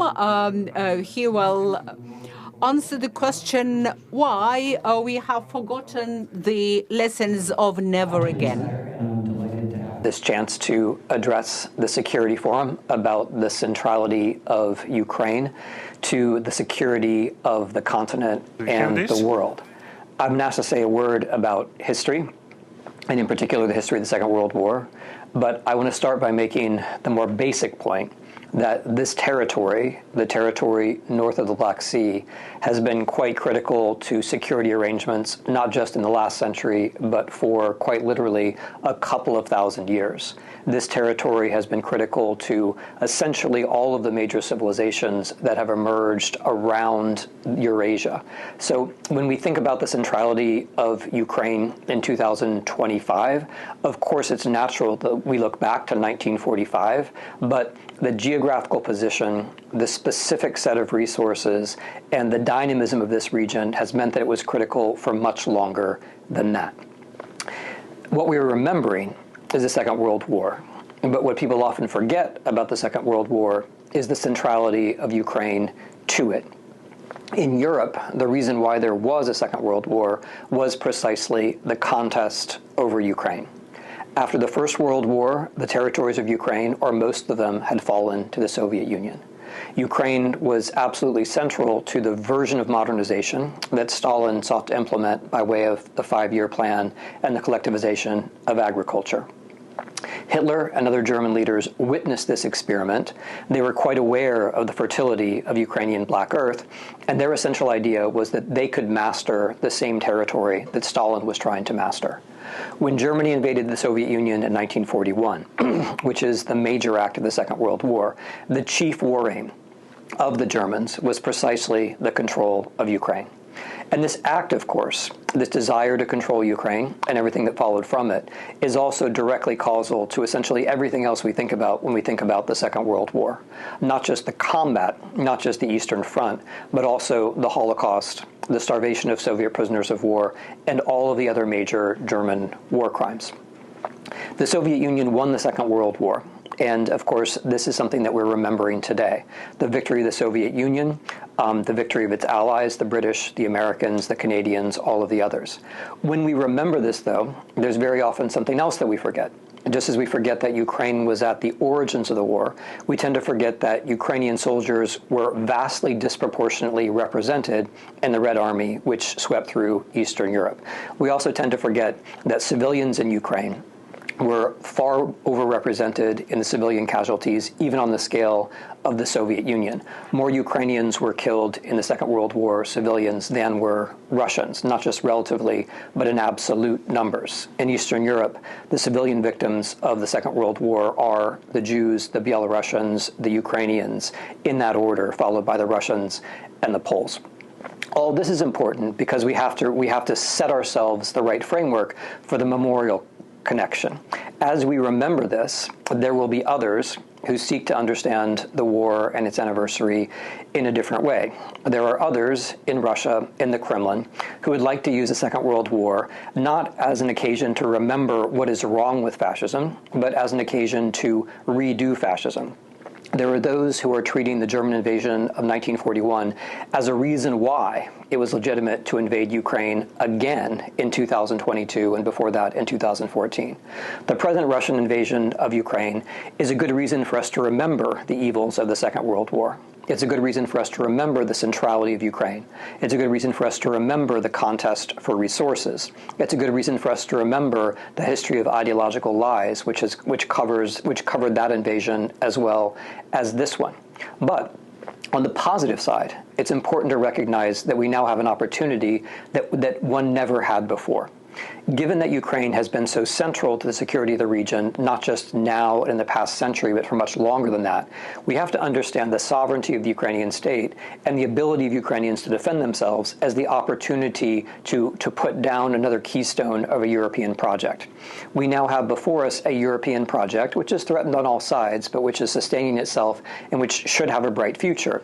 But that bright future is connected very much to getting that Ukrainian keystone in place. So I believe the challenge before us, if we are thinking about Europe and the broader region, is for Europeans to do what is necessary to help Ukraine to secure itself. That can bring this long episode of a contest for Ukraine to a close. It's necessary, and we can see why it's necessary, but also, at the end of the day, it can lead to a Europe which is more secure. Thank you very much. Дякуємо професору Снайдеру за це звернення. І Thank you, Professor, for this address. And I'd like to ask Dr. Miroslav Marinovich first. I know that you prepared a specially dedicated publication to this forum, which touched upon the topic that Professor Snyder touched upon. Could you present the main salient points of your work? We will circulate it later, but what kind of references would you like to make about the Second World War and how they fit into the context of the ongoing war of Russia on Ukraine?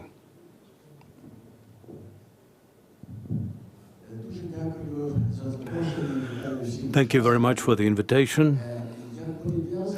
I welcome all the participants. As a political prisoner of the 1970s and 80s, I am very concerned as I look upon what's going on now. I could describe what's going on briefly. It looks like the world has again forgotten about the shared traffic rules, and therefore everyone moves the way he or she wants according to their interests.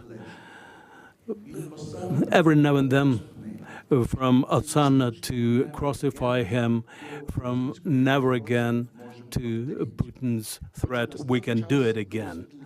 This is the change of the paradigm.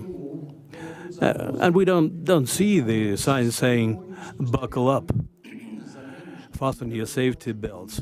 I'm very concerned seeing the ongoing peace initiatives, which does not relate to the punishment of the Putin's regime. This sounds like a déjà vu to me, because the communist crimes back in the past were not punished, and we now see that the seeds which remained in the soil, the seeds of crimes, gave new green shoots, and they have been incarnated in the Putin's regime once again. If we make the same mistake now, and if we let the aggressor go scot-free, we will have a repeat of the tragedy in a certain period of time.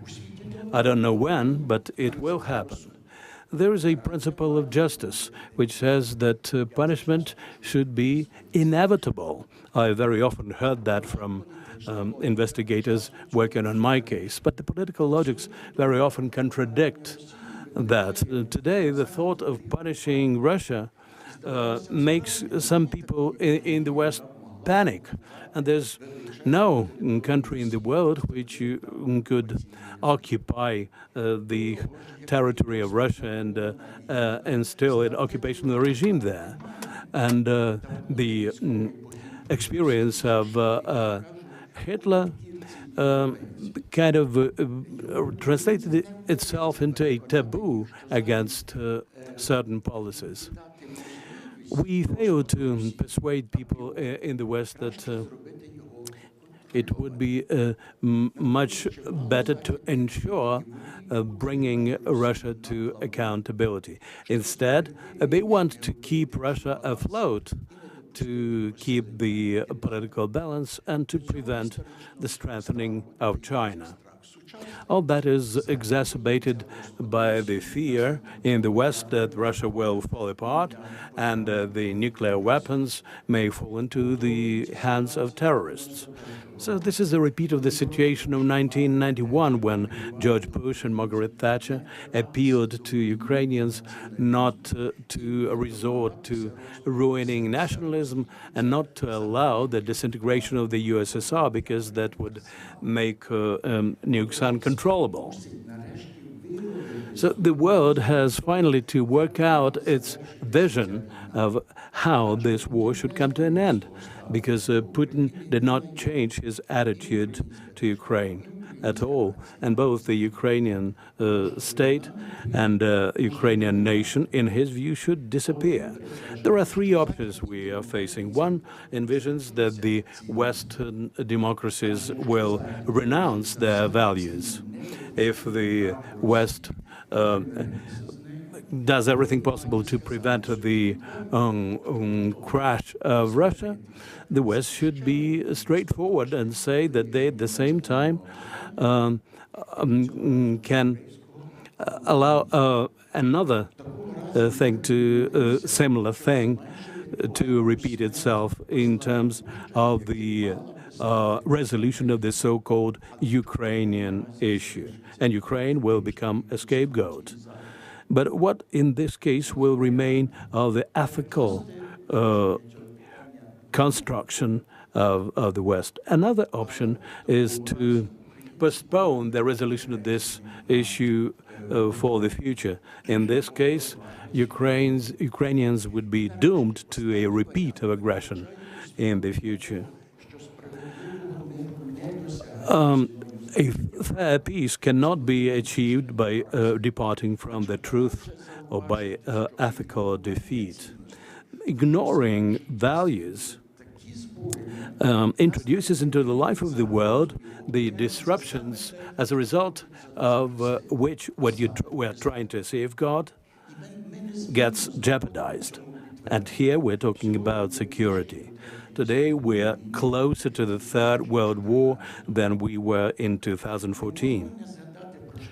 We cannot but recall yet another aspect of that kind of peacekeeping. When the so-called green men occupied the Crimea, the Western politicians, primarily the Obama administration, cautioned Ukraine against any military actions by way of responding to that aggression. And they said that we will resolve that by diplomacy. We kept hearing that from our Western partners all the time. Today, we're being accused by President Trump. I quote, "If he, Zelensky, wants the Crimea, why didn't they fight for it 11 years ago when it was given up to Russia without a single shot fired?" The cynicism of such a statement is really shocking. And the final point, Crimea is something that one more ethical failure of the world is related to. There's something very strange that so little attention is being paid to the fate of the Crimean Tatars. In the mass conscience of the world, there is a pattern about Crimea being an inalienable part of Russia, even though the Russians owned Ukraine for a much shorter period of time than the indigenous people of Crimea, the Crimean Tatars. Now we're being urged to accept the loss of the lost territory of Crimea, forgetting that if for Ukraine this is 20% of the territory, whereas for the Crimean Tatars we're talking about a loss of 100% of their land. And the modern peacekeepers seem to say to the Crimean Tatars, "You people are too little for us to reckon with your interests, and your share in the occupied Crimea is something we couldn't care less about. Make a deal with the Russians on your own." So for Ukrainians, our hope for the future is inalienably connected with the hope harbored by the Crimean Tatars. Thank you very much.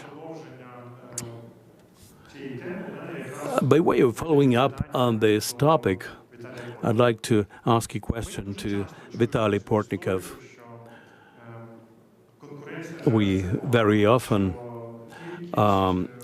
hear that when we're talking about victims, numbers don't matter, and so on. But how could it happen that the Ukrainian people who during the Second World War made one of the biggest contributions into the defeat of Nazism and lost up to 10 million people, and at least 3 million of them were fighting against Nazism with arms in their hands. How could it happen that after such sacrifices and losses of the Ukrainian nation, we still have to prove to Americans, to Europeans, and even to ourselves that this is a part of our victory too, that the fight was ours as well?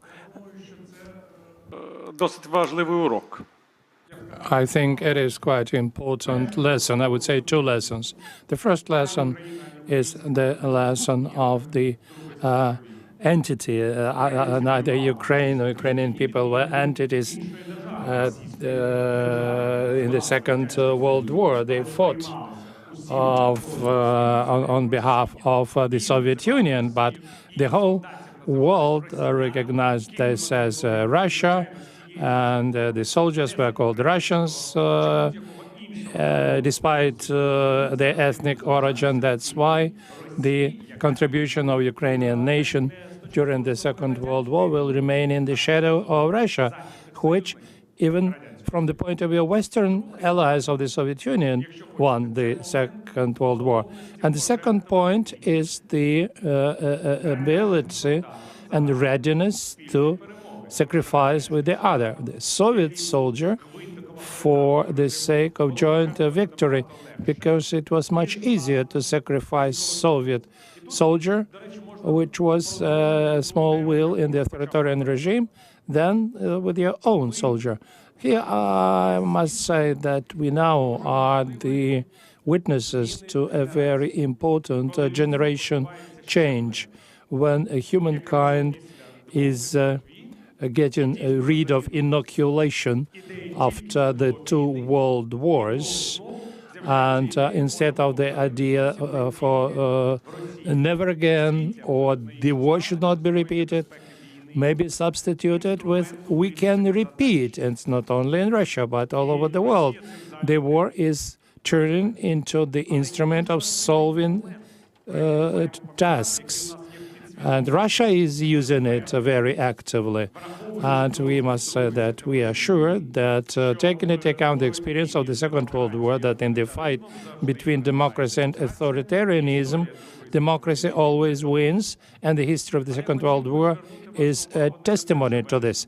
But I'd like to draw your attention not to the 1st of September 1939 and the 8th of May 1945, but to the 22nd of June 1941. What Europe looked like at that time. The overwhelming majority of the states were occupied by the Soviet Union and Hitlerite Germany, Nazi Germany. So the motherland of Linus was occupied by the Soviet Union. Nearby there were countries occupied by Nazi Germany. There were also nearby countries which were allies of the Nazi Germany. Speaking about democratic countries, which, with the exception of the United Kingdom, there were no more in Europe, practically.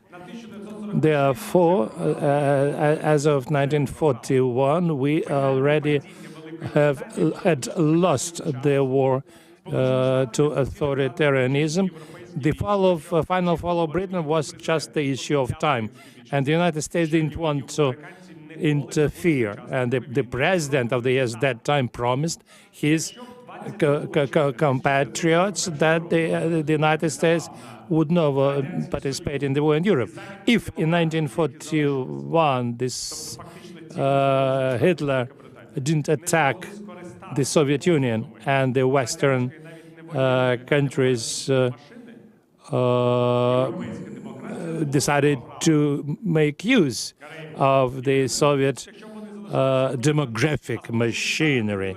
And then the war would be lost. Otherwise, the war would be lost to the Nazi Germany. And the United States would be observing this with indifference, which they have now looking at us. Then there is a question, who will help us to win today? If the Soviet Union is fighting against us, and we don't have some other demographic machinery to overcome this threat. 30 million Ukrainians is not 100 million Soviet citizens. Ukrainians cannot defend European democracy individually, the democracy which is turning into the triumph of ultra-right and ultra-left radicals in the overwhelming majority of European countries. And you see this in your country, in your own countries.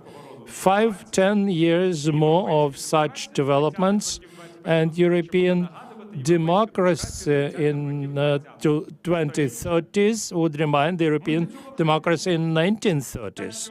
So we are moving to this. So there is no inoculation against war.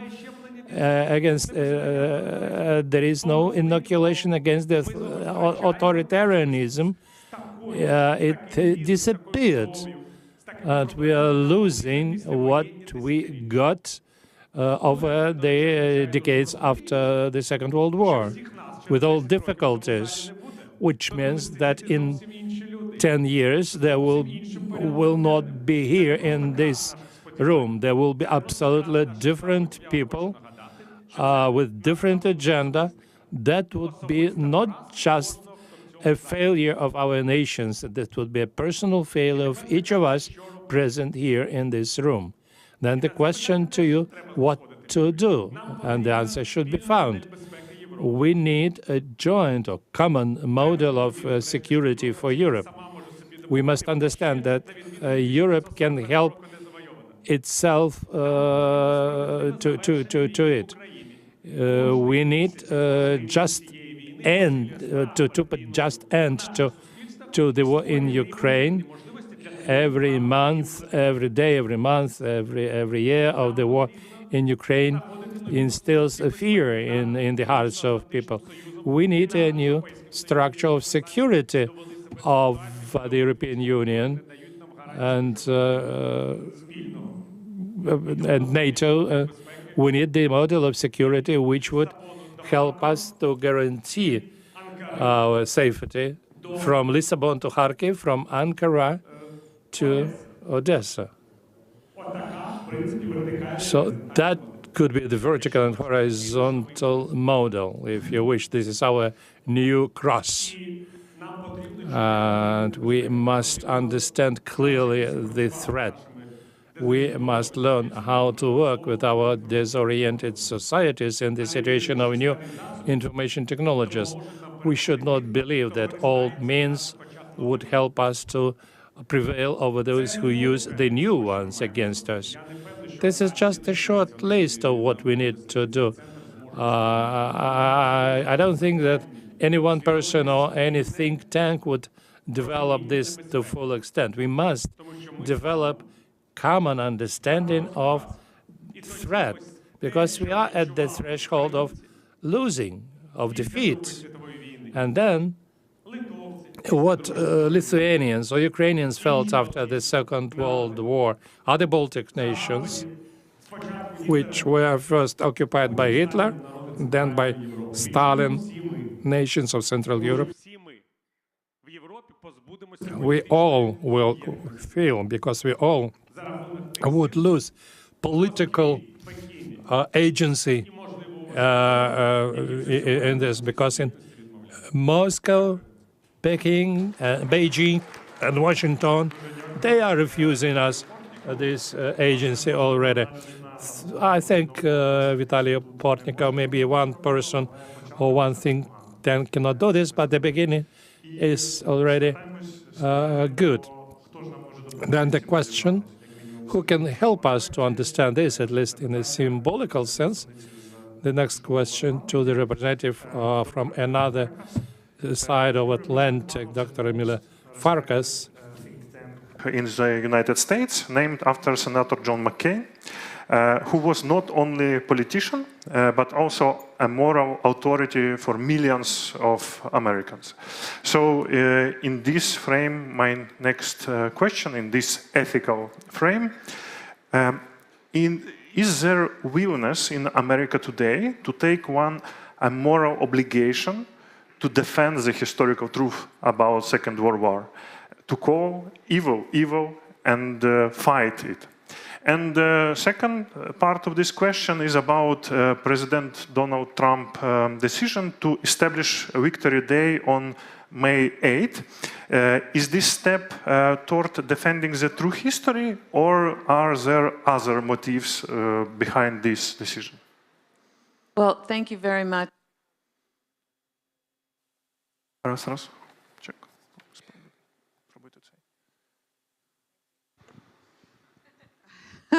Well, I do have a loud voice if this doesn't work.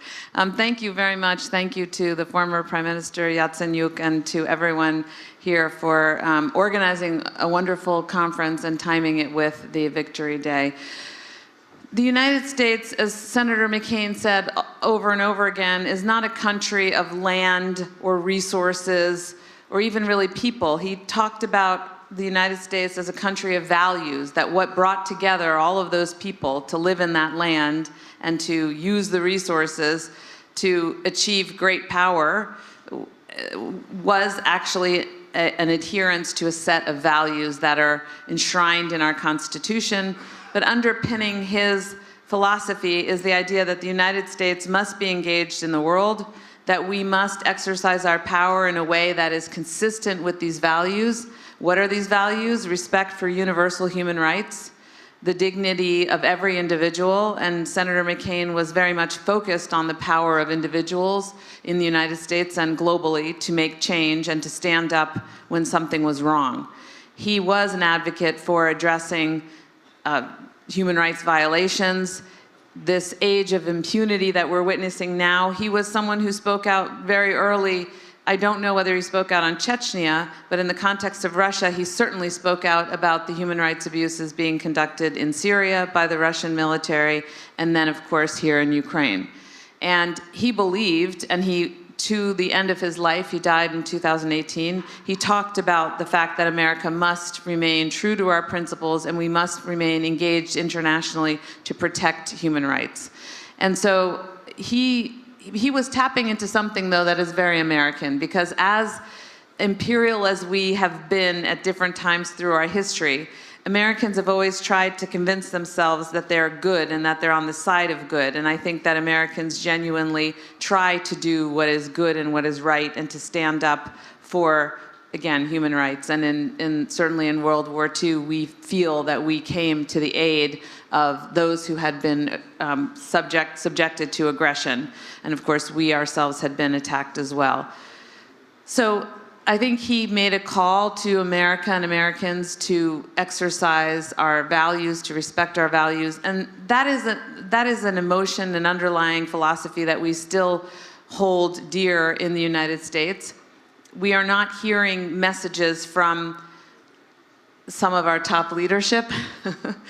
So from the White House right now, it's more transactional. There's a discussion about, mineral agreements, about making deals, a very kind of business-like sensibility, power, and unfortunately, a lack of proper actual and, of course, verbal acknowledgement of suffering of people because of actions that my government has taken and because of course, dynamics in the world because of countries like Russia. So there is right now something of a gap in terms of what is being said from what we call historically the pulpit, the White House, that is, where you can have a president who can speak out about values. But we have many other leaders in the United States, all the way from the congressional level down to the local communities. And people in America, I think, are always desirous of a policy that stands up for human rights. So I would not lose faith in the American people. Unfortunately, our political process does lead, right at the moment, does leave something to be desired, again, because the emphasis on interests and resources is so stark and so out of balance with our values. We should be using our power and our influence to achieve good, and certainly prosperity is also part of the equation, but we should do as much as we can to achieve common good. So that's the answer to the first question.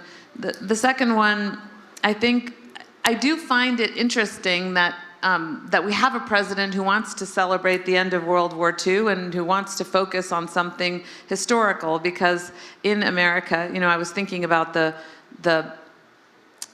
text that we had in the description of this panel and the lack of understanding of our world history. And I thought, well, you're asking an American. Now, I'm not a typical American because my parents were both born here in Europe and fled, and they lived through World War II. But if you ask, you know, Americans about history, we're so ahistorical. We forget our history from very recently, unfortunately.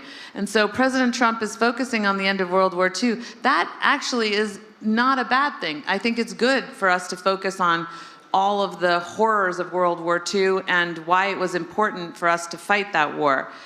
It remains to be seen whether he will focus on it in that fashion, because of course we know he likes to have parades.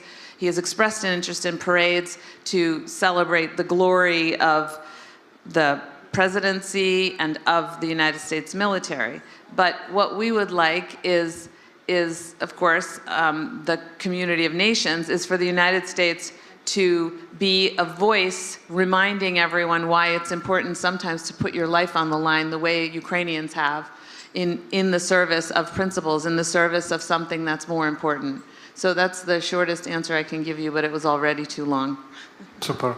Thank you very much for this very important high. Моє наступне питання до Володимира В'ятровича. My next question goes to Volodymyr Vyatrovich, a person who did a lot in order to distance from the Soviet narratives of the Second World War. And my question might not be very pleasant because it pertains to each and every of us.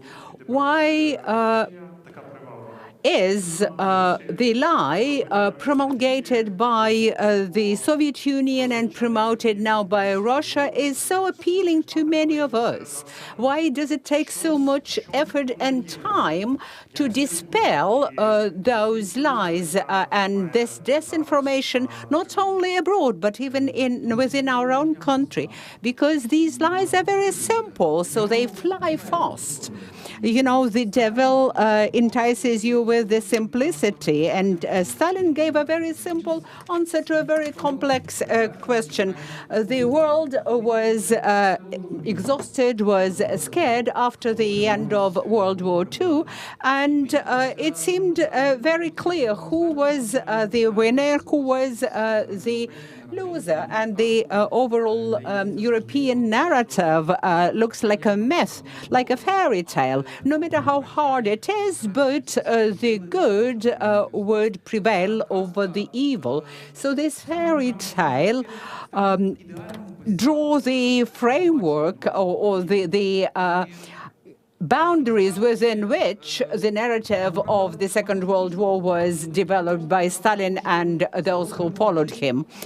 But we should not forget that the evil was defeated thanks to the alliance with another type of evil, right? Not only are we speaking about the Soviet Union, but also we're speaking about the events in Khartoum, and the Soviet Union said, do we need the truth or the allies? And they opted for the allies.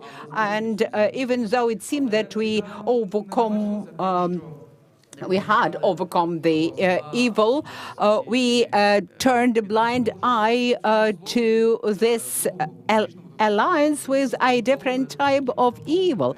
And the totalitarian regime of the Soviet Union was allowed to commit crimes after the end of the Second World War. With complacency, with the acquiescence of the West, the Soviet Union continued to commit those crimes. When the communists fell, it seemed that the evil is defeated and nothing bad would ever happen again. But then there was the temptation for the evil to raise its head. And for a long time, the West, again, couldn't see that the communist past was rehabilitated first with mentioning Stalin as an effective manager. Then, if he was an effective manager, then his management style can be used today. And from the rehabilitation of this totalitarian regime in the Soviet Union, the contemporary Russia came to the revival of this regime. And it is a challenge to the free world that, again, try to turn a deaf ear or a blind eye to this development. And that was an antonym to the European never again. They said we can repeat it. And for them, the collapse of the Soviet Union was the greatest tragedy and disaster of the 20th century. So Putin does want to speak about the reincarnation of the Russian Empire. And in spite of the challenges that Putin set to the free world tried not to notice that. And as Miroslav said, when the hot war, the kinetic war started back in 2014, the world tended not to notice it. And this, what we call Победа Бесия, that is the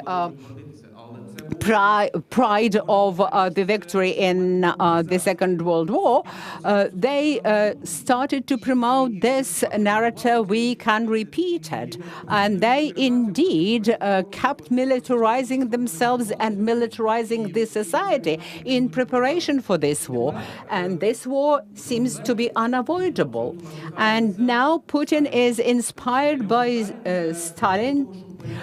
To him, Stalin is a symbol that winners will never be held accountable, will never be brought to justice.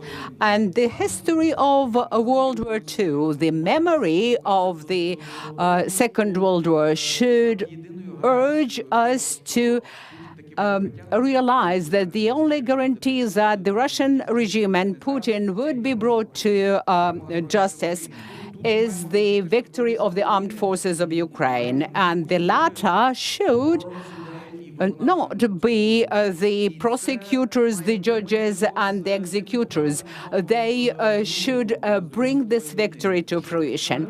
And unfortunately, we will not make Stalin accountable, nor will we be able to bring to justice those who committed crimes right after the Second World War.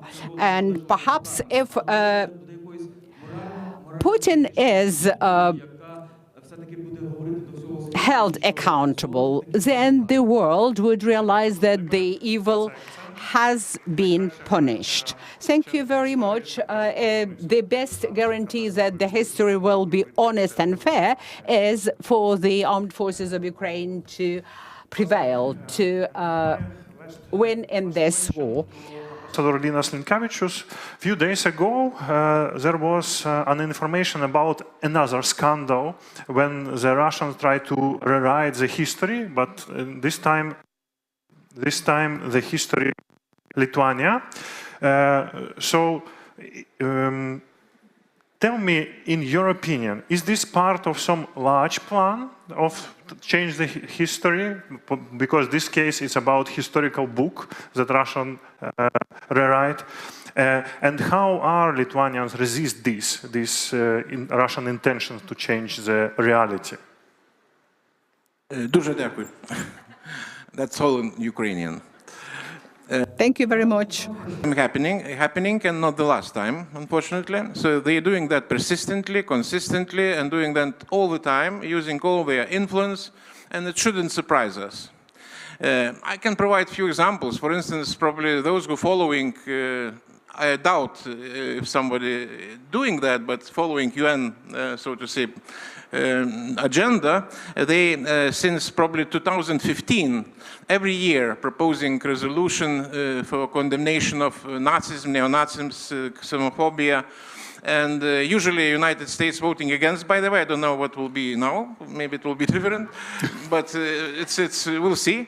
And we are hardly, so to say, trying to convince our European friends to abstain.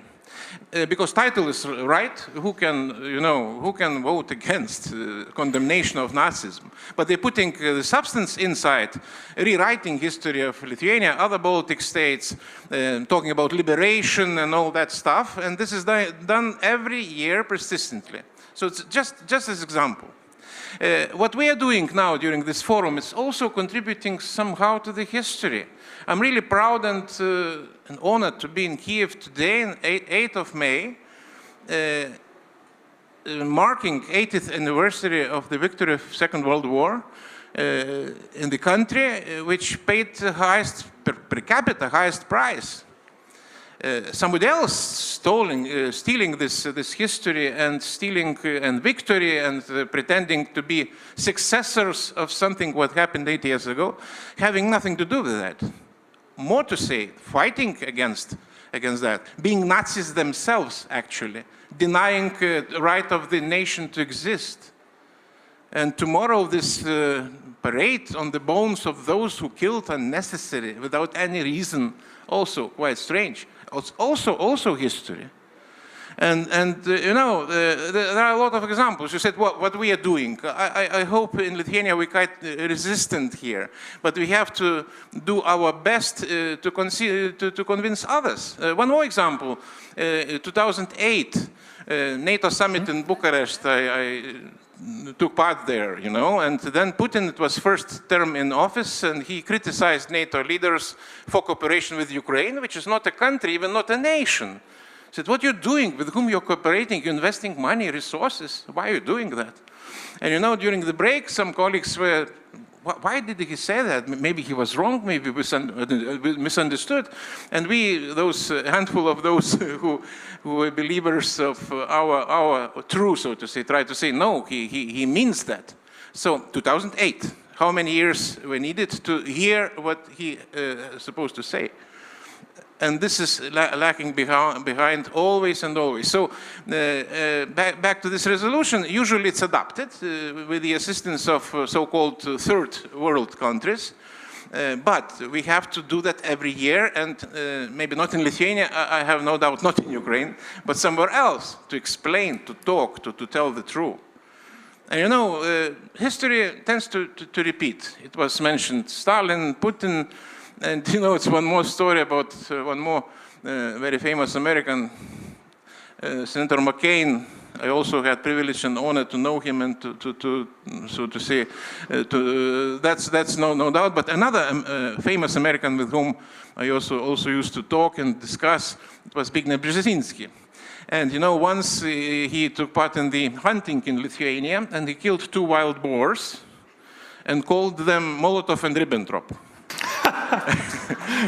And you know, unfortunately, what I'd like to say, that you know, Saul of Molotov still alive and desperately looking for his Molotov. Let's hope he will not succeed, but it will not happen by itself. We have to do something, the utmost, what we can do in order to not to rewrite history and not to repeat what was wrong in the history. So it's our task, our mission. And that's short version of my answer. You know, Ian Brzezinski is here. He can find Molotov again. If you invite Ian Brzezinski, who's here, he will come and get Molotov. Дякую дуже, пане. Thanks a lot, Ambassador, sir. This will be the end of this session, and by way of conclusion, I would like to say that in the times when the impact of large players is going up, it is a huge challenge to all other actors, particularly smaller, who still remember what dignity is, what justice is, to unite so that the big ill players do not prevail. And we continue. We won't have any breaks.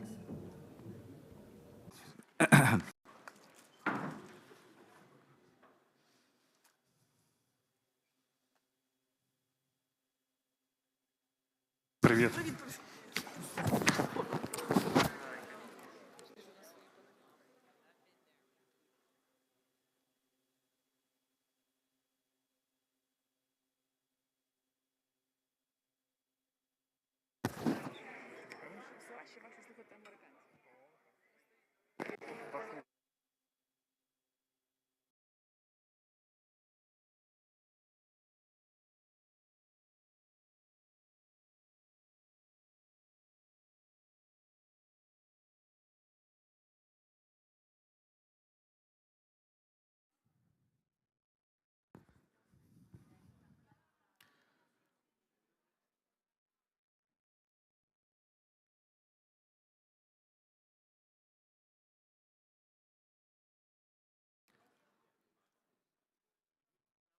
It's fine. Yeah, sorry. Should we?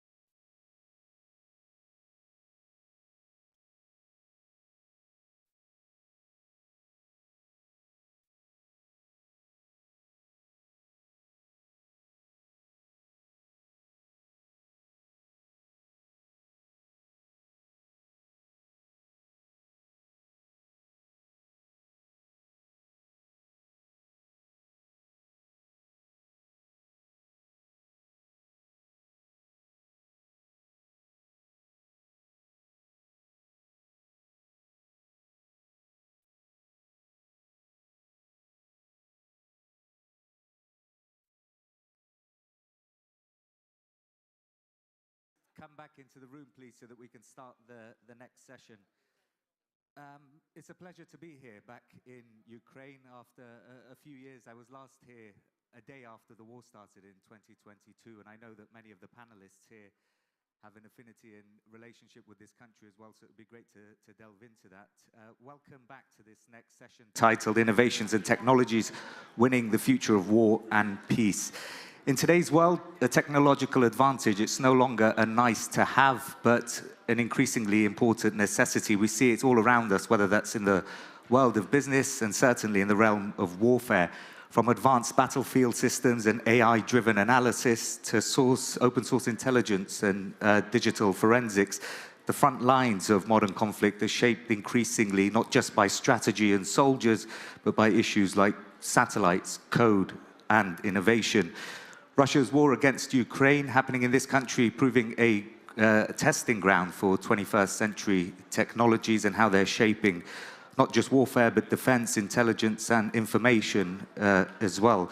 What lessons are emerging then from the past 3 years? What's set to come? And how can nations harness innovation to capitalize on the change around us in a contested global arena? Those are some of the issues we'll try and delve into today. And I'm very pleased to say we're joined by an expert panel of guests from across the transatlantic relationship. To my left, General David Petraeus, a member of the KSF Security Council, former commander of the US Central Command, and former director of the US CIA. General Pekka Toveri is member of the European Parliament from Finland, and he was the former director of the intelligence division of the Finnish Defense Command. Andrei Zagorodnyuk is the former defense minister of Ukraine from 2019 to 2020 and is now the chair of the Ukraine Center for Defense Strategies. Mariana Bujerin is with the Harvard Kennedy School's Belfer Center, senior research associate there. Dmytro Shimkiv is a Ukrainian entrepreneur and investor, former head of Microsoft in Ukraine. And last but by no means least, Dr. Jack Watling, senior research fellow for land warfare at the Royal United Services Institute.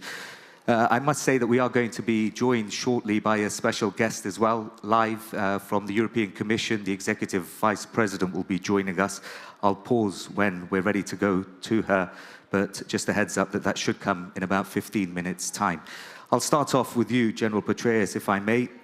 What's your assessment of how this war, this conflict, is reshaping technological warfare? You've been involved with the Nemesis Regiment. You've been here in Ukraine for several days now. You've come to this country many, many times. Your assessment to start off. What we're seeing in terms of innovation here is the most advanced in the world. And having, again, just spent time, once again, as you noted, with the Nemesis Regiment, which is one of the most advanced of the unmanned systems forces, noting that, of course, Ukraine is one of the few countries in the world that has not just an Army, Navy, and Air Force, it has an unmanned systems force, and so forth, and that there is a procurement system here that produces tomorrow's technology for today's wars, unlike many in the West, which often produce yesterday's technology for tomorrow's wars. And it's really quite breathtaking. But I thought I might actually sort of situate this moment a little bit on where we are in Ukraine, because many of us, I think understandably, were quite concerned in the wake of the Oval Office meeting that obviously didn't go well. There was a lot of apprehension following that. And it occurred to me, again, I've come here many, many times since 2022. I've been sanctioned by Putin and so forth even. But all of a sudden, there's a number of positive developments that I think are starting to accumulate. And there's a degree of even a bit of an upbeat mood, I think, if you reflect on this. The Rome meeting went very well between the two presidents, President Zelensky and President Trump. There's the mineral deal finally got done. There's a $50 million Ukrainian purchase arrangement that has just been sent to the US Congress. There's a $300 million F-16 maintenance and training package that is waiting to go to Congress. Ukraine this year, unlike last year, has plenty of 155 millimeter howitzer rounds, thanks to the US security assistance pipeline being full, what the Czech Republic and other European countries did to help Ukraine and so forth as well. The Europeans have gotten the message. President Trump has done something no other US president did, and I had a front row seat for a lot of these encounters as a 1-star, 3-star, 4-star NATO commander, also with a US dual hat, but the frustrations would pour out from president after president and nothing ever seemed to be done.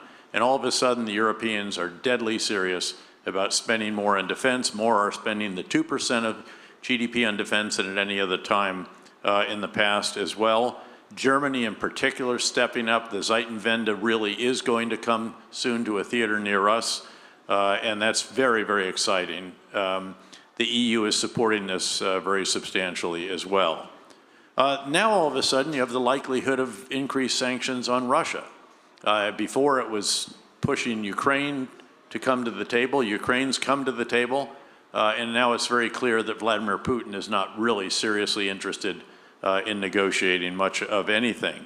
And that is huge. And then in a recent session that I just had, analysts laid out for us how the Russian National Welfare Fund could actually run out in 2026. That's their surplus funding. And if that happens, they are in really grave trouble. You will not see the IMF or the World Bank step forward to bail them out.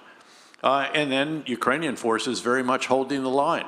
Yes, there's incremental gains by the Russians and incredible cost, but they are very much maintaining that line. And that's, of course, where you come to Ukrainian innovation.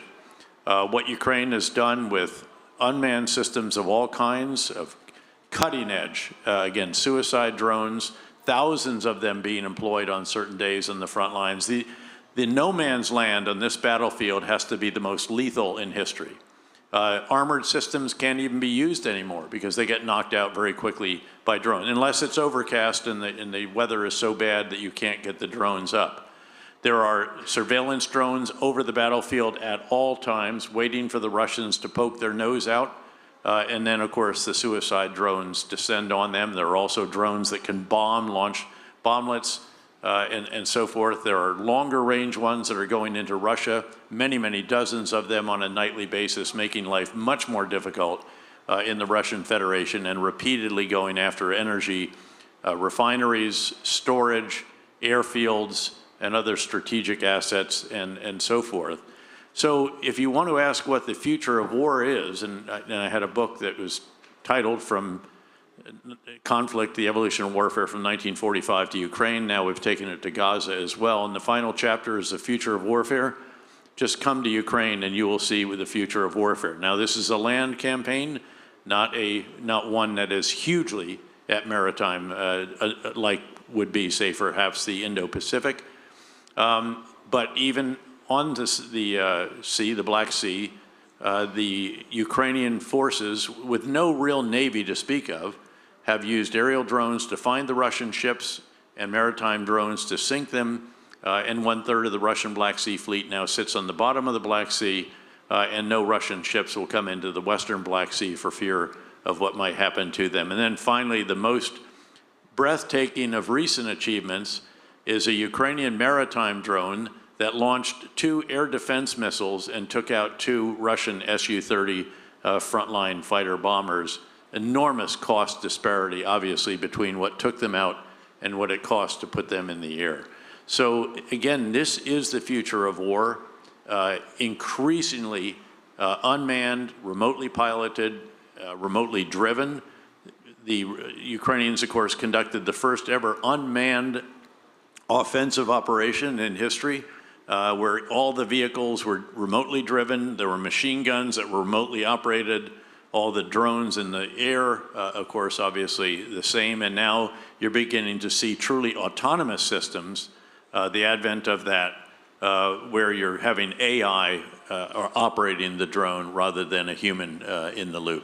And we'll touch on those. Thank you very much for that assessment, General Petraeus. And I want to delve into later on in this session about Ukraine's domestic capabilities and how much of this weaponry is coming from abroad, which I'll pick up after our special guest joins us now. They're making it. I mean, again, they're making it, right? Yeah, but they could be making more, is the argument. If they had more money, they'd make more. They did 1.5 million drones last year. They'll do 2.5 million drones this year. Again, no other countries altogether. They say they have capacity for up to 5 million a year, do. so I'd like to hear from the Ukrainians in terms of what they need to try and get there. Thank you so much, General Petraeus. We have a special guest joining us, as I mentioned. Very pleased to welcome Hanna Verkunen, the Executive Vice President of the European Commission for Technological Sovereignty, Security and Democracy. Ms. Verkunen, I hope you can hear us. Thank you very much for joining us and giving up your time. You're speaking live to the Kyiv Security Forum here in Ukraine, and to those watching around the world. Your message. Thank you very much, distinguished leaders, ladies and gentlemen. It's a great honor to participate at the Kyiv International Security Forum. I would have wished that I could have attended this forum in person. Speaking here in a country at war, there is no need to recall that the rapid technological advancement and shifting geopolitical dynamics oblige us to fortify Europe's position on the global stage. I want to take this opportunity to recognize Ukraine's remarkable resilience, including cyber, particularly in the protection of critical infrastructure. We are fully committed to continue our support to Ukraine. Moreover, we are fully aware of the importance of learning from your experience. To be able to respond to emerging threats, we need to adapt fast and innovative. The continued campaigns in the state-sponsored cyber attacks, ransomware, and AI-driven disinformation campaigns underline a harsh reality. They have real-life consequences. Often these consequences manifest through supply chain attacks, at the targeting of critical infrastructures, in particular in energy and health sectors, as well as subsea cables. These well-known hybrid tactics, they are being exploited, targeting not only Ukraine, but also the European Union member states.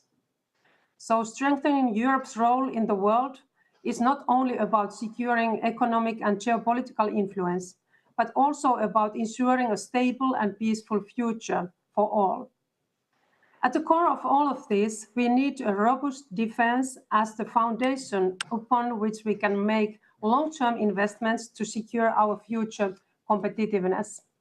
At the same time, it's imperative that we bolster the civilian and military preparedness to face future crises.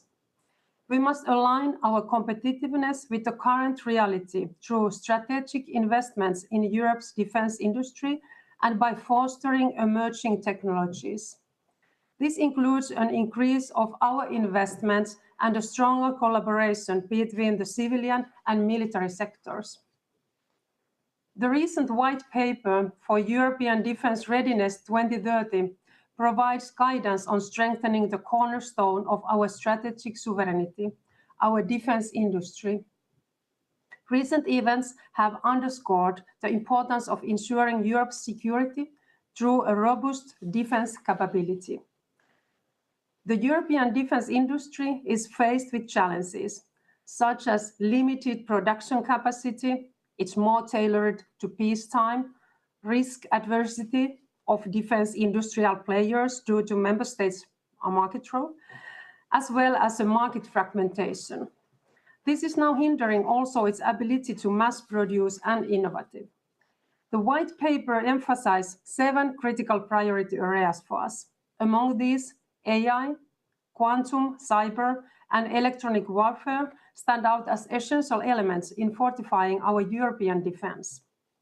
In the cyber domain, the dual necessity of defensive and also offensive capabilities cannot be overstated. We have learned it in the hard way here in Ukraine. Conventional conflict does not have a strong cyber dimension, which is now fully Conventional conflict does have a strong cyber dimension, which is now fully part of the arsenal deployed by an aggressor with an aim to disrupt and destroy the vital functions of society. So robust cybersecurity measures protect our military networks, also communication systems, critical infrastructures, and also sensitive data from cyber threats. In doing so, they fortify the operational integrity and mobility of our armed forces across Europe, ensuring that strategic advantages remain firmly with our grasp. This is not only about defense, it's also about empowering Europe to act with autonomy and decisiveness in the technological arena, securing a future where European innovation leads the way. Deep tech is changing the nature of warfare. In Europe, we still have much to learn. With the fast innovation cycle and resilience of Ukraine armed forces and industries on how to integrate innovative technologies in the battlefield. This is why we will develop a technological rearmament roadmap, making sure AI and quantum potential is integrated now into our next generation military equipment. It will ensure that Europe's leading technological edges is translated to actual military superiority.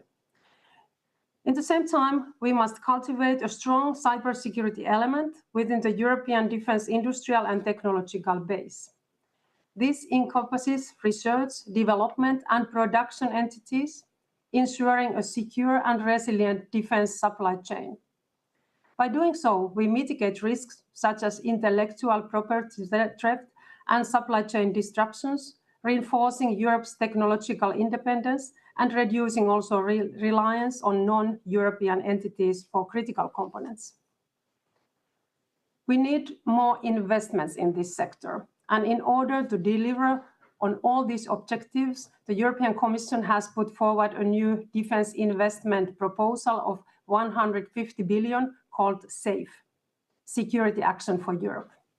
SAFE will pave the way for loans to EU member states so they can invest more to defense capabilities, and of course, defense industries and technologies. This will work in complementary with the upcoming European Defense Industry Programme, which is under negotiations. We are also investing on dual-use technologies in Digital Europe programme, including initiatives of quantum-safe cryptography, AI-driven threat detection and response, and also cyber ranges. This is an unprecedented effort to pool EU resources to optimize defense investment into European defense capabilities. We know that innovation requires collaboration across sectors and expertise. So it's essential to bridge civilian tech companies and startups together with our defense initiatives. In that aim, we have used the full potential offered by the EU Defense Innovation Office in Kyiv to connect EU startups and innovators with industry and the Ukrainian armed forces. We are now working on these options to scale up the office to ensure greater EU-Ukraine cooperation on defense technology and broader industrial collaboration between the EU and Ukraine. These tasks will be done in close cooperation with the EU-Ukrainian Task Force of Defense Industrial Cooperation. Finally, I would like to take a moment to address an important development in our efforts to enhance Ukraine's cybersecurity capabilities. In our commitment to support Ukraine's cybersecurity needs through the EU Cybersecurity Reserve, we are working on amending the Digital Europe Programme Association Agreement.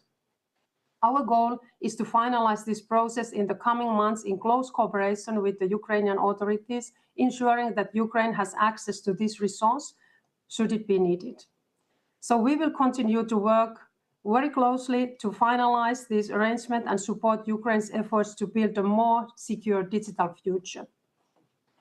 The lessons emerging from conflicts today underscore the necessity to actively drive innovation, ensuring that our strategic advances remain robust in the face of evolving threats. By fostering collaboration and investing in cutting-edge technologies, we can ensure that we are equipped to protect our societies, our values, and uphold global stability. We stand by Ukraine for as long as it takes.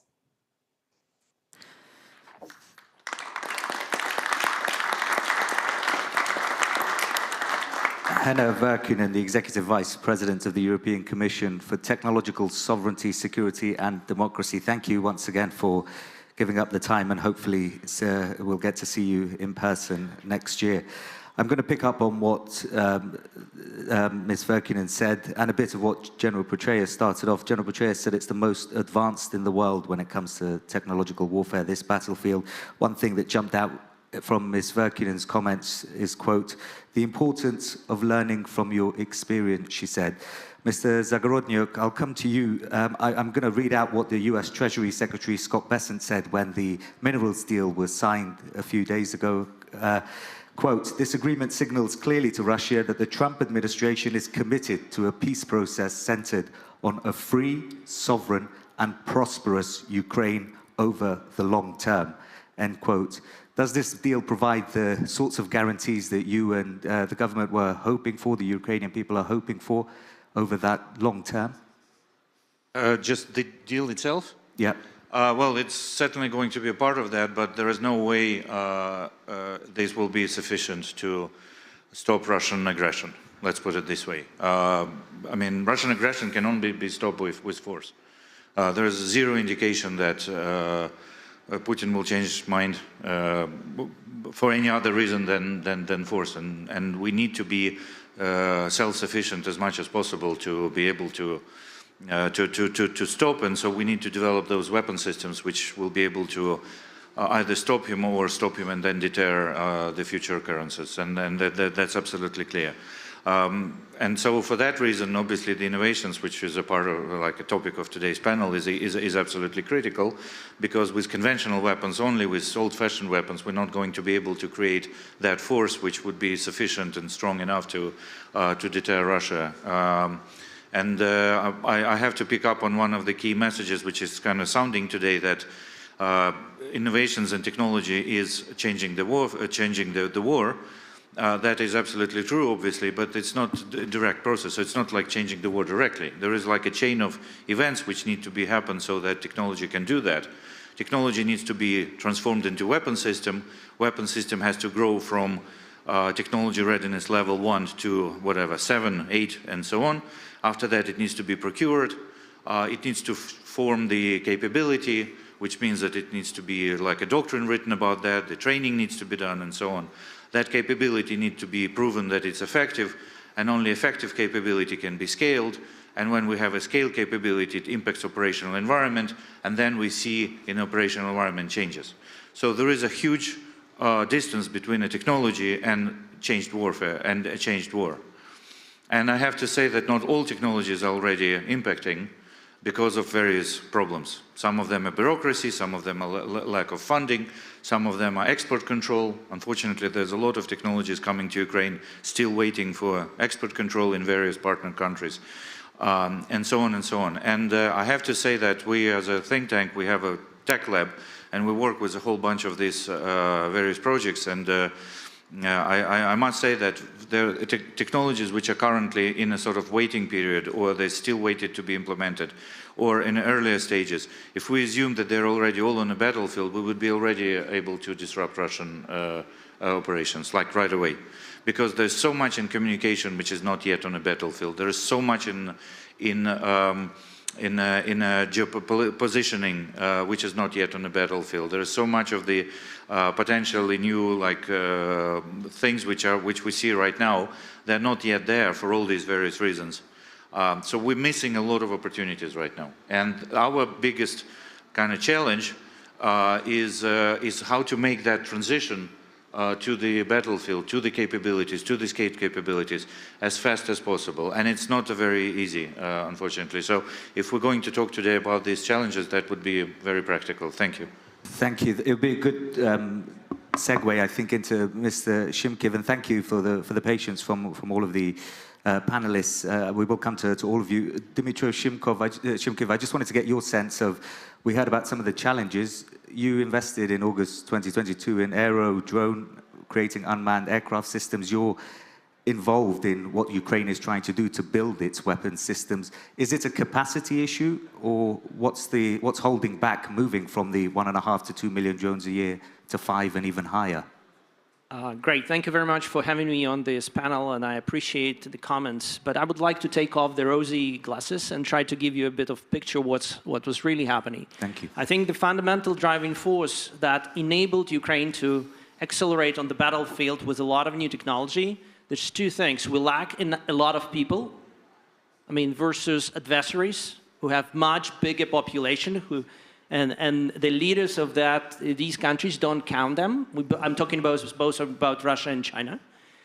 And that's why it forces us to think how we preserve the soldiers' lives. And there were soldiers here at the panels earlier who spoke about this. The second thing, we need to be smarter and creative. And we had a lot of engineers who today conscribe to the military, who have to use and apply a lot of their engineering knowledge. And many of them work for the top companies globally. So all this knowledge and experience, at the same time, the convergence of the technologies such as AI, chips availability, processing power, cloud computing, all these elements enable actually the creation of unmanned system. And ability and ubiquitous of availability of these technologies and strong will of Ukrainians to actually win and prevail enabled us to experiment. That leads to the very important leeway of the success, because the connection between the engineers and the battlefield has shrinked to hours. We engineer, we deploy, we get a feedback, we deploy. We change the EW components during the last, 6 months. We changed 5 or 6 different modules. We constantly keep evolving. I'm sorry, I'm not going to name countries that consider to be super advanced, but when I ask them about their components, they are approximately 5 years behind, and they still think that they're advanced. And the pricing, approximately 10 times difference. And I think this is a fundamental challenge, because we have to innovate, because we need to protect people. We need to use the most advanced technology, which is available, because there is technology we would love to have a satellite, but we miss the possibility to have satellites. But at the same time, we have to do this with a lack of funding. We don't have money that would enable us to do things that are available to a lot of societies or countries, to allies who have significant financial capital. And that's bring us to the big challenge, that Ukrainian industry evolved in such big pace. At the same time, the funding, and we need to understand that Ukrainian funding is extremely limited. The country needs to maintain social welfare. We need to maintain a lot of areas, and this is very limited funding. The funding of Ukraine been not big, even before the full-fledged invasion. At the same time, we need to produce drones. They need to be procured. They need to be maintained. The capacity is here. We founded the Association of Manufacturers in Ukraine. Today's capacity is utilized on Ukrainian companies between 0 to 30–40%. There is a 60% spare capacity of Ukrainian companies. And that spare capacity is not driven, it's not about how we can scale capacity. It's a question about, do we have enough funding to actually use that capacity? And that brings us to a very interesting perspective, because we have to innovate with our own money. If you think that any Ukrainian companies get a fantastic, enormous injection internationally, you fault. This has been driven by Ukrainian Brave One program, which is a state fund, which grants range between $25K to $50K. Ukraine is not member of NATO Innovation Fund, ? Ukraine is not, Ukrainian developers cannot have access to Diana Fund, ? DIU would not fund Ukrainian startups or Ukrainian innovation. So we have to do all this with only Ukrainian funding.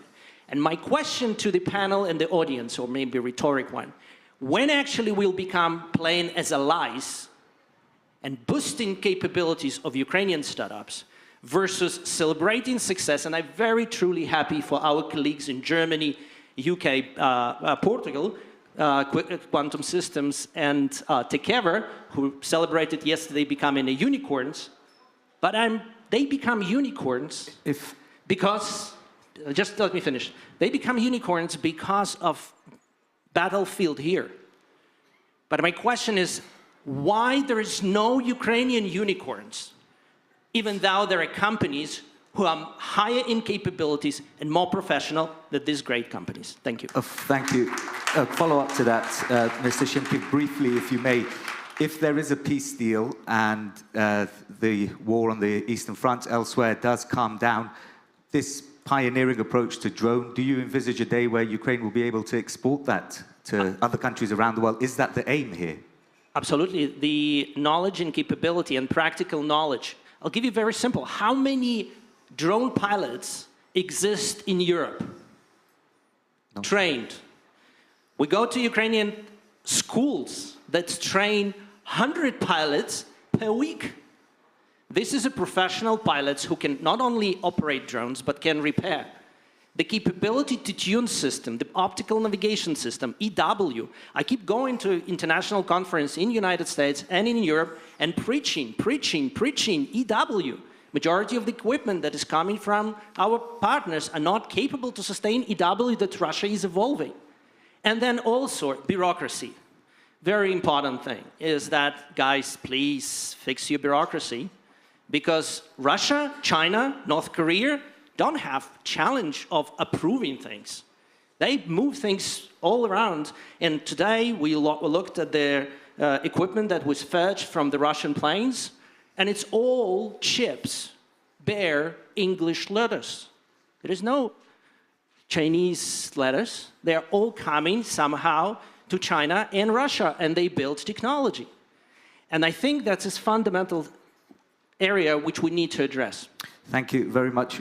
General Tovary, I'll come to you next. You're a member of the European Parliament. Chancellor Merz is there now after the second round. France's President Macron both say European strategic autonomy is the most important thing for the European Union today. Your country has decided to increase defense spending to 3%. You're looking at landmines on the border with Russia, a very long and porous one.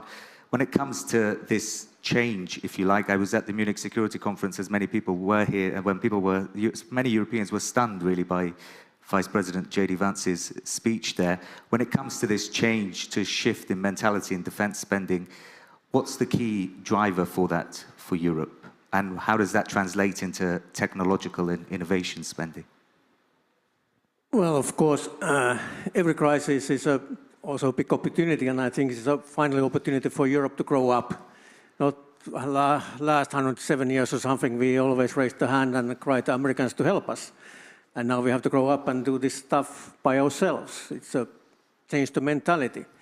And we have to put much more effort to the defense. There are a lot of people who say that if we put 3, 4, even 5% of the gross national product to defense, it will destroy our welfare society.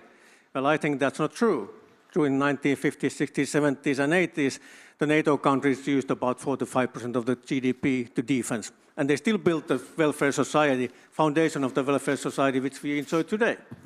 It's not that we couldn't afford it, we just have to be wise with your money. And for 30 years after the end of Cold War, we lived this kumbaya world where we spent all that money we saved when we scrapped our defense forces, not everybody, but most of us, to all nice things, but what we didn't seem to build was a stable economy, because we are all debt-ridden. Now we just have to go back to the basics, do what's important, and what is most important for us is to protect the democracy. And that means that we have to put our money to different places. But when it comes to the technology, which of course we have to utilize, I have a couple of problems. I love history. I read history too much.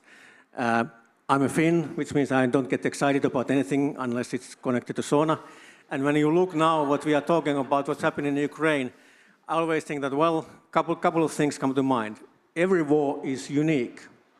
You know, you can't compare what happens to Ukraine to the next war, which might happen somewhere in Arctic, for example, because it's totally different operational environment, different armies, different skill sets, different everything.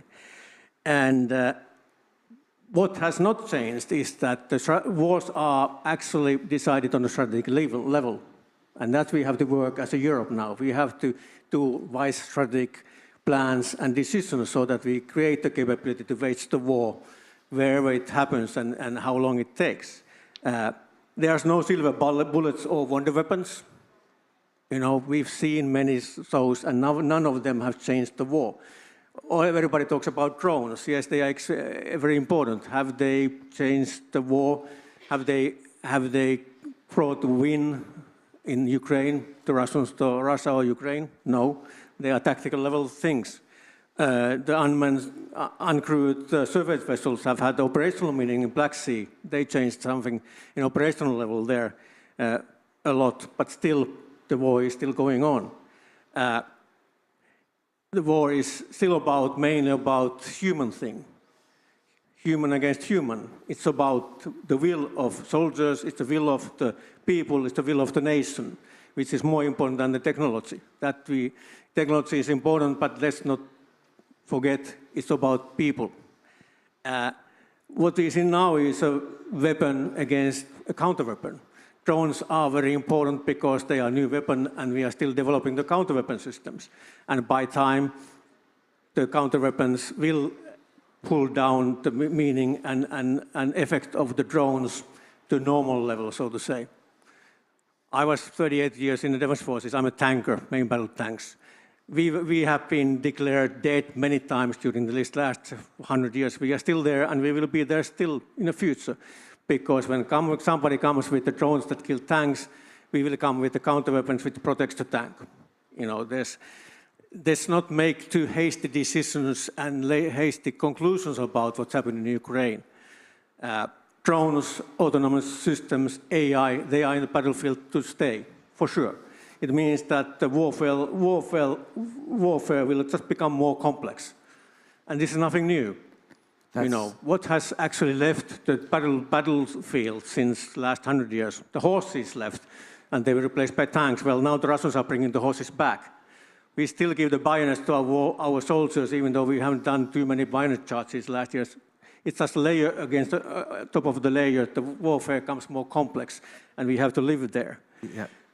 Sorry, General Tovary, we've got about 20 minutes, and I want to give the other two speakers some time as well. But thank you for your points, and it's very refreshing. That's the purpose of this dialogue and engagement, is to hear different voices and different opinions, hopefully to shape what's to come. Mariana, let me come to you there, because tanks are going to be here to stay, and I know that land warfare is Dr. Watling's area of speciality, so I'm looking forward to coming to him on that. But just a question about your opinion. You wrote recently about the strategic problem not being solved in hastily rushed through agreements like the peace deal that is being proposed by the US. According to the leaked proposal, which hasn't been confirmed, they're looking at ending sanctions on Russia, formally recognizing the annexation of Crimea, which in conversations here over the past couple of days is certainly a sensitive topic. But what is it that needs to be done, do you think, to ensure a more durable peace moving forward, and your assessment on Ukraine's technological warfare?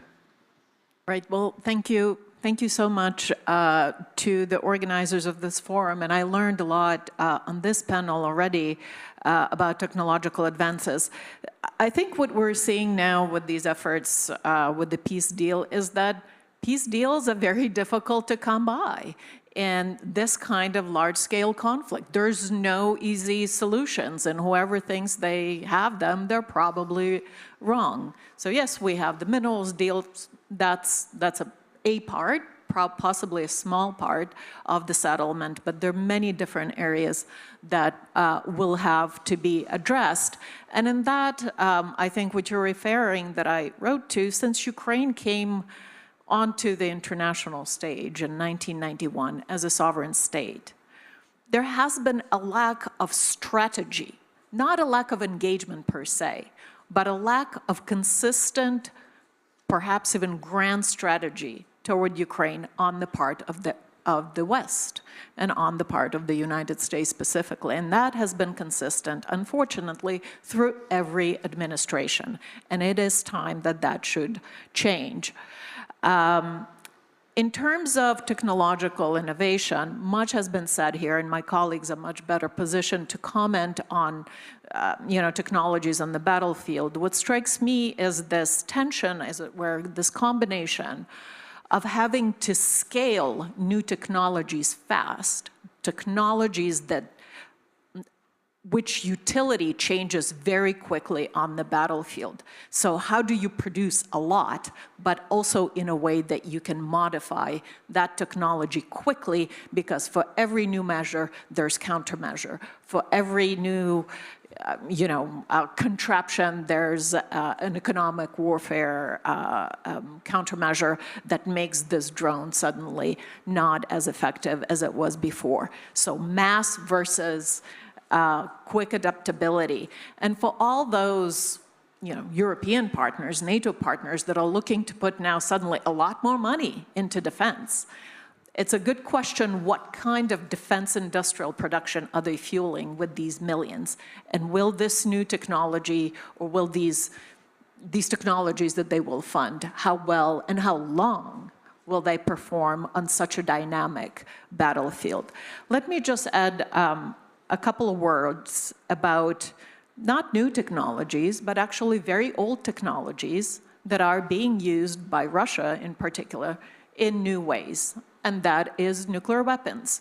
Nobody has canceled those just yet. This technology is 80 years old, and it has been mobilized and utilized by the Russian Federation to its advantage in, at least as far as I can see, 3 different ways, right? Russians have consistently, from the beginning of this war, manipulated nuclear risks.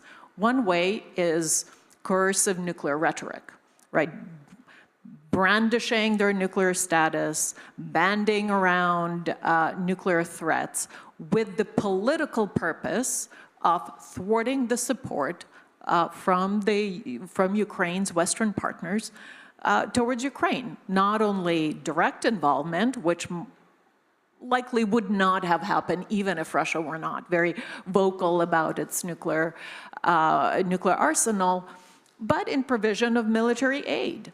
I think many of you will agree that the pace of the military supplies, military aid to Ukraine, the kinds of equipment that was provided, the limitation on end uses has been affected by this coercive rhetoric. So it has been partially successful.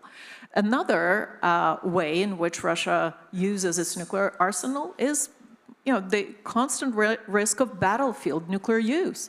We had the scare in October 2022 when U.S. intelligence community assessed the risk of Russia's nuclear use at 50%. That's a coin flip. That's pretty high when it comes to nuclear weapons, right? And that is something different from the first category, because I don't think Russia would particularly advertise that ahead of time. If I could just pick up on that, because I know nuclear is your area of expertise. How did you guess? It's not just Russia, it must be said, that's looking at nuclear. The likes of General Matter, one of the preferred, alongside Palantir and a few other firms at the moment with the Department of Defense and the investment that's going into those firms. So much attention has been on UAVs and UAS, on drones. Are we not really paying attention to the technological advances in nuclear warfare? People still think of nuclear as Hiroshima and big atomic bombs. There's a lot happening in that space, and it matters. Well, indeed, the nuclear weapons are still with us. They have been with us for 80 years. Unfortunately, they're likely to be with us for another 8 decades, the way things are going.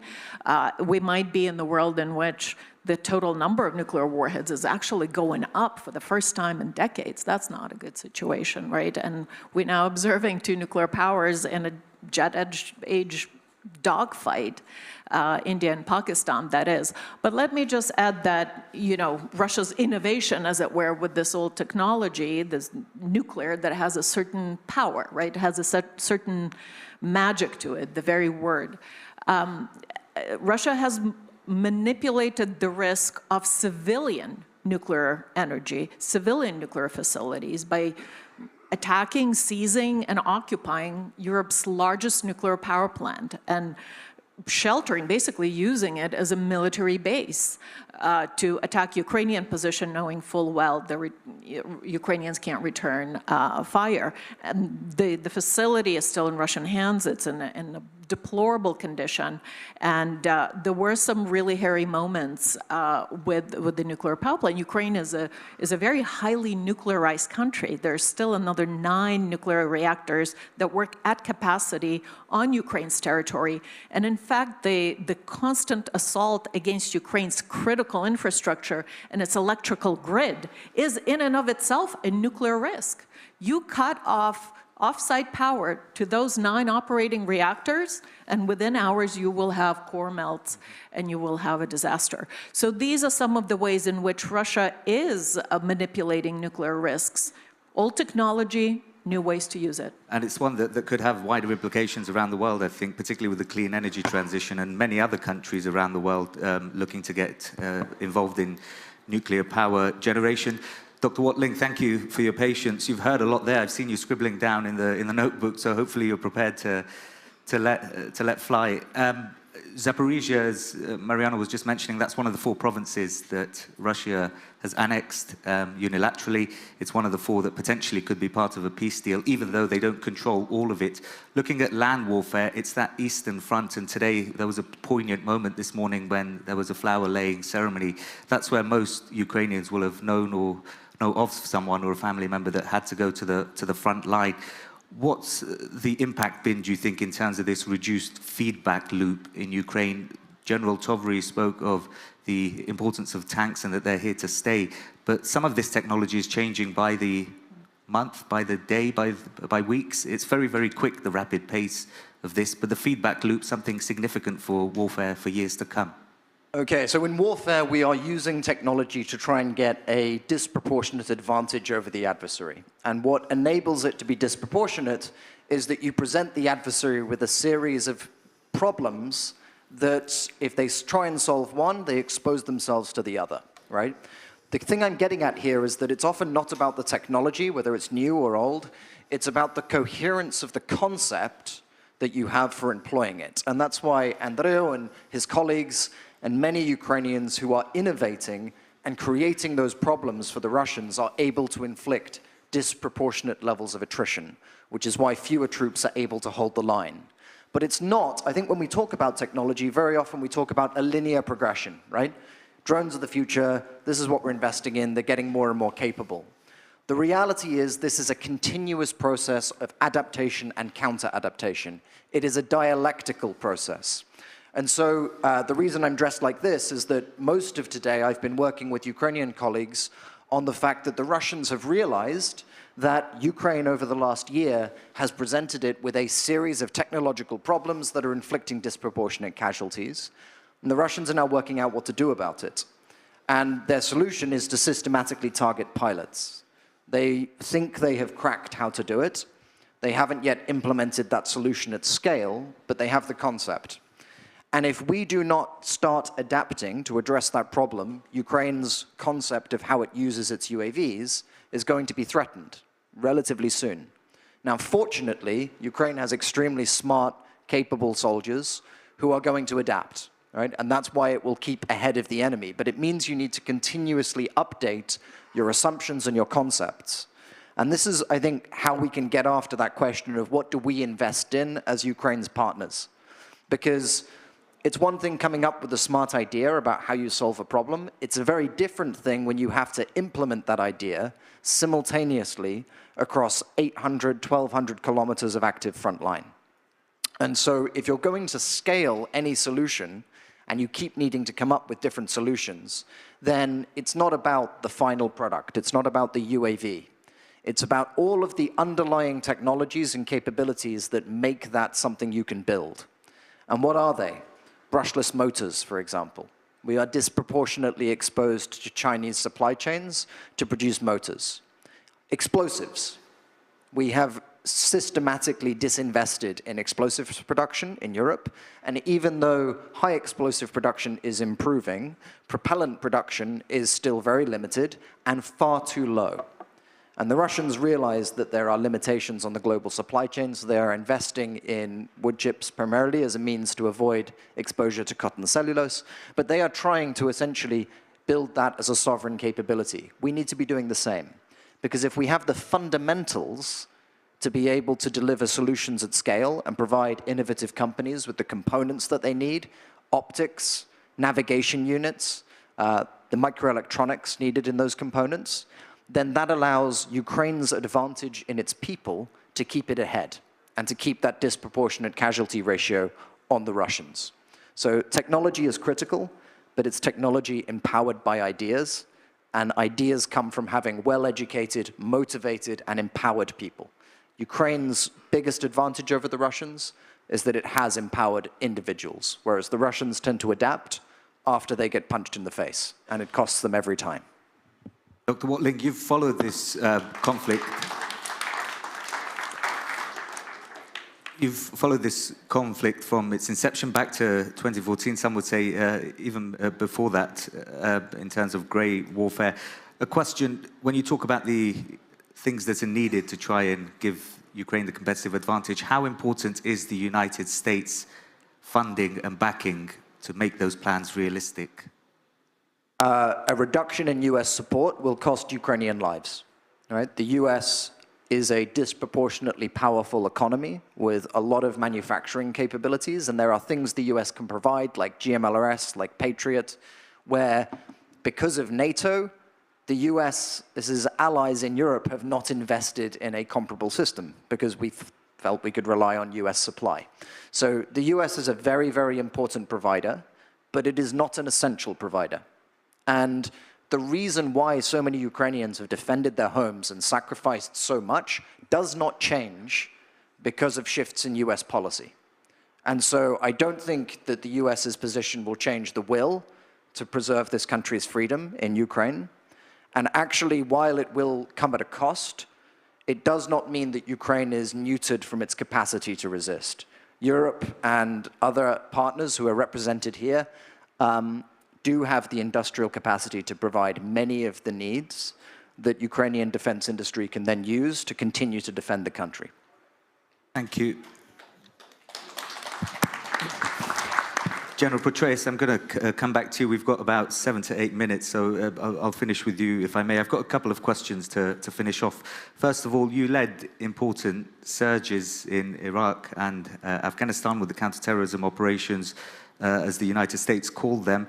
Just in terms of your assessment, is this modern technology that's flying off the shelves at a rapid pace, are modern armed forces equipped to be using them in the right way, or is there a lot of training that needs to go in there?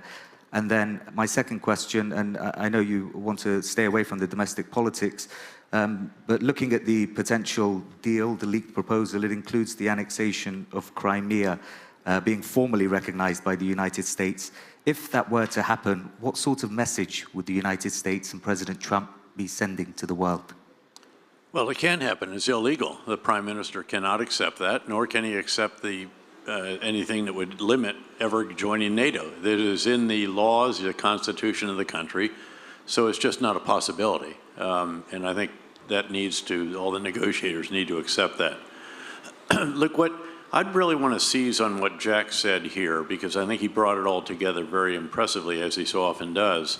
But any of this kind of innovation, and we did innovation more around tactics and techniques and strategy, actually, say in the surge in Iraq. So it's a counterinsurgency campaign, clear, hold, build, and transition rather than clear and leave. That's a big deal. That's a big idea.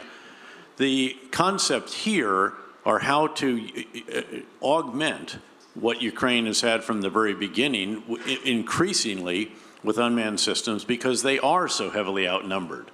They're outnumbered 4 or 5 to 1 on the battlefield. You have to have all of the material that you can to enable you to send machines, not men. And they've done that brilliantly. And there are concepts that are constantly evolving on how they are putting all of this together. Again, you have to, and eventually you capture that in doctrine and so on.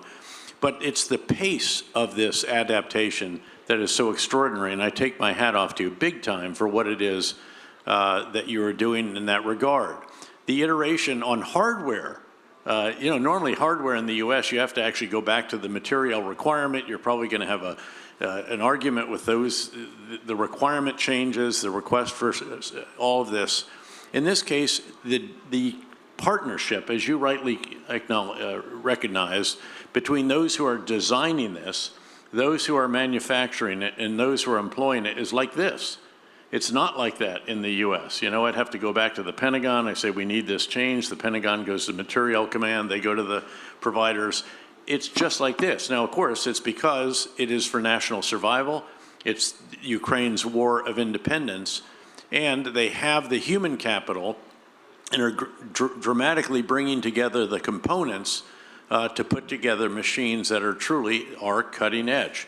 Now, any other battlefield around the world will be unique, and that point was made as well. In this very unique battlefield, largely land-centric, especially now that the Black Sea Fleet has been pulled out of the Western Black Sea, That's going to be the focus. It'll be different in the Indo-Pacific. It'll be unmanned systems of other types. It'll be under the water, on the surface of the water, in air, ground, outer space, even the equivalent in cyberspace. But what is so breathtaking here is the pace of this innovation. By the way, the Russians are innovating too.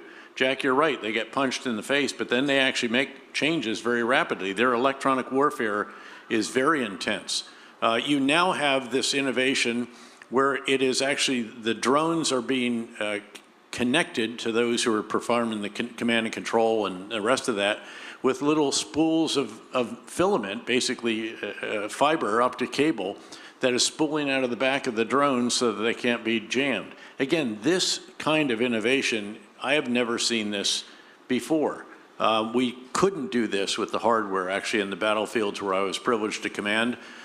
You get a guy like Secretary Gates jamming on the services, and absolutely you got it. But this is so much more dramatic in terms of the speed.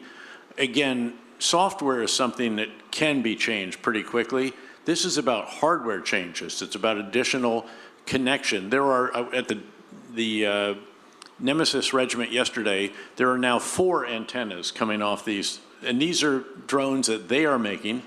They're buying some off the shelf, Germany and elsewhere. They're getting the components for all of this. The limiting factor really is money at this point. I mean, you're right to say they say they could make 5 million.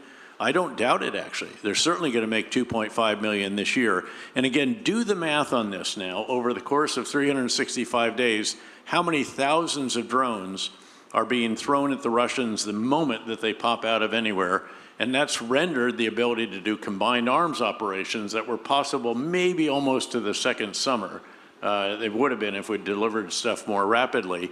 That just is not possible anymore. There is not that kind of combined arms maneuver because of the advent of all of the systems that are overhead.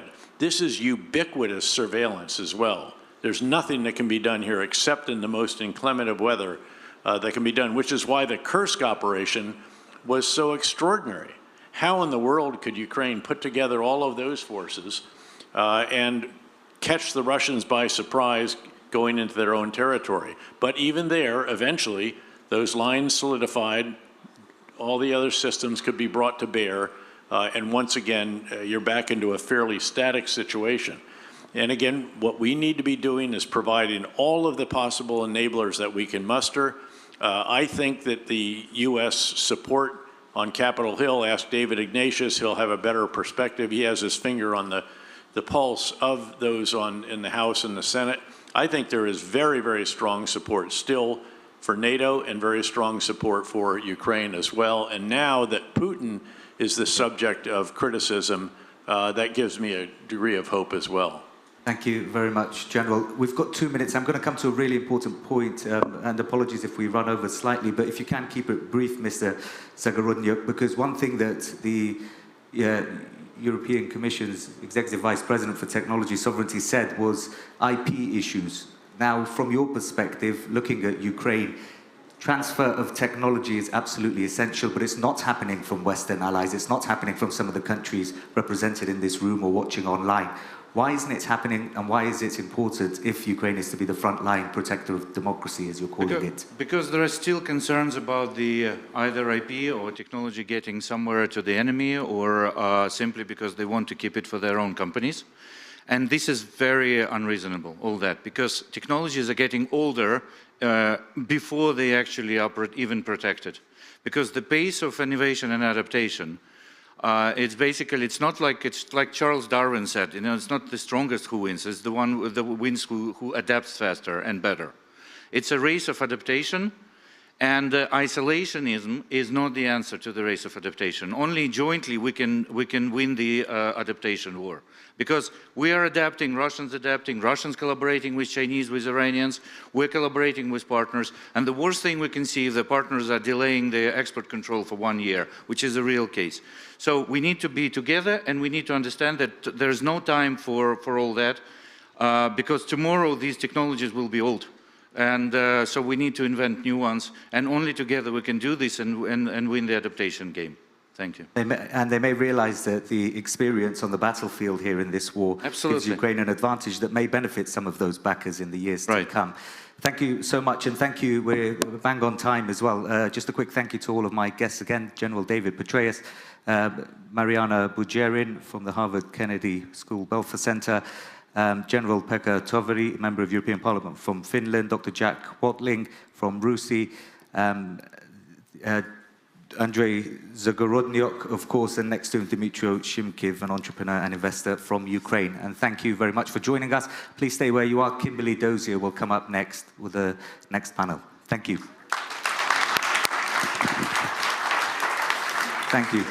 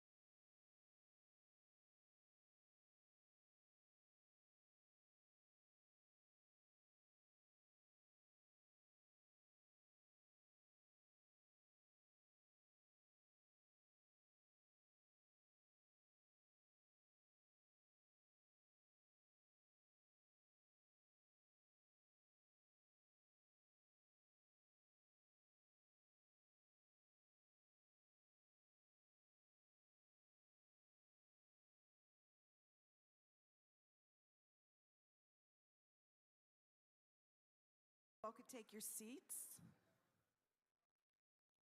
This is a lively crowd for this time of the day, which bodes well for our conversation. My name is Kim Dozier. I'm a global affairs analyst for CNN. Honored to be here. My first time at the Kyiv Security Forum, as it is for many of us. And I have on stage Ambassador Paul Jones, a distinguished fellow at the Center of European Policy Analysis, Bill Monahan, who's a fellow at SIPA, and Frédéric Petit, who is a member of the National Assembly of France. And what we're going to be talking about is the future of America and what US leadership means now. So I have warned the panelists that I'm going to kick off with a lightning round question. As this panel is taking place around the time of Victory Day, it's worth remembering that an isolationist America did not want to join in World War II. It was reluctant. So my question to you is, what can convince Trump that Putin can't be trusted and that US intervention is key to keeping Russia in check? Paul, if you could start. Lightning round? Quick answer? Okay. Yeah, sure. I'm delighted to be here. Thank you for the invitation and great to see everyone here. It's my first time at the Kyiv Security Forum. You know, democracies, as we know, react slowly. There's a lot of ups and downs. We see that with a new administration coming in and I think learning some of the lay of the land on something that looked maybe easy at the outset. Doesn't look so easy now. But I don't think the U.S. is suffering from isolationism right now. I think the U.S. is finding its way in a dramatically changing world. And I think our president is more, I would call him sort of selective engager.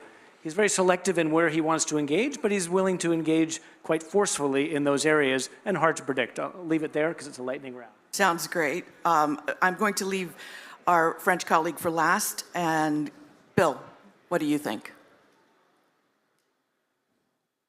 Yes, okay, thank you. And I want to begin by thanking the Kyiv Security Forum and the Center for European Policy Analysis for having this panel. I would say that President Trump is someone who wants to experience things firsthand. And so what you're seeing is many of his colleagues, I believe, on the Hill, the Republican side on the Hill, have their doubts. They're skeptical that President Trump can reach a deal, but they're willing to give him the benefit of the doubt, and they're willing to let this play out for a while. At the same time, you are seeing some movement by the Republicans to set some guardrails on where those talks may go. So you're seeing Senator Graham's bill on Russian sanctions in case the Russians do not engage in good faith negotiations. And I think there's more to it, but let me just leave it there, and hopefully we can return to that later in the discussion. Frederick. Well, thank you very much for the invitation. First of all, I would like to precise something, because we have I am a strange member of French Parliament, because I'm elected by French diaspora. My constituency is the French people living abroad in Germany, Central Europe and Europa. I am living in Poland since decades. And then I may have sometimes some view a little original for a French member of Parliament. You came back to the war, and I would say that, you know, leadership of America for the General de Gaulle was something to discuss anytime, and I would say that I'm in this kind of things. What is worrying me now is not who will be leader, because I am a French Democrat. I am rather keen to discuss what means leadership when we are attacked by imperialism. Leadership and sovereignty and so on. We have to be careful. What is worrying me now is rather that I am not sure that we are attacking elites, and we're attacking academic. And for me, I think that maybe we are losing some key to understand the world. I think that before making diplomacy, because trying to change the world, you have to understand it. And I'm not sure that you can understand the world saying that Gaza is a desert. Gaza, it's the oldest town of the world. Okay, then I would like maybe to make a signal for that it's not a problem of leadership, it's not a problem of what Trump wants to do, and he has the right to go in this way. The United States have the right to get a little distance with what we have to do in Europe. But my worry is about we have to go on discussing about the real things and the real history and the reality of the things. And then we need to have leaders, as you asked in the panel, which are understanding what we are talking about. So to pick up off of what you're saying that the way Trump perceives the world is unlike past US leaders. And one of the examples you're giving is Gaza, where he's come in not recognizing their right to the territory or their commitment to the territory. He just sees it a different way. And to apply that to Russia, we've seen him come in initially, we've all heard the comments where he talked about Vladimir Putin as someone he had felt a kinship with because they had both gone through the slings and arrows of the Russia investigation. And now we're seeing an evolution to him saying Putin wants peace, to tweeting for him, which is a big thing, Vladimir, stop. Well, so are we seeing the education of Donald Trump in real time? Yes, you know, it's a big part of my job is to control the French government. I will not try to control the American government.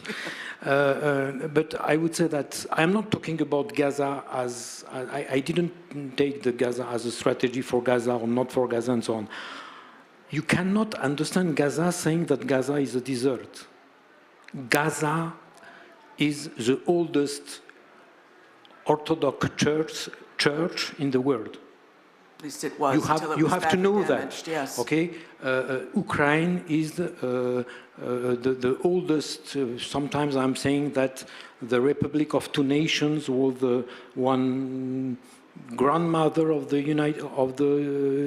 European Union. Then I think there are things that you have to keep in mind. That you cannot simplify and you cannot make 240 signs to explain the words. It's a little too short. And that's my worry now, okay? We can discuss with anybody which we don't agree with me. I have no problem with that, but we have to talk about what the world is. And the world is a little complex now, especially in this region, for example, which is, you have 4 languages, 3 religions. It's a complex region here. And what is the Ruski Mir, what is the Ukrainian history, what is the Republic of Two Nations, and so on. Okay, but you have to bear that in mind correctly, and then we can discuss. Even if we don't agree, it's, you know, only in the cemetery everybody is agreed. Yeah.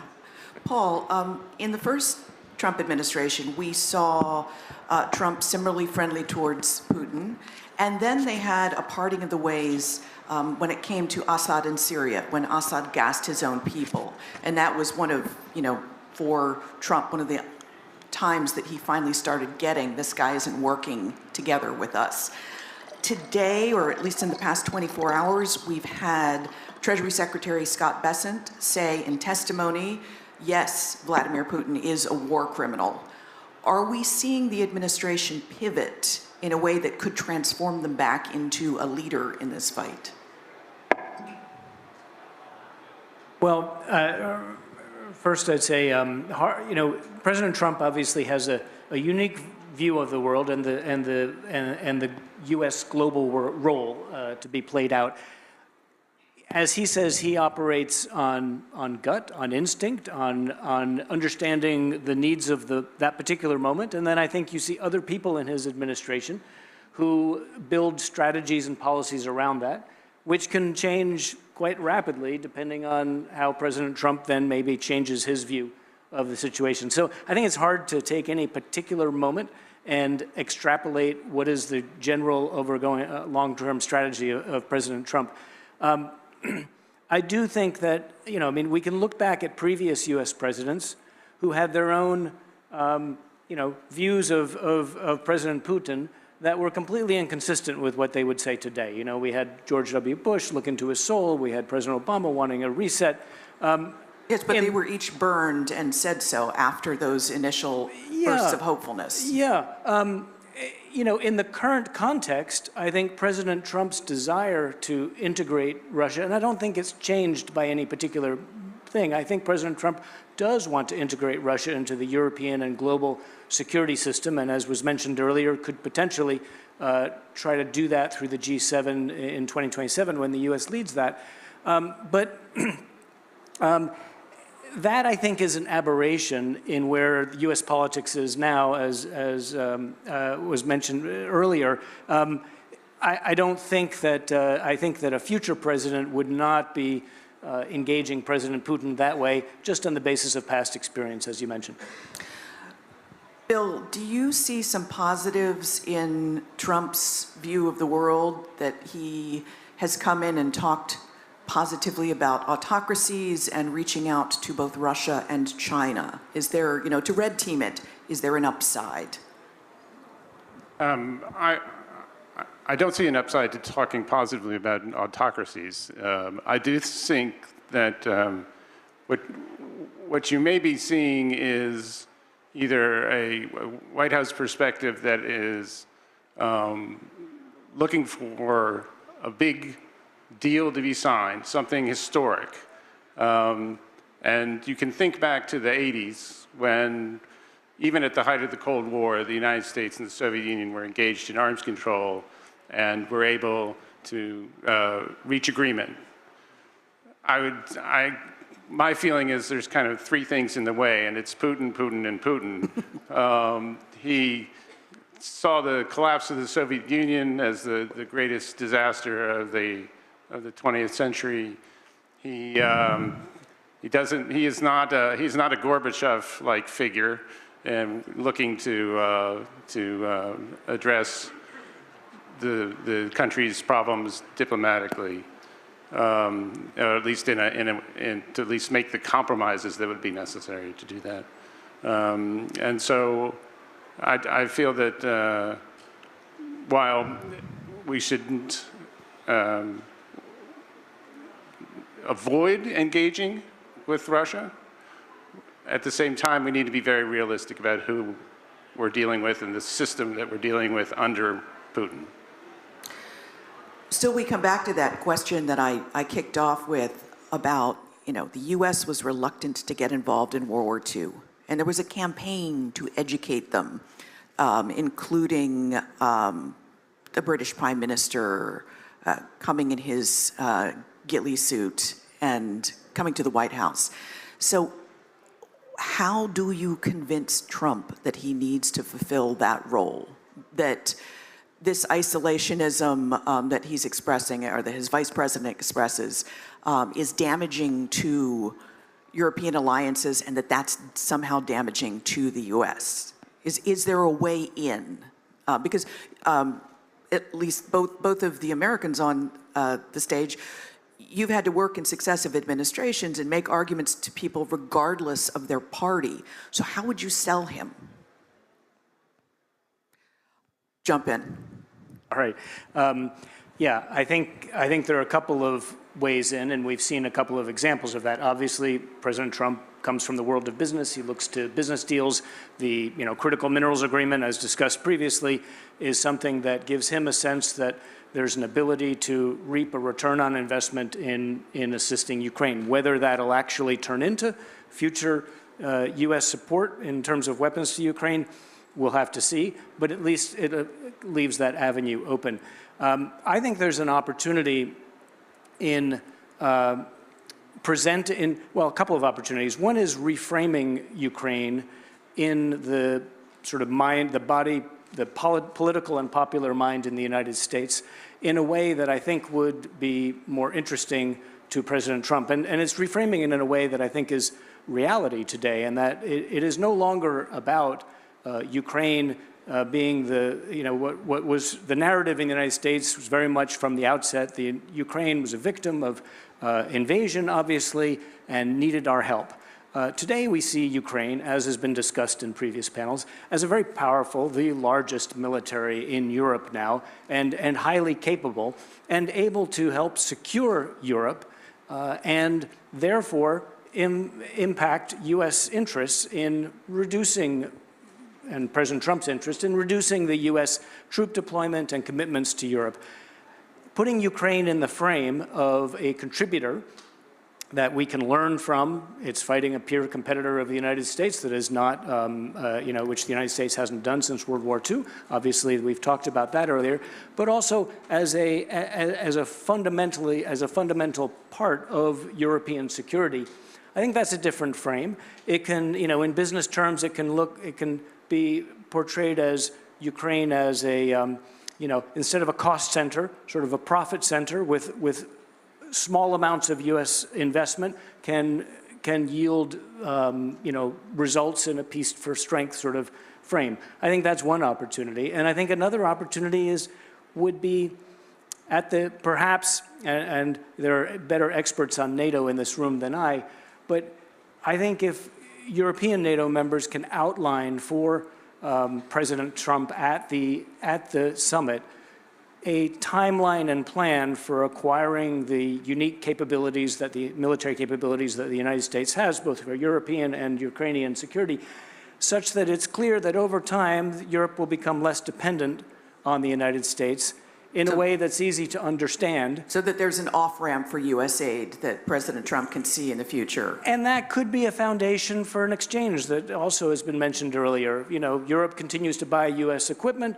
but the United States continues to provide these unique capabilities until those times when they can be taken over by European countries. And if I may, to say back to you what I think I heard about the minerals deal, you're suggesting to Ukrainians that rather than feel like they've been blackmailed into giving up their mineral wealth in order to get security guarantees as they are facing this aggression, that this is an opportunity to, because Trump sees the world through the lens of business, this is an opportunity to be on equal footing with him and create a relationship going forward that he has a commitment to. Yeah, I think he's got skin in this game. And as I say, it's a path. If he wanted to transfer equipment to Ukraine, he could say, hey, I don't do it like my predecessor did it, where I just give it. We're going to get this back later in terms of, in terms of profits from critical minerals in Ukraine. But for now, we're advancing this equipment. Which, of course, sells well with the MAGA audience back home. Bill, you flagged me. Just to kind of footstomp Paul's point, which I think is an excellent one. The critical minerals agreement does kind of align with kind of the Trump view of the world. The other thing it does, I think, is create political space for kind of the transatlantic supporters in Congress, I'm thinking in the Senate in particular, to be able to say, we support assistance to Ukraine. Now we can support it consistent with the way President Trump sees the world. So I think it gives political cover to congressional advocates in the Senate, in the House, to be able to channel a fund, either at least deliver assistance to Ukraine. How it gets paid for is really kind of, I think, one of the cruxes of the matter. Frederick, how is this renegotiation of the U.S. role going over in Europe? I will maybe have another way to see that. First of all, the panel is about United States. It's not about Trump, and I would be maybe less transactional and more about value. I believe in the leadership of United States, independent of who is president, because they are a big democracy. And for me, the solution of the chaos on the 21st century is will be democratic, or we will all die. For me, it's clear. Then US are a big democracy, then they will have a leadership. I think that's my answer. Now to come back about what I would say to convince, I think that the full-scale invasion gave very clear and very concrete differences of what are our democratic values.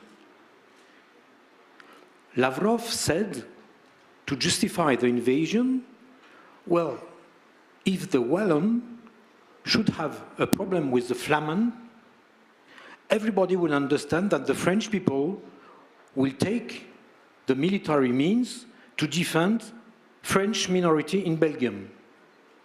Everybody is laughing. It's stupid. It's Ruski Mir. It's Francuski Mir like Ruski Mir. We are not that. We are not that.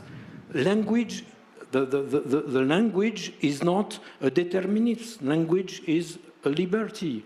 And a nation is not made by God, is not made by a language, is not made by where I am born, is made because I am a citizen. Okay? In our democracy, citizens are fighting. Citizens are fighting. We are not allowing somebody to have a weapon if it's not a citizen. And Russia are fighting with North Korean, with prisoners, with commerçants, which are going in Africa, they are taking the mines. We cannot go on with this guy. It's not our word. It's clear. We see the difference. I don't want my children to live in a world where you are determined because you are speaking this language or this one. No. I remind you that in Europe, and it's not a kind of degraded way, it was a choice in the 90s when we got this Polish, we were speaking awful language and so on and so on. We decided to have 24 official languages. 24. Every time there is a directive, we have 24 languages. We need, and that is, I would say that, we want this democratic world, and we are fighting with people, obviously saying that, and since 2 months, more obviously, they don't want to live in our world. Then we have not to attack, but we have to defend ourselves. Please help us. And that kind of multi-layered thinking in favor of democracy is the kind of thing that isn't often articulated in the Oval Office right now. We're just about out of time, but for our 2 American former officials on the stage, do you think the best way to Trump is through the lens of business, or do you think he will understand what our French colleague has just said? Do you think he will eventually champion democracy?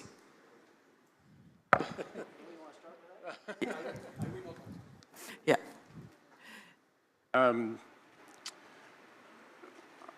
I think it's going to be a question of, different voices within the American society reaching out to him. For instance, there's polling in America showing that almost 80% of Americans view Putin as the aggressor, as the cause of the fighting in Ukraine. There's a majority that supports military assistance to Ukraine. When Trump sees these kinds of voices, hears them from Congress, hears from also, I would add, defense industry as a potential voice that might have something to say on assistance and integration with our European allies.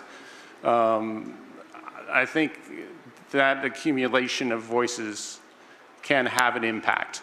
It'll get through. Paul, do you have the same confidence? Well, it's a long, to truly address your question would take much longer. I would simply say that, President Trump clearly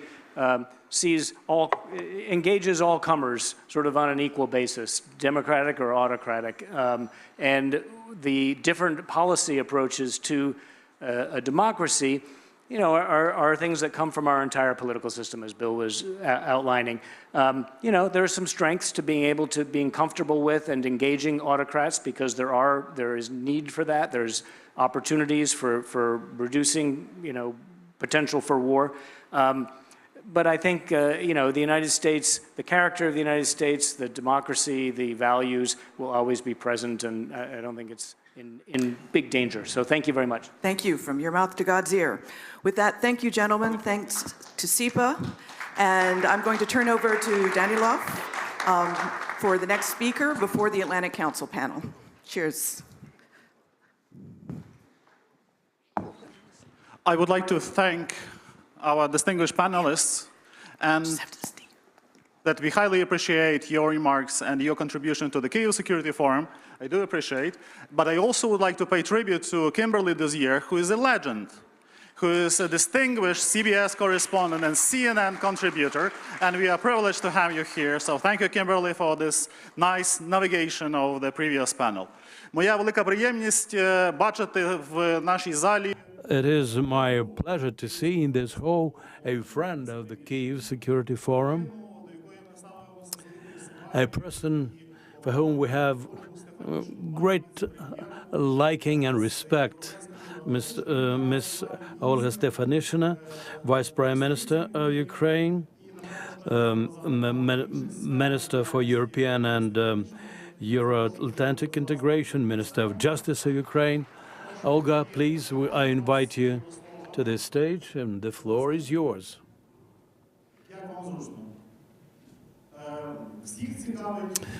choose whatever language is more comfortable for you.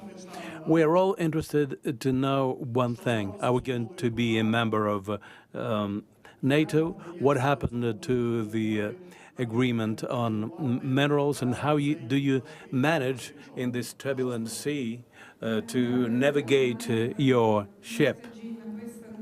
Well, Danilo, thank you. My message is written in English, but I feel like using the Ukrainian language now.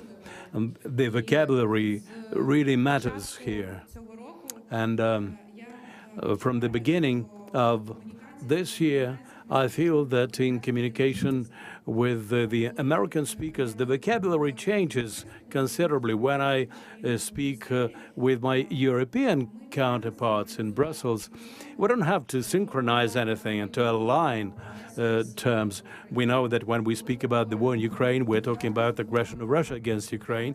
When we speak accountability and responsibility, we mean responsibility of Russia for the crimes. When we speak about sanctions, we understand what it's all about and what is the purpose of sanctions.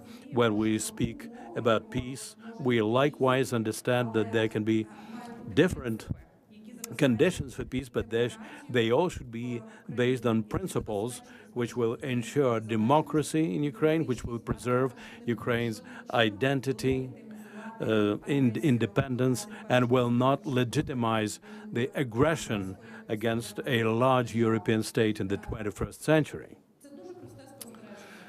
This is a very simple observation of mine. This is not a political statement. I'm just trying to say that vocabulary varies, and there are some divergences between us and the U.S. We keep communication with the White House, with the administration, with the State Department. Our talks on the agreement on natural resources probably was the busiest dialogue with the American administration throughout our years of independence. So we established our cooperation, but every time we have to align our vocabulary anew. We have to explain things time and time again, saying that the Verkhovna Rada of Ukraine keeps its authority, that we put laws to the vote, that ratification is envisioned as such. And that is why when I looked through my speech which my team prepared for today's presentation, I thought that the first 10 to 15 points are very kind of standard and customary, but I think that they need to be repeated anyway. At each security forum and at other platforms, we have to repeat things time and time again to get the point across. So, answering your question, Danilo, well, actually, I'd like to make my speech very brief. I actually thought that my speech would consist of one sentence, but I will add something by saying that it's a pleasure for me that the Kyiv Security Forum has become a platform for discussion. This is a big achievement of Ukraine, and we have to preserve it.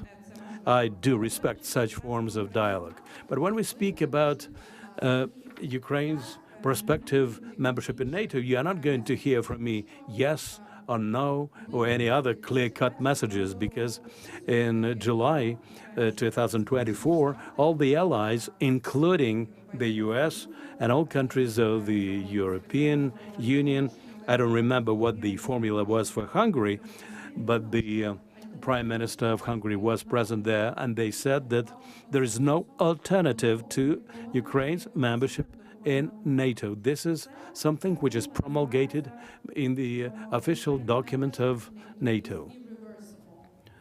Reverse it, you need to have consensus back on this issue. As simple as it is, right?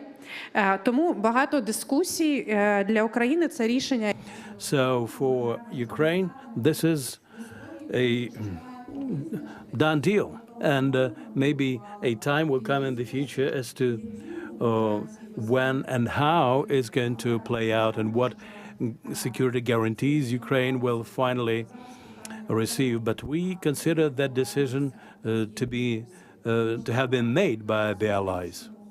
Maybe at this year's summit of NATO in The Hague, this is not a priority issue, not because Ukraine's membership in NATO is not a priority, but the very issue of NATO is very much under the question mark. That is why probably it wouldn't come to discussing Ukraine's membership in NATO. But when answering the question about NATO and Ukraine in NATO as something which should remain in place, and answering the question about the nature of Russian aggression against Ukraine, I think that the next message will be relevant here. If NATO did not exist as an organization, Ukraine definitely would not have become the first target of the aggression of the Russian Federation. Well, first of all, the existence of NATO as an organization secured independence and freedom for many countries of Europe, including the Baltic and Nordic countries. So if Ukraine were a member of NATO, probably there would have been no aggression against Ukraine at all. So when we speak about NATO and Ukraine's defense sovereignty, they are inextricably linked to our prospective membership in the alliance.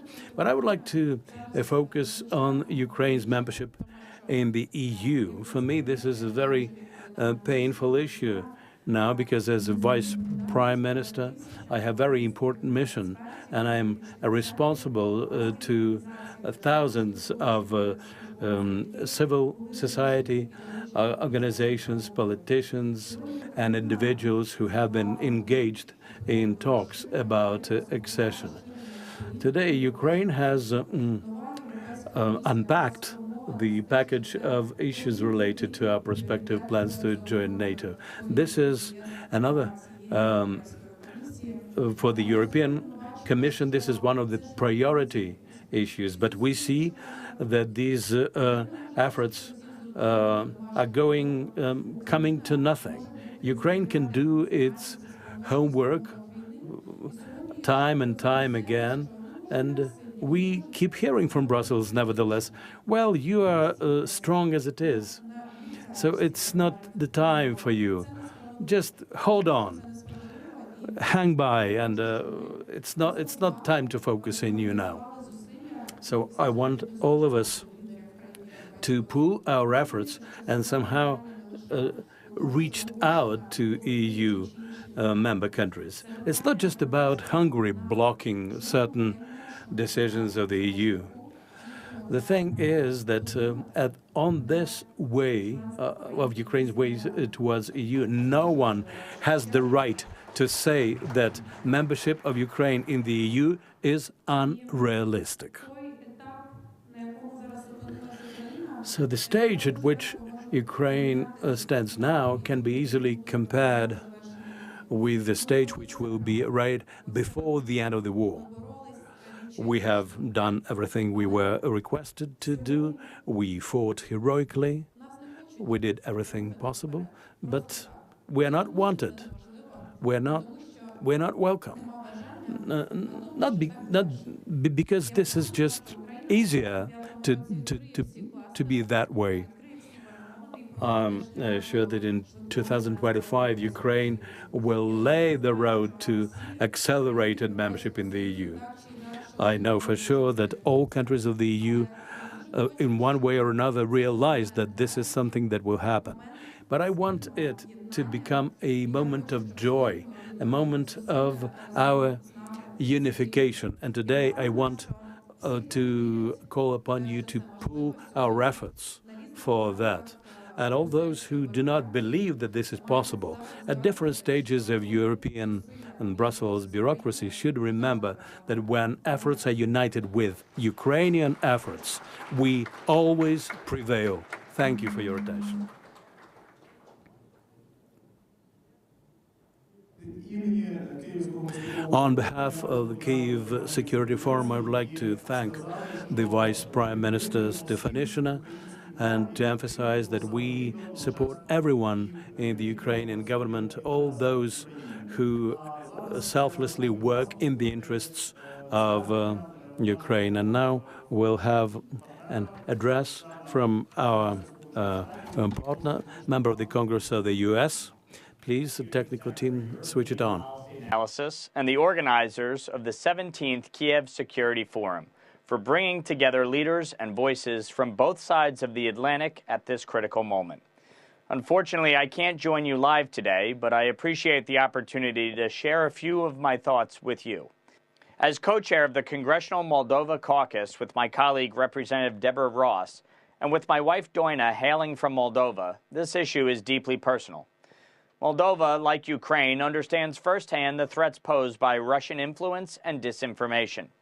When we stand with Ukraine, we are not only defending Ukraine, but we are also safeguarding Moldova and other frontline democracies against foreign aggressors. Moldova, much like Ukraine, has faced significant pressure from bad actors trying to destabilize its sovereignty and progress. Our support is crucial to ensuring that these nations remain free from foreign influence and aggression. The United States must remain steadfast in its commitment to regional security. Strengthening the transatlantic alliance isn't just about diplomacy. It's about concrete actions to enhance security cooperation, expand economic ties, and ensure that aggressors seeking to undermine democracy in Eastern Europe fail in their mission. Strategic investments in energy infrastructure, cybersecurity, and rare earth minerals not only help deter foreign influence, but also enhance American security and global supply chain resilience. The U.S. must be at the forefront of shaping how these resources are developed and protected. For example, the recently signed U.S.-Ukraine Minerals Agreement is a critical step in securing access to vital resources that strengthen our global supply chains, create jobs, and reinforce regional stability. This agreement is part of a broader effort to ensure that foreign adversaries do not gain a foothold in this vital region. Our commitment to the region is not just about assistance. It is about securing American interests, protecting sovereignty, and fostering long-term stability with our European allies. Thanks again to SIPA and the Kyiv Security Forum for your leadership. I look forward to continuing to work together to ensure a free and secure future for Ukraine, Moldova, Eastern Europe, and democracies around the globe.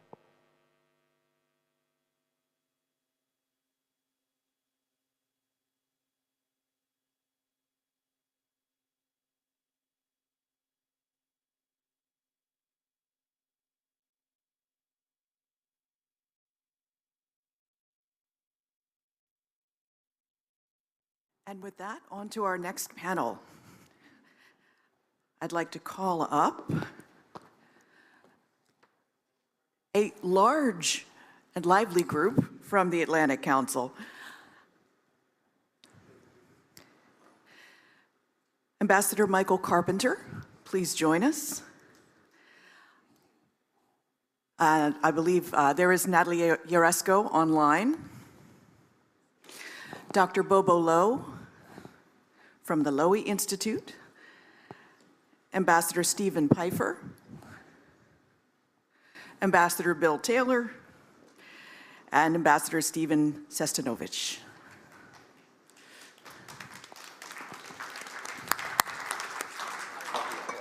And oh, Ambassador Vershbow, I'm sorry.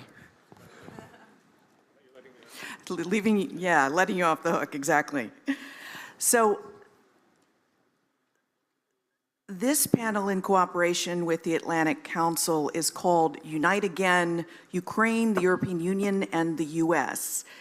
Now, I want to read the description of the panel because you can really tell the mindset of the person who was writing this. The unity between Ukraine, the European Union, and the US is facing mortal threat. Self-interest, narrow political thinking, and greedy business priorities combined with sheer ignorance and nihilism are inflicting irreparable harm on the solidarity of the free world. This discussion is devoted to recognizing the strategic and moral weight of transatlantic unity. More than ever before, the outcome of this war and the future of the democratic world depend on a shared will to resist aggression, to defend common values, and to act as one. Can Ukraine, the EU, and the US preserve their unity? Now, with a start like that, we could have a very depressing panel. But I would like to start, as is my wont, with a lightning round question of, is it true? Has the US abandoned its traditional alliances, starting with Ukraine and the EU? Ambassador Vershbow, I'll start with you. Good afternoon, everybody. You've been hearing a lot of speeches today. I won't join the queue. But the question is, again? The question is, has the U.S. abandoned its alliances, starting with Ukraine and the EU? Yeah. Clearly, there are difficulties and differences across the Atlantic, and of course, many Americans are worried about the direction in which President Trump wants to go. But I think the new administration, while clearly not quite as Atlanticist in its outlook as previous American presidents, nevertheless has assured the electorate that he's still committed to NATO and still committed to a just peace in Ukraine. So clearly there's strong partisan differences on some specific issues. But I think in terms of our fundamental issues in cooperation across the Atlantic for our mutual security, I think there's still room for further progress, but it's not going to be as easy as it used to be. Spoken like a diplomat, you're seeing hope. Okay, on to Ambassador Carpenter. Sure, I'm going to be a little bit less diplomatic than Sandy. Okay. Look, the United States is in a totally different place than we have been for decades and decades. This administration sees the EU as a strategic foe. We have a president who sees Vladimir Putin as a good guy and who is changing the entire nature of U.S. diplomacy around the world. Look at the vote in the United Nations, which was so embarrassing for my country just a few weeks ago. I mean, the U.S. voting with North Korea. I mean, come on. Things have changed. This is a break glass moment for our European allies. They have to understand that don't just look at what's coming out of the words of some of the high-ranking officials in the U.S. administration.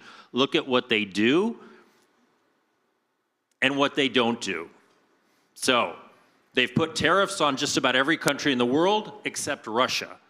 They've applied leverage and pressure on Ukraine to force them to the negotiation table. They've applied zero leverage to Russia. So look at what they say, what they do, but to answer your question, fundamentally different type of administration that we have today. If you smell different odors coming from Washington, trust your instincts. Not making it up. Got it. Bobo, you are a former Australian diplomat. Australia has always managed to manage the Trump administration and not be too thrown off by it. Do you think Trump is abandoning alliances, or is he just renegotiating? First, it's a great pleasure to be here. Trump is, to use a euphemism, renegotiating those alliances. What's clear is that the former basis on which the alliance was driven, was founded, namely the idea of shared values, that's gone. That's in abeyance and will remain in abeyance for at least the short to medium term, so at least 5 years, I would say, probably well beyond. If there is going to be a transatlantic alliance, it's going to be built on a rough commonality, complementarity of interests, much more flexible arrangements, far fewer concrete commitments. And the real danger, of course, is not only the alliance may unravel, but the whole notion of a unitary West is going to implode with it. Okay, later on we're going to get to what replaces that. Ambassador Pfeiffer. Yeah, it is profoundly in the American interest to maintain a strong transatlantic alliance and to support Ukraine. If Russia wins in Ukraine, either on the battlefield or as a result of a shoddy negotiation, that's going to mean a greater Russian threat both to Europe and to the United States. So I would like to think that the president understands this. I'm not sure that he does.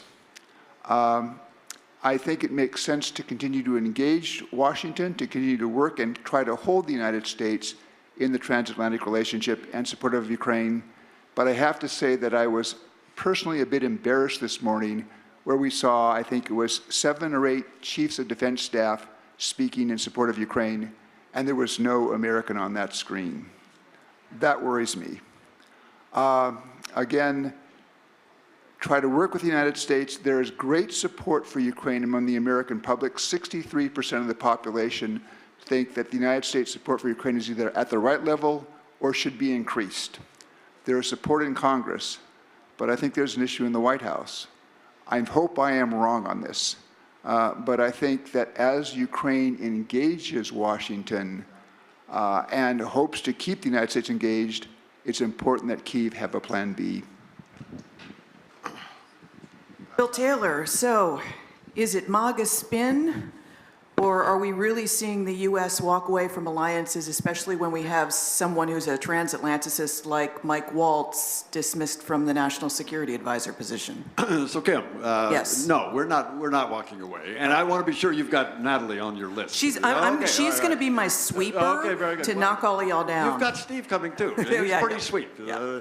So let me just say a little bit different words and put together a couple of different data points to counter both Mike and Steve. You know, for the past 10 days, 2 weeks now, it's been a pretty good run for Ukraine, even in Washington.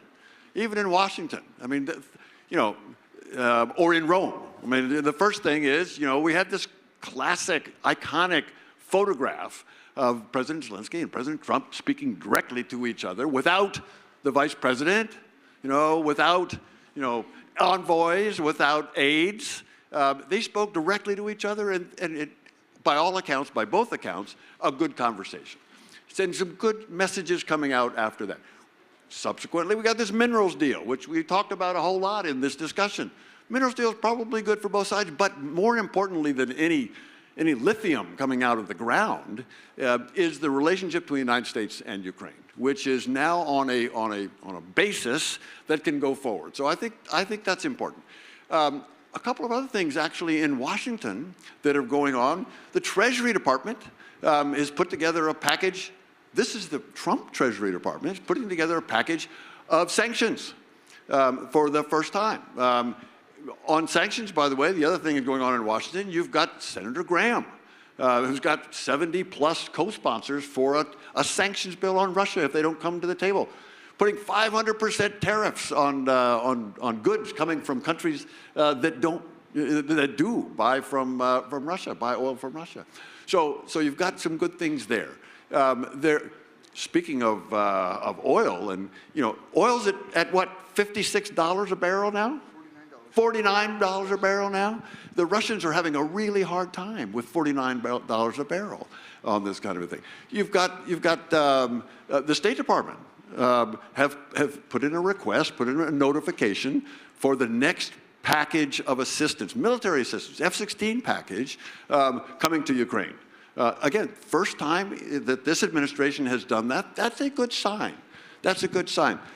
Kim, I think the answer to your question earlier in your earlier package was, you know, is this a real-time change? Is this a real-time evolution in Washington? It might be. It might be. And so I hope we are seeing a shift. We will see. Thank you. So, Ambassador Sestanovich, you have talked in the first Trump administration about, what was it, the brilliant dissonance, the brilliant disarray, correct me, of the Trump foreign policy. Incoherence. Incoherence. So are we seeing more of the same? Well, look, I think it's important whether one wants to have a glass half empty or a glass half full analysis, to realize first that Donald Trump is threatening to walk away from American alliances.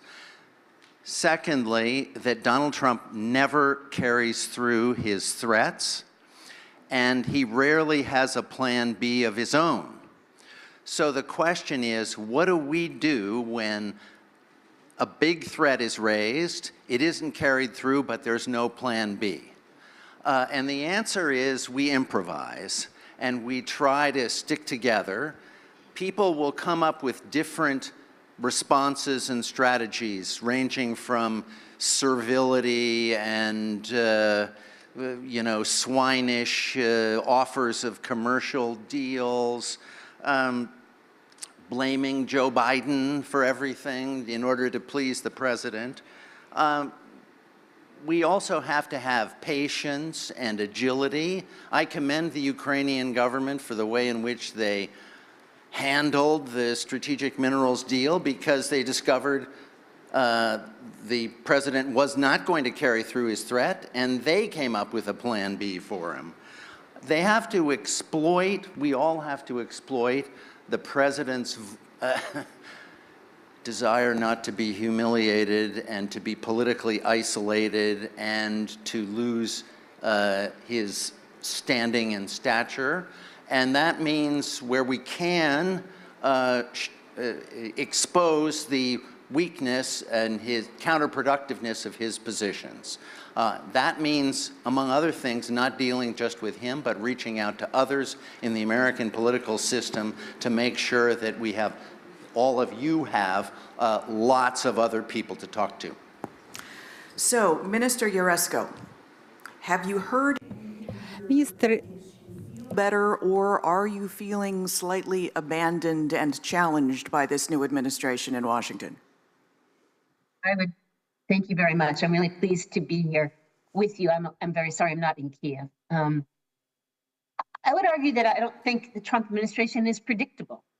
I think that unpredictability, that uncertainty, that variability in position, some people were describing the half full part of the glass, some people were describing the half empty part of the glass. The bottom line is that we have no idea. So as for Ukraine, I don't think the United States has abandoned Ukraine, nor do I think it's abandoned the European Union or its transatlantic alliance. But given that possibility is very real, and I think almost everyone has discussed that that's a possibility, and this is very unpredictable, then I think for Ukraine, what's important is to prepare. And I think it's important for the EU as well. Not that we're going to cut off the United States in no way, shape, or form, but that we need to be prepared in case that happens. So there needs to be an enormous amount of scenario planning, building strength domestically for Ukraine, within Europe, for the Europeans, because I don't think anyone on the panel can really predict. I don't think anyone except I'm not even sure President Trump can predict exactly where he will fall on the issue of transatlantic partnership at any given time. I would like to invite you to grade how the EU has been doing, as Ukraine has applied for EU membership and also NATO membership. The EU and many NATO members in an overlapping group have dragged their feet on investing in their own defense. I have talked to a couple of NATO Secretary Generals in a row who've said they don't mind Trump badgering other NATO members to up their investment to match at least 2% of their GDP, if not more. And Ukraine has obviously been investing in its defense for years, or it would not have been able to withstand the 2022 Russian assault. So how is the EU doing? I mean, did it need this kick in the backside to finally take its own defense seriously and not depend on the US? Was this a question to me? I'm sorry, because I cut off. Yes, it is a question to you. I'm handing you one of the most impolitic questions possible. I think for Ukraine, the wake up that this administration has, that the Trump administration has provided to Europe is helpful. I think it's not something that's new, that Ukraine had hoped and continue to hope that the European defense would be stronger, that they would be more capable, that they would be more strong in their support for Ukraine's defense and for the continent's defense. So I think, you know, I wouldn't necessarily agree with the manner in which this has happened, but I can't say that it's a bad thing for Europeans to wake up and for Germany to extend its public debt limits and for those plans to begin. In fact, this all comes back to, in essence, the fall of the wall and then the collapse of the Soviet Union and everyone believing that the Cold War was over. Yeah. Russia was going to be our friend, and it was different now, and it's not the same. And I think it's taken a huge amount of, unfortunately, Ukrainian effort, Ukrainian blood and life to make sure that everyone understands that that's not the case. That was a mistake in understanding back in 1991, 92. And Russia is an imperialist country which has no respect for borders or for international law, and everyone needs to continue to be concerned about that. So the EU, in a sense, has gotten two kicks in the gut. First, as you're saying, the wake-up call of Russia's invasion. Maybe it's three kicks in the gut, because then what the EU discovered, NATO members discovered, is they don't have the weapons manufacturing production lines to even feed the battlefront in Ukraine without U.S. assistance, much less to defend themselves. So they've found themselves under capacity in a major way. And then you have the Trump administration winning and saying all sorts of awful things at the Munich Security Forum from J.D. Vance, et cetera, that, you know, you all are just hangers-on relying on the U.S. to pick up after us. So to the room here, does Trump have a point? Is it time for the EU to step up for itself? Who wants to jump in? Happy to. As I said, for my view, for the Europeans, this is a break glass moment. They not only have to increase defense production, this is an opportunity to make reforms that, frankly, Europe has had on the back burner for a long time, but which they've known they need to do. Europe needs a capital union to be able to invest, first of all, in technology and defense. Right now, it has 27 fragmented capital markets. It needs an energy union. It needs an end to buying Russian energy. They have announced that they're on the pathway to do that, but they need to actually make good on this. The Draghi report that came out recently was a great blueprint. And it really spelled everything out, all the problems that Europe has faced over decades that have resulted, frankly, in deindustrialization and lost competitiveness vis-a-vis the United States. Now is the moment to seize the bull by the horns and to make some of these changes that will make Europe more competitive. They have brilliant scientists, great human capital, rule of law, all of the conditions to thrive and outcompete the rest of the world. But they have to make some of these fundamental systemic reforms in order to be able to address the problem. But problem number one is helping Ukraine to defeat Russia, because without that, none of the rest of this works. But they also have to convince their own populations to spend less on things like social, medical, and more on defense. Bobo. A large part of the problem is this long-term culture of security dependence. Now, it's fashionable to blame European states for their sort of feckless abandonment of defense spending, their over-reliance on the United States, and certainly they deserve censure. But so does the United States for consistently opposing efforts at European strategic autonomy. Strategic autonomy, when the Ukraine invasion started, the full-scale invasion started, was consigned to a kind of historical dustbin. And it only took Donald Trump to come to the White House for people to say, oh, hold on, strategic autonomy it's gone from a marginal idea, a sort of a fantasy of Emmanuel Macron, into a vital, unavoidable imperative. And so I believe that the United States should carry some of the responsibility for consistently opposing efforts at European strategic autonomy. But it cuts both ways. There are a lot of sinners, so to speak. Yeah, I don't recall hearing anyone from the Trump administration complaining that the EU or its members are too independent. Ambassador Verschwell. First of all, I agree with everything Mike Carpenter said, that this is a time where Europe is going to need to step up. President Trump may be too nasty with his rhetoric, but he's made a point that has been made by previous administrations that we need a more balanced sharing of responsibility within the alliance. And I think that Europeans can do more to kind of move in that direction, because I think detoxifying the idea of strategic autonomy is actually one of the things that we need to do. Because the U.S. needs to shift a lot of its resources to the Indo-Pacific region. Having allies who have the capability to take most of the responsibility for the defense of Europe, and freeing up a lot of U.S. assets to deal with other threats from around the world would be a healthy thing.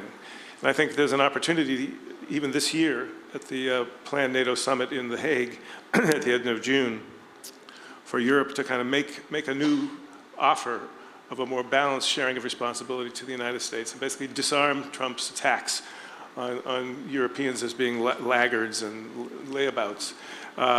This could become a win-win, and I think that this may appeal to President Trump to be kind of a contrarian to the conventional wisdom, the Washington consensus going back many decades.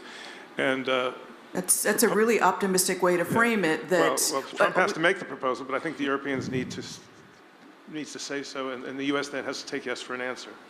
They have to lay it out saying, hey, we've got zone defense and we're willing to pick up the slack here. And as one of the ambassadors was saying in the previous panel, present an off-ramp for the U.S. supporting Europe. And I want to get into some of the rules that have to be reformed for the EU to be able to do that. But Boba, you had a quick intervention before going down to that end? Sorry. A constant refrain of previous American administrations was that the Europeans had to help out in the Indo-Pacific in order for America to help out in Europe. Now, that struck me as a completely counterproductive way of doing things, because God knows I don't agree with Elbridge Colby on much, but what he said is that Europeans should focus on Europe, and America and its Asian allies should focus on the Indo-Pacific. So the trouble was, Europeans got all these mixed messages, and so it's not really surprising that they screwed up quite badly. And look, I'm not trying to excuse their negligence, but there are other culprits in the room, so to speak. Yeah. And before going to that end, I just wanted to say, for folks who might not know, Eldridge Colby is one of the new policymakers in a senior position at the Trump Pentagon. Ambassador Pfeiffer. Yeah, let me just add here that what I worry about is there may be a tendency among some in the Trump administration to say, Europe, you deal with Russia, and we're going to turn to the Indo-Pacific. I think that's going to be a mistake because there will be some times in the future where having Europe support America in dealing with China is going to be important. And if we leave Europe sort of saying, well, Russia's yours, I'm not sure 2-3 years down the road when we have that challenge from China that Europe's going to be all that ready to help us. So while I think Europe needs to do more vis-a-vis Russia, we still want to do it in a coordinated way where we can basically help each other as we face the main challenges.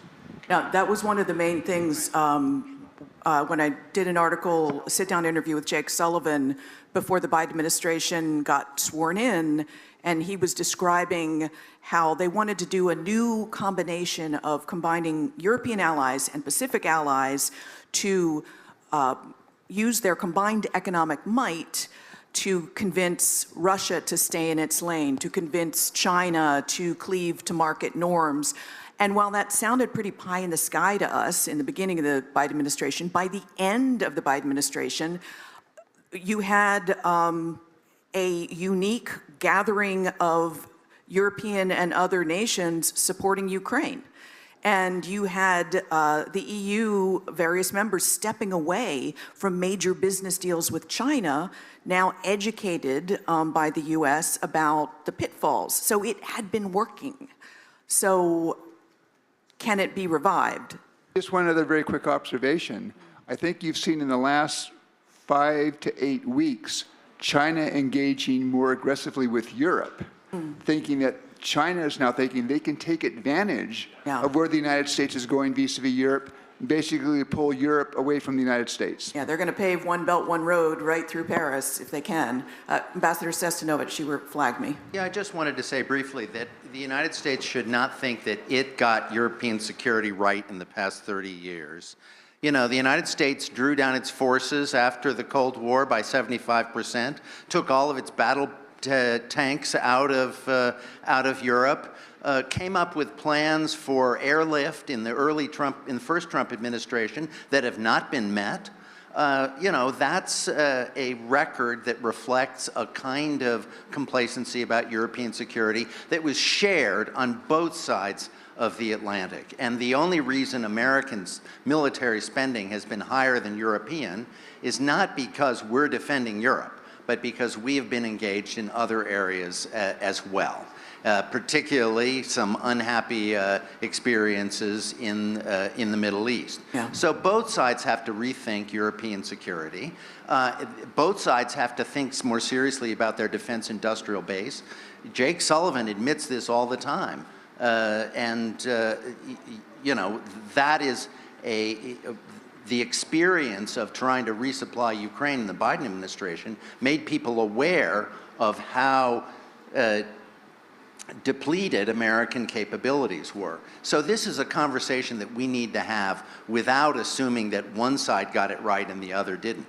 We have to figure out how jointly to address problems of European security. And I agree with Steve that we need to be able to do this without thinking that we can simply shift our focus to East Asia. European security is still a preoccupation of the United States, and it needs to be reflected in our strategy. Especially with Putin saying out loud that he'd like to take Tallinn, et cetera, because when he says things, he often does things. Before I can just add something? Yes. Thank you. I really think that the entire question, the long-term, how does Europe rebuild its defense industry and where the relationship goes, really is connected directly to what I think Mike said, which is take a step right now. And it does not require necessarily reducing your spending on social issues, medical, anything else. Release and confiscate those Russian sovereign assets and use them to fund Ukraine's defense. There is nothing that could strengthen Europe more than to strengthen Ukraine's defense. And you can't build it fast enough necessarily in Europe. You can invest, as Denmark has been doing, into Ukrainian manufacturing, which accelerates the process and provides Ukraine the ability to actually protect Europe. But they can do that now. Isn't it complications in European Union and international law that's keeping them from doing that? It's not the U.S. that's keeping them from grabbing those frozen assets. I mean, what's holding them back? There's a combination of issues. There's a concern about the euro as a global currency. That's the concerns of the central bank part of this. There are concerns amongst lawyers, although there have been many legal theories put forward that could work. There are concerns at the level of the Kingdom of Brussels that if they do this without cover, whether that be from the EU, the G7, or some other organization, that they could potentially be sued. There's concerns in Japan as well as in Germany that the precedent of turning these sovereign assets into reparations would be a problem. But all those concerns are, frankly speaking, secondary and not answering the call of the day. The call of the day is European security, and the only way to move forward quickly with European security is to make Ukraine secure. I'd just like to pick up on that. I think Natalie is absolutely right. If there's one thing that European countries should be focused on right now, it's seizing the principle of the Russian frozen assets, injecting a piece of that into the Ukrainian defense industrial base, because Ukraine is frankly a world leader in terms of drone technology. That will get them quite far. And then use the rest to ramp up both the U.S., because the U.S. still has certain high-end capabilities that no other ally has, like Patriot launchers and PAC-3 missiles, but use that to basically make Ukraine whole in terms of its security assistance. That money is there, it's available, it should be used now, not waiting for some nebulous reconstruction moment 10 years from now. And I don't think we can think about it as solely helping Ukraine. Sorry, Minister, could you repeat that? It's not solely helping Ukraine, and we have to stop talking about it that way. It's saving Europe. Yeah. That money would go to Ukraine, to the United States and Europe, but that money goes to saving Europe, not just saving Ukraine. Thank you. Now, I would like to bring up something that is often said by MAGA World in Washington, D.C., that will surely be anathema here. But the way the argument goes is, you see, Trump is a free thinker who is unfettered by past tradition, and he sees an advantage in reaching out to Vladimir Putin and making some sort of economic and diplomatic peace with him, that other nations have been too frozen in their past positions, too unimaginative to carry out. So where's the flaw in the logic there? Ambassador Pfeiffer. They have been talking about economic cooperation and lucrative oil and gas contracts now for a couple of months. Yeah. A few points. One, if you look over the last 20 years, the best year for American exports to Russia was about $11 billion. In a year that total American exports were $1.6 trillion. Exports to Russia were not even 1%. It was a rounding error. Point number two, Kirill Dmitriev has said that over the last 3 years, the United States has lost $380 billion in business in Russia. So let's do the math. Russia's GDP is about $2 trillion a year. 380 divided by 3 is about 130 billion. So he's suggesting that American business was about 6.5% to 7% of the Russian economy. And unfortunately, I think Mr. Witkoff sometimes takes these numbers at face value. The last point about lucrative oil and gas contracts, and Sandy, Ambassador Vershbow can confirm this, but back in 2002, in the George W. Bush administration, with great fanfare, there was an announcement of a U.S.-Russian energy cooperation, and we were going to pour billions of dollars of American capital in to develop Russian oil and gas, and it was going to be a huge winner for both sides. I think one project succeeded. In almost every other case, when American companies went there, they said, the production sharing arrangements are difficult, the investment climate's bad, the corruption's bad, and nothing ever happened. So I think before Mr. Witkoff comes back and talks about these huge possibilities, he ought to go back and talk to some of the people in the Bush administration from 20 years ago and find out how all of those oil and gas prospects turned out. Ambassador Vershbow, do you want to pick up on that? Is warming relations with Russia and getting rich off of it a mirage? Maybe not a mirage, but it's far less promising than certainly Mr. Putin would like you to believe. And indeed, as Steve recalls, during the early years of Putin, when we were trying to create a longer-term partnership, everybody had high hopes for energy being a win-win, but very few of the projects went through.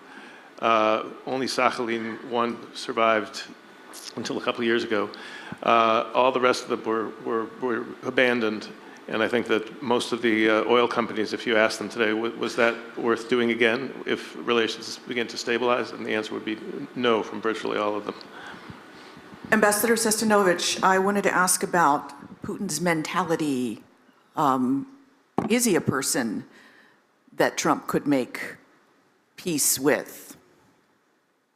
No worse business in Washington than Putin mind reading. So I'm nervous about addressing your question. Putin does not want to make his mind easily read. His whole professional training is to keep us from understanding what he's thinking. But it is possible to listen to what he says and sometimes take it seriously. This is a person, I think Mr. Witkoff and President Trump are unaware of this, who says Russia is in an existential war with the West.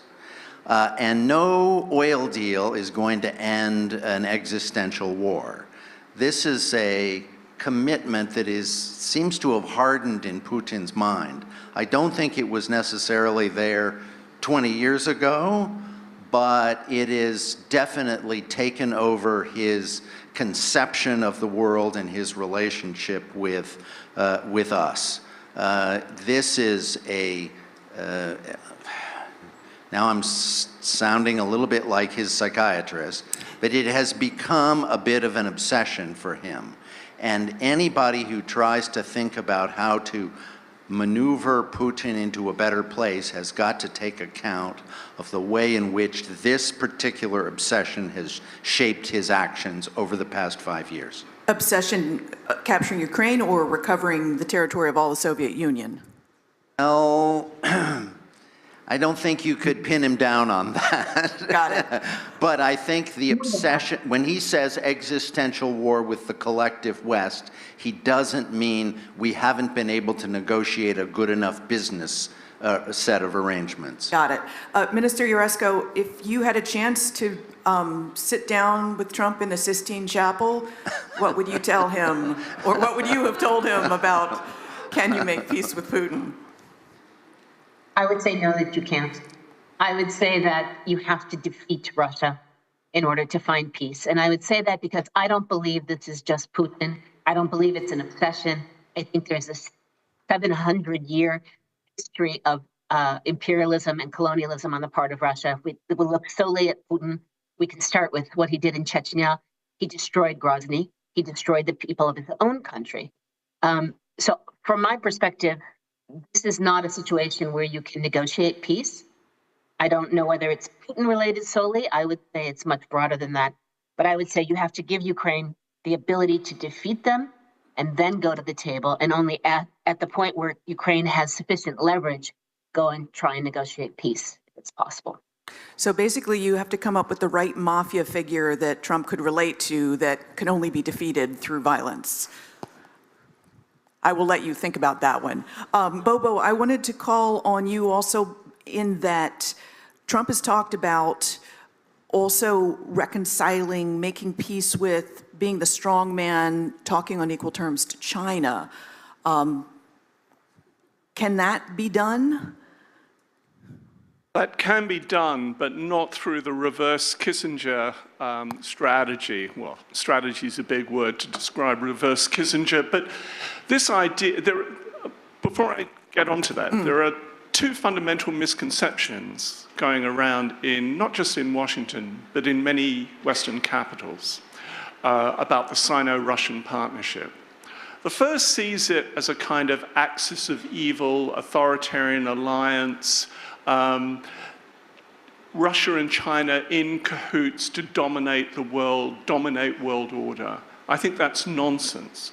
But it's more destructive, more counterproductive is this idea that you can somehow offer Vladimir Putin a deal that will persuade him to loosen ties with Xi Jinping. That would be laughable if it weren't so destructive.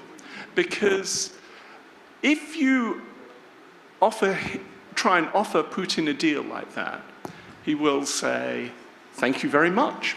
I'll pocket those concessions that you've kindly offered to me.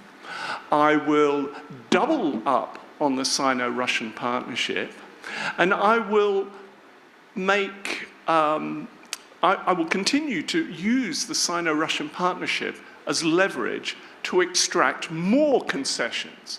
So the issue then becomes that both Beijing and Moscow treat Donald Trump as the sucker they think he is, because they think they can play on his vanity, his delusions to so-called unite Russia and China.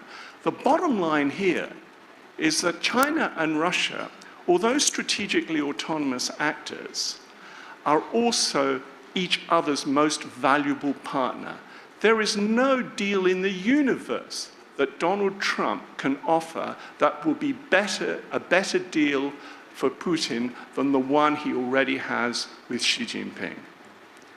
Can I just add, Putin is not going to throw over Xi for Donald Trump, who is A, unpredictable, and B, is not going to be in office in 3 years. Exactly. That brings to mind the Oval Office tap dance that we've watched several leaders do, some successfully. It is cringeworthy to watch. But for instance, the British Prime Minister came in with an offer of a visit, an unprecedented visit, second state visit to Britain. And people cringed as they watched that, but they also back in Parliament said, way to go, you got him. The King of Jordan came in knowing that he was going to have to confront Trump behind closed doors about the pave Gaza over, kick out the Palestinians and turn it into the Riviera of the Middle East plan. But he bit his tongue because he's practiced at doing that, and he is not under war time like Zelensky is. And instead he offered, we're going to take 2,000 children from Gaza, which was, again, fed into Trump's ego, but also Jordan has been having trouble getting Israel to agree to let those children out for medical help, so it was brilliant in a number of ways. But what it comes down to is what Trump values, and he values this flattering of his ego, and he values the 24-karat gold fixtures that he has increasingly added to the Oval Office. I don't know if anyone's been watching, but every time you turn in for one of those Oval Office tap dances now, there's another gold item that's been added to the walls or table or ceiling. So with someone who has those kind of values, how do you negotiate with that? Minister Yaresko? I think the Ukrainians have proven that they can do that. I think this minerals agreement is a perfect example. If you look at the text change from the initial to the one that was signed, most of the things that were seen by the Ukrainian population as harmful, or Ukrainian polity as harmful, have been removed. And I think signing it within the first 100 days gave the Trump administration something that they really wanted. I do believe that you can't veer from your values.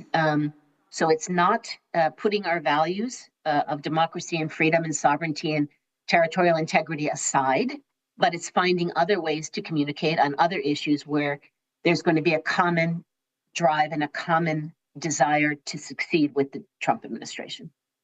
So for everyone else with the time we have left, let's do a lightning round of how do you appeal to Trump's values? Oh, thanks.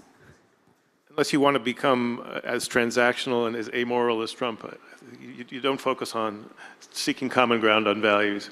You have to negotiate very firmly and defend your interests quite vigorously. And when it comes to security matters, you have to always combine diplomacy with the threat of force. Leverage is key.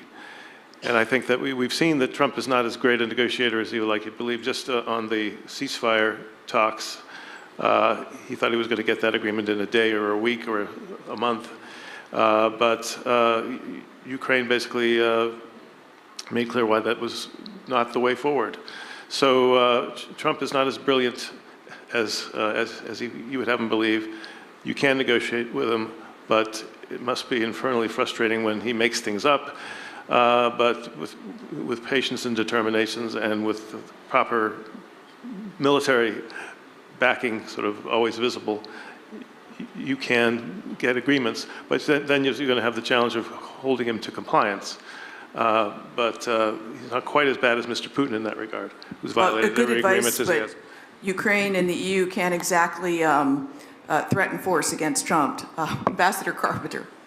So I think one of the signal achievements of the last administration was to create the Ukraine Defense Contact Group, known as the Ramstein format, a group of all of our European allies and many of our other democratic allies around the world in support of Ukraine.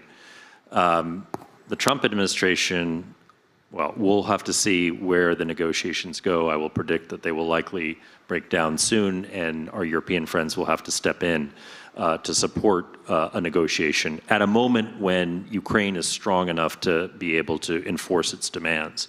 But in the meantime, we do have the UDCG, and that the rest of the members... Can you spell that out for people?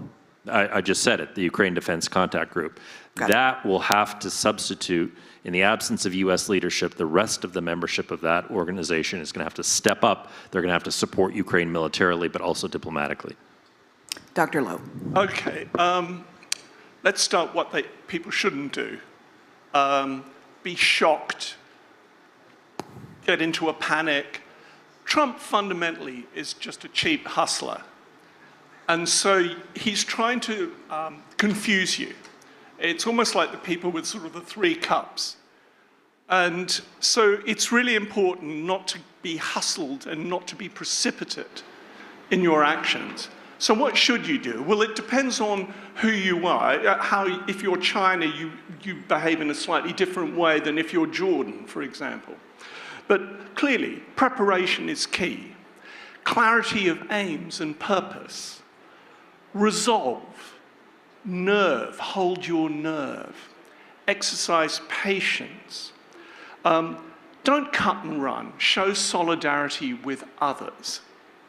And most important, I would say if there's one principle that is all abiding, maintain strategic diversity. In other words, give yourself alternative options. Got it. And also, I would add the necessary rule of do not challenge or humiliate him in public. Do that in private.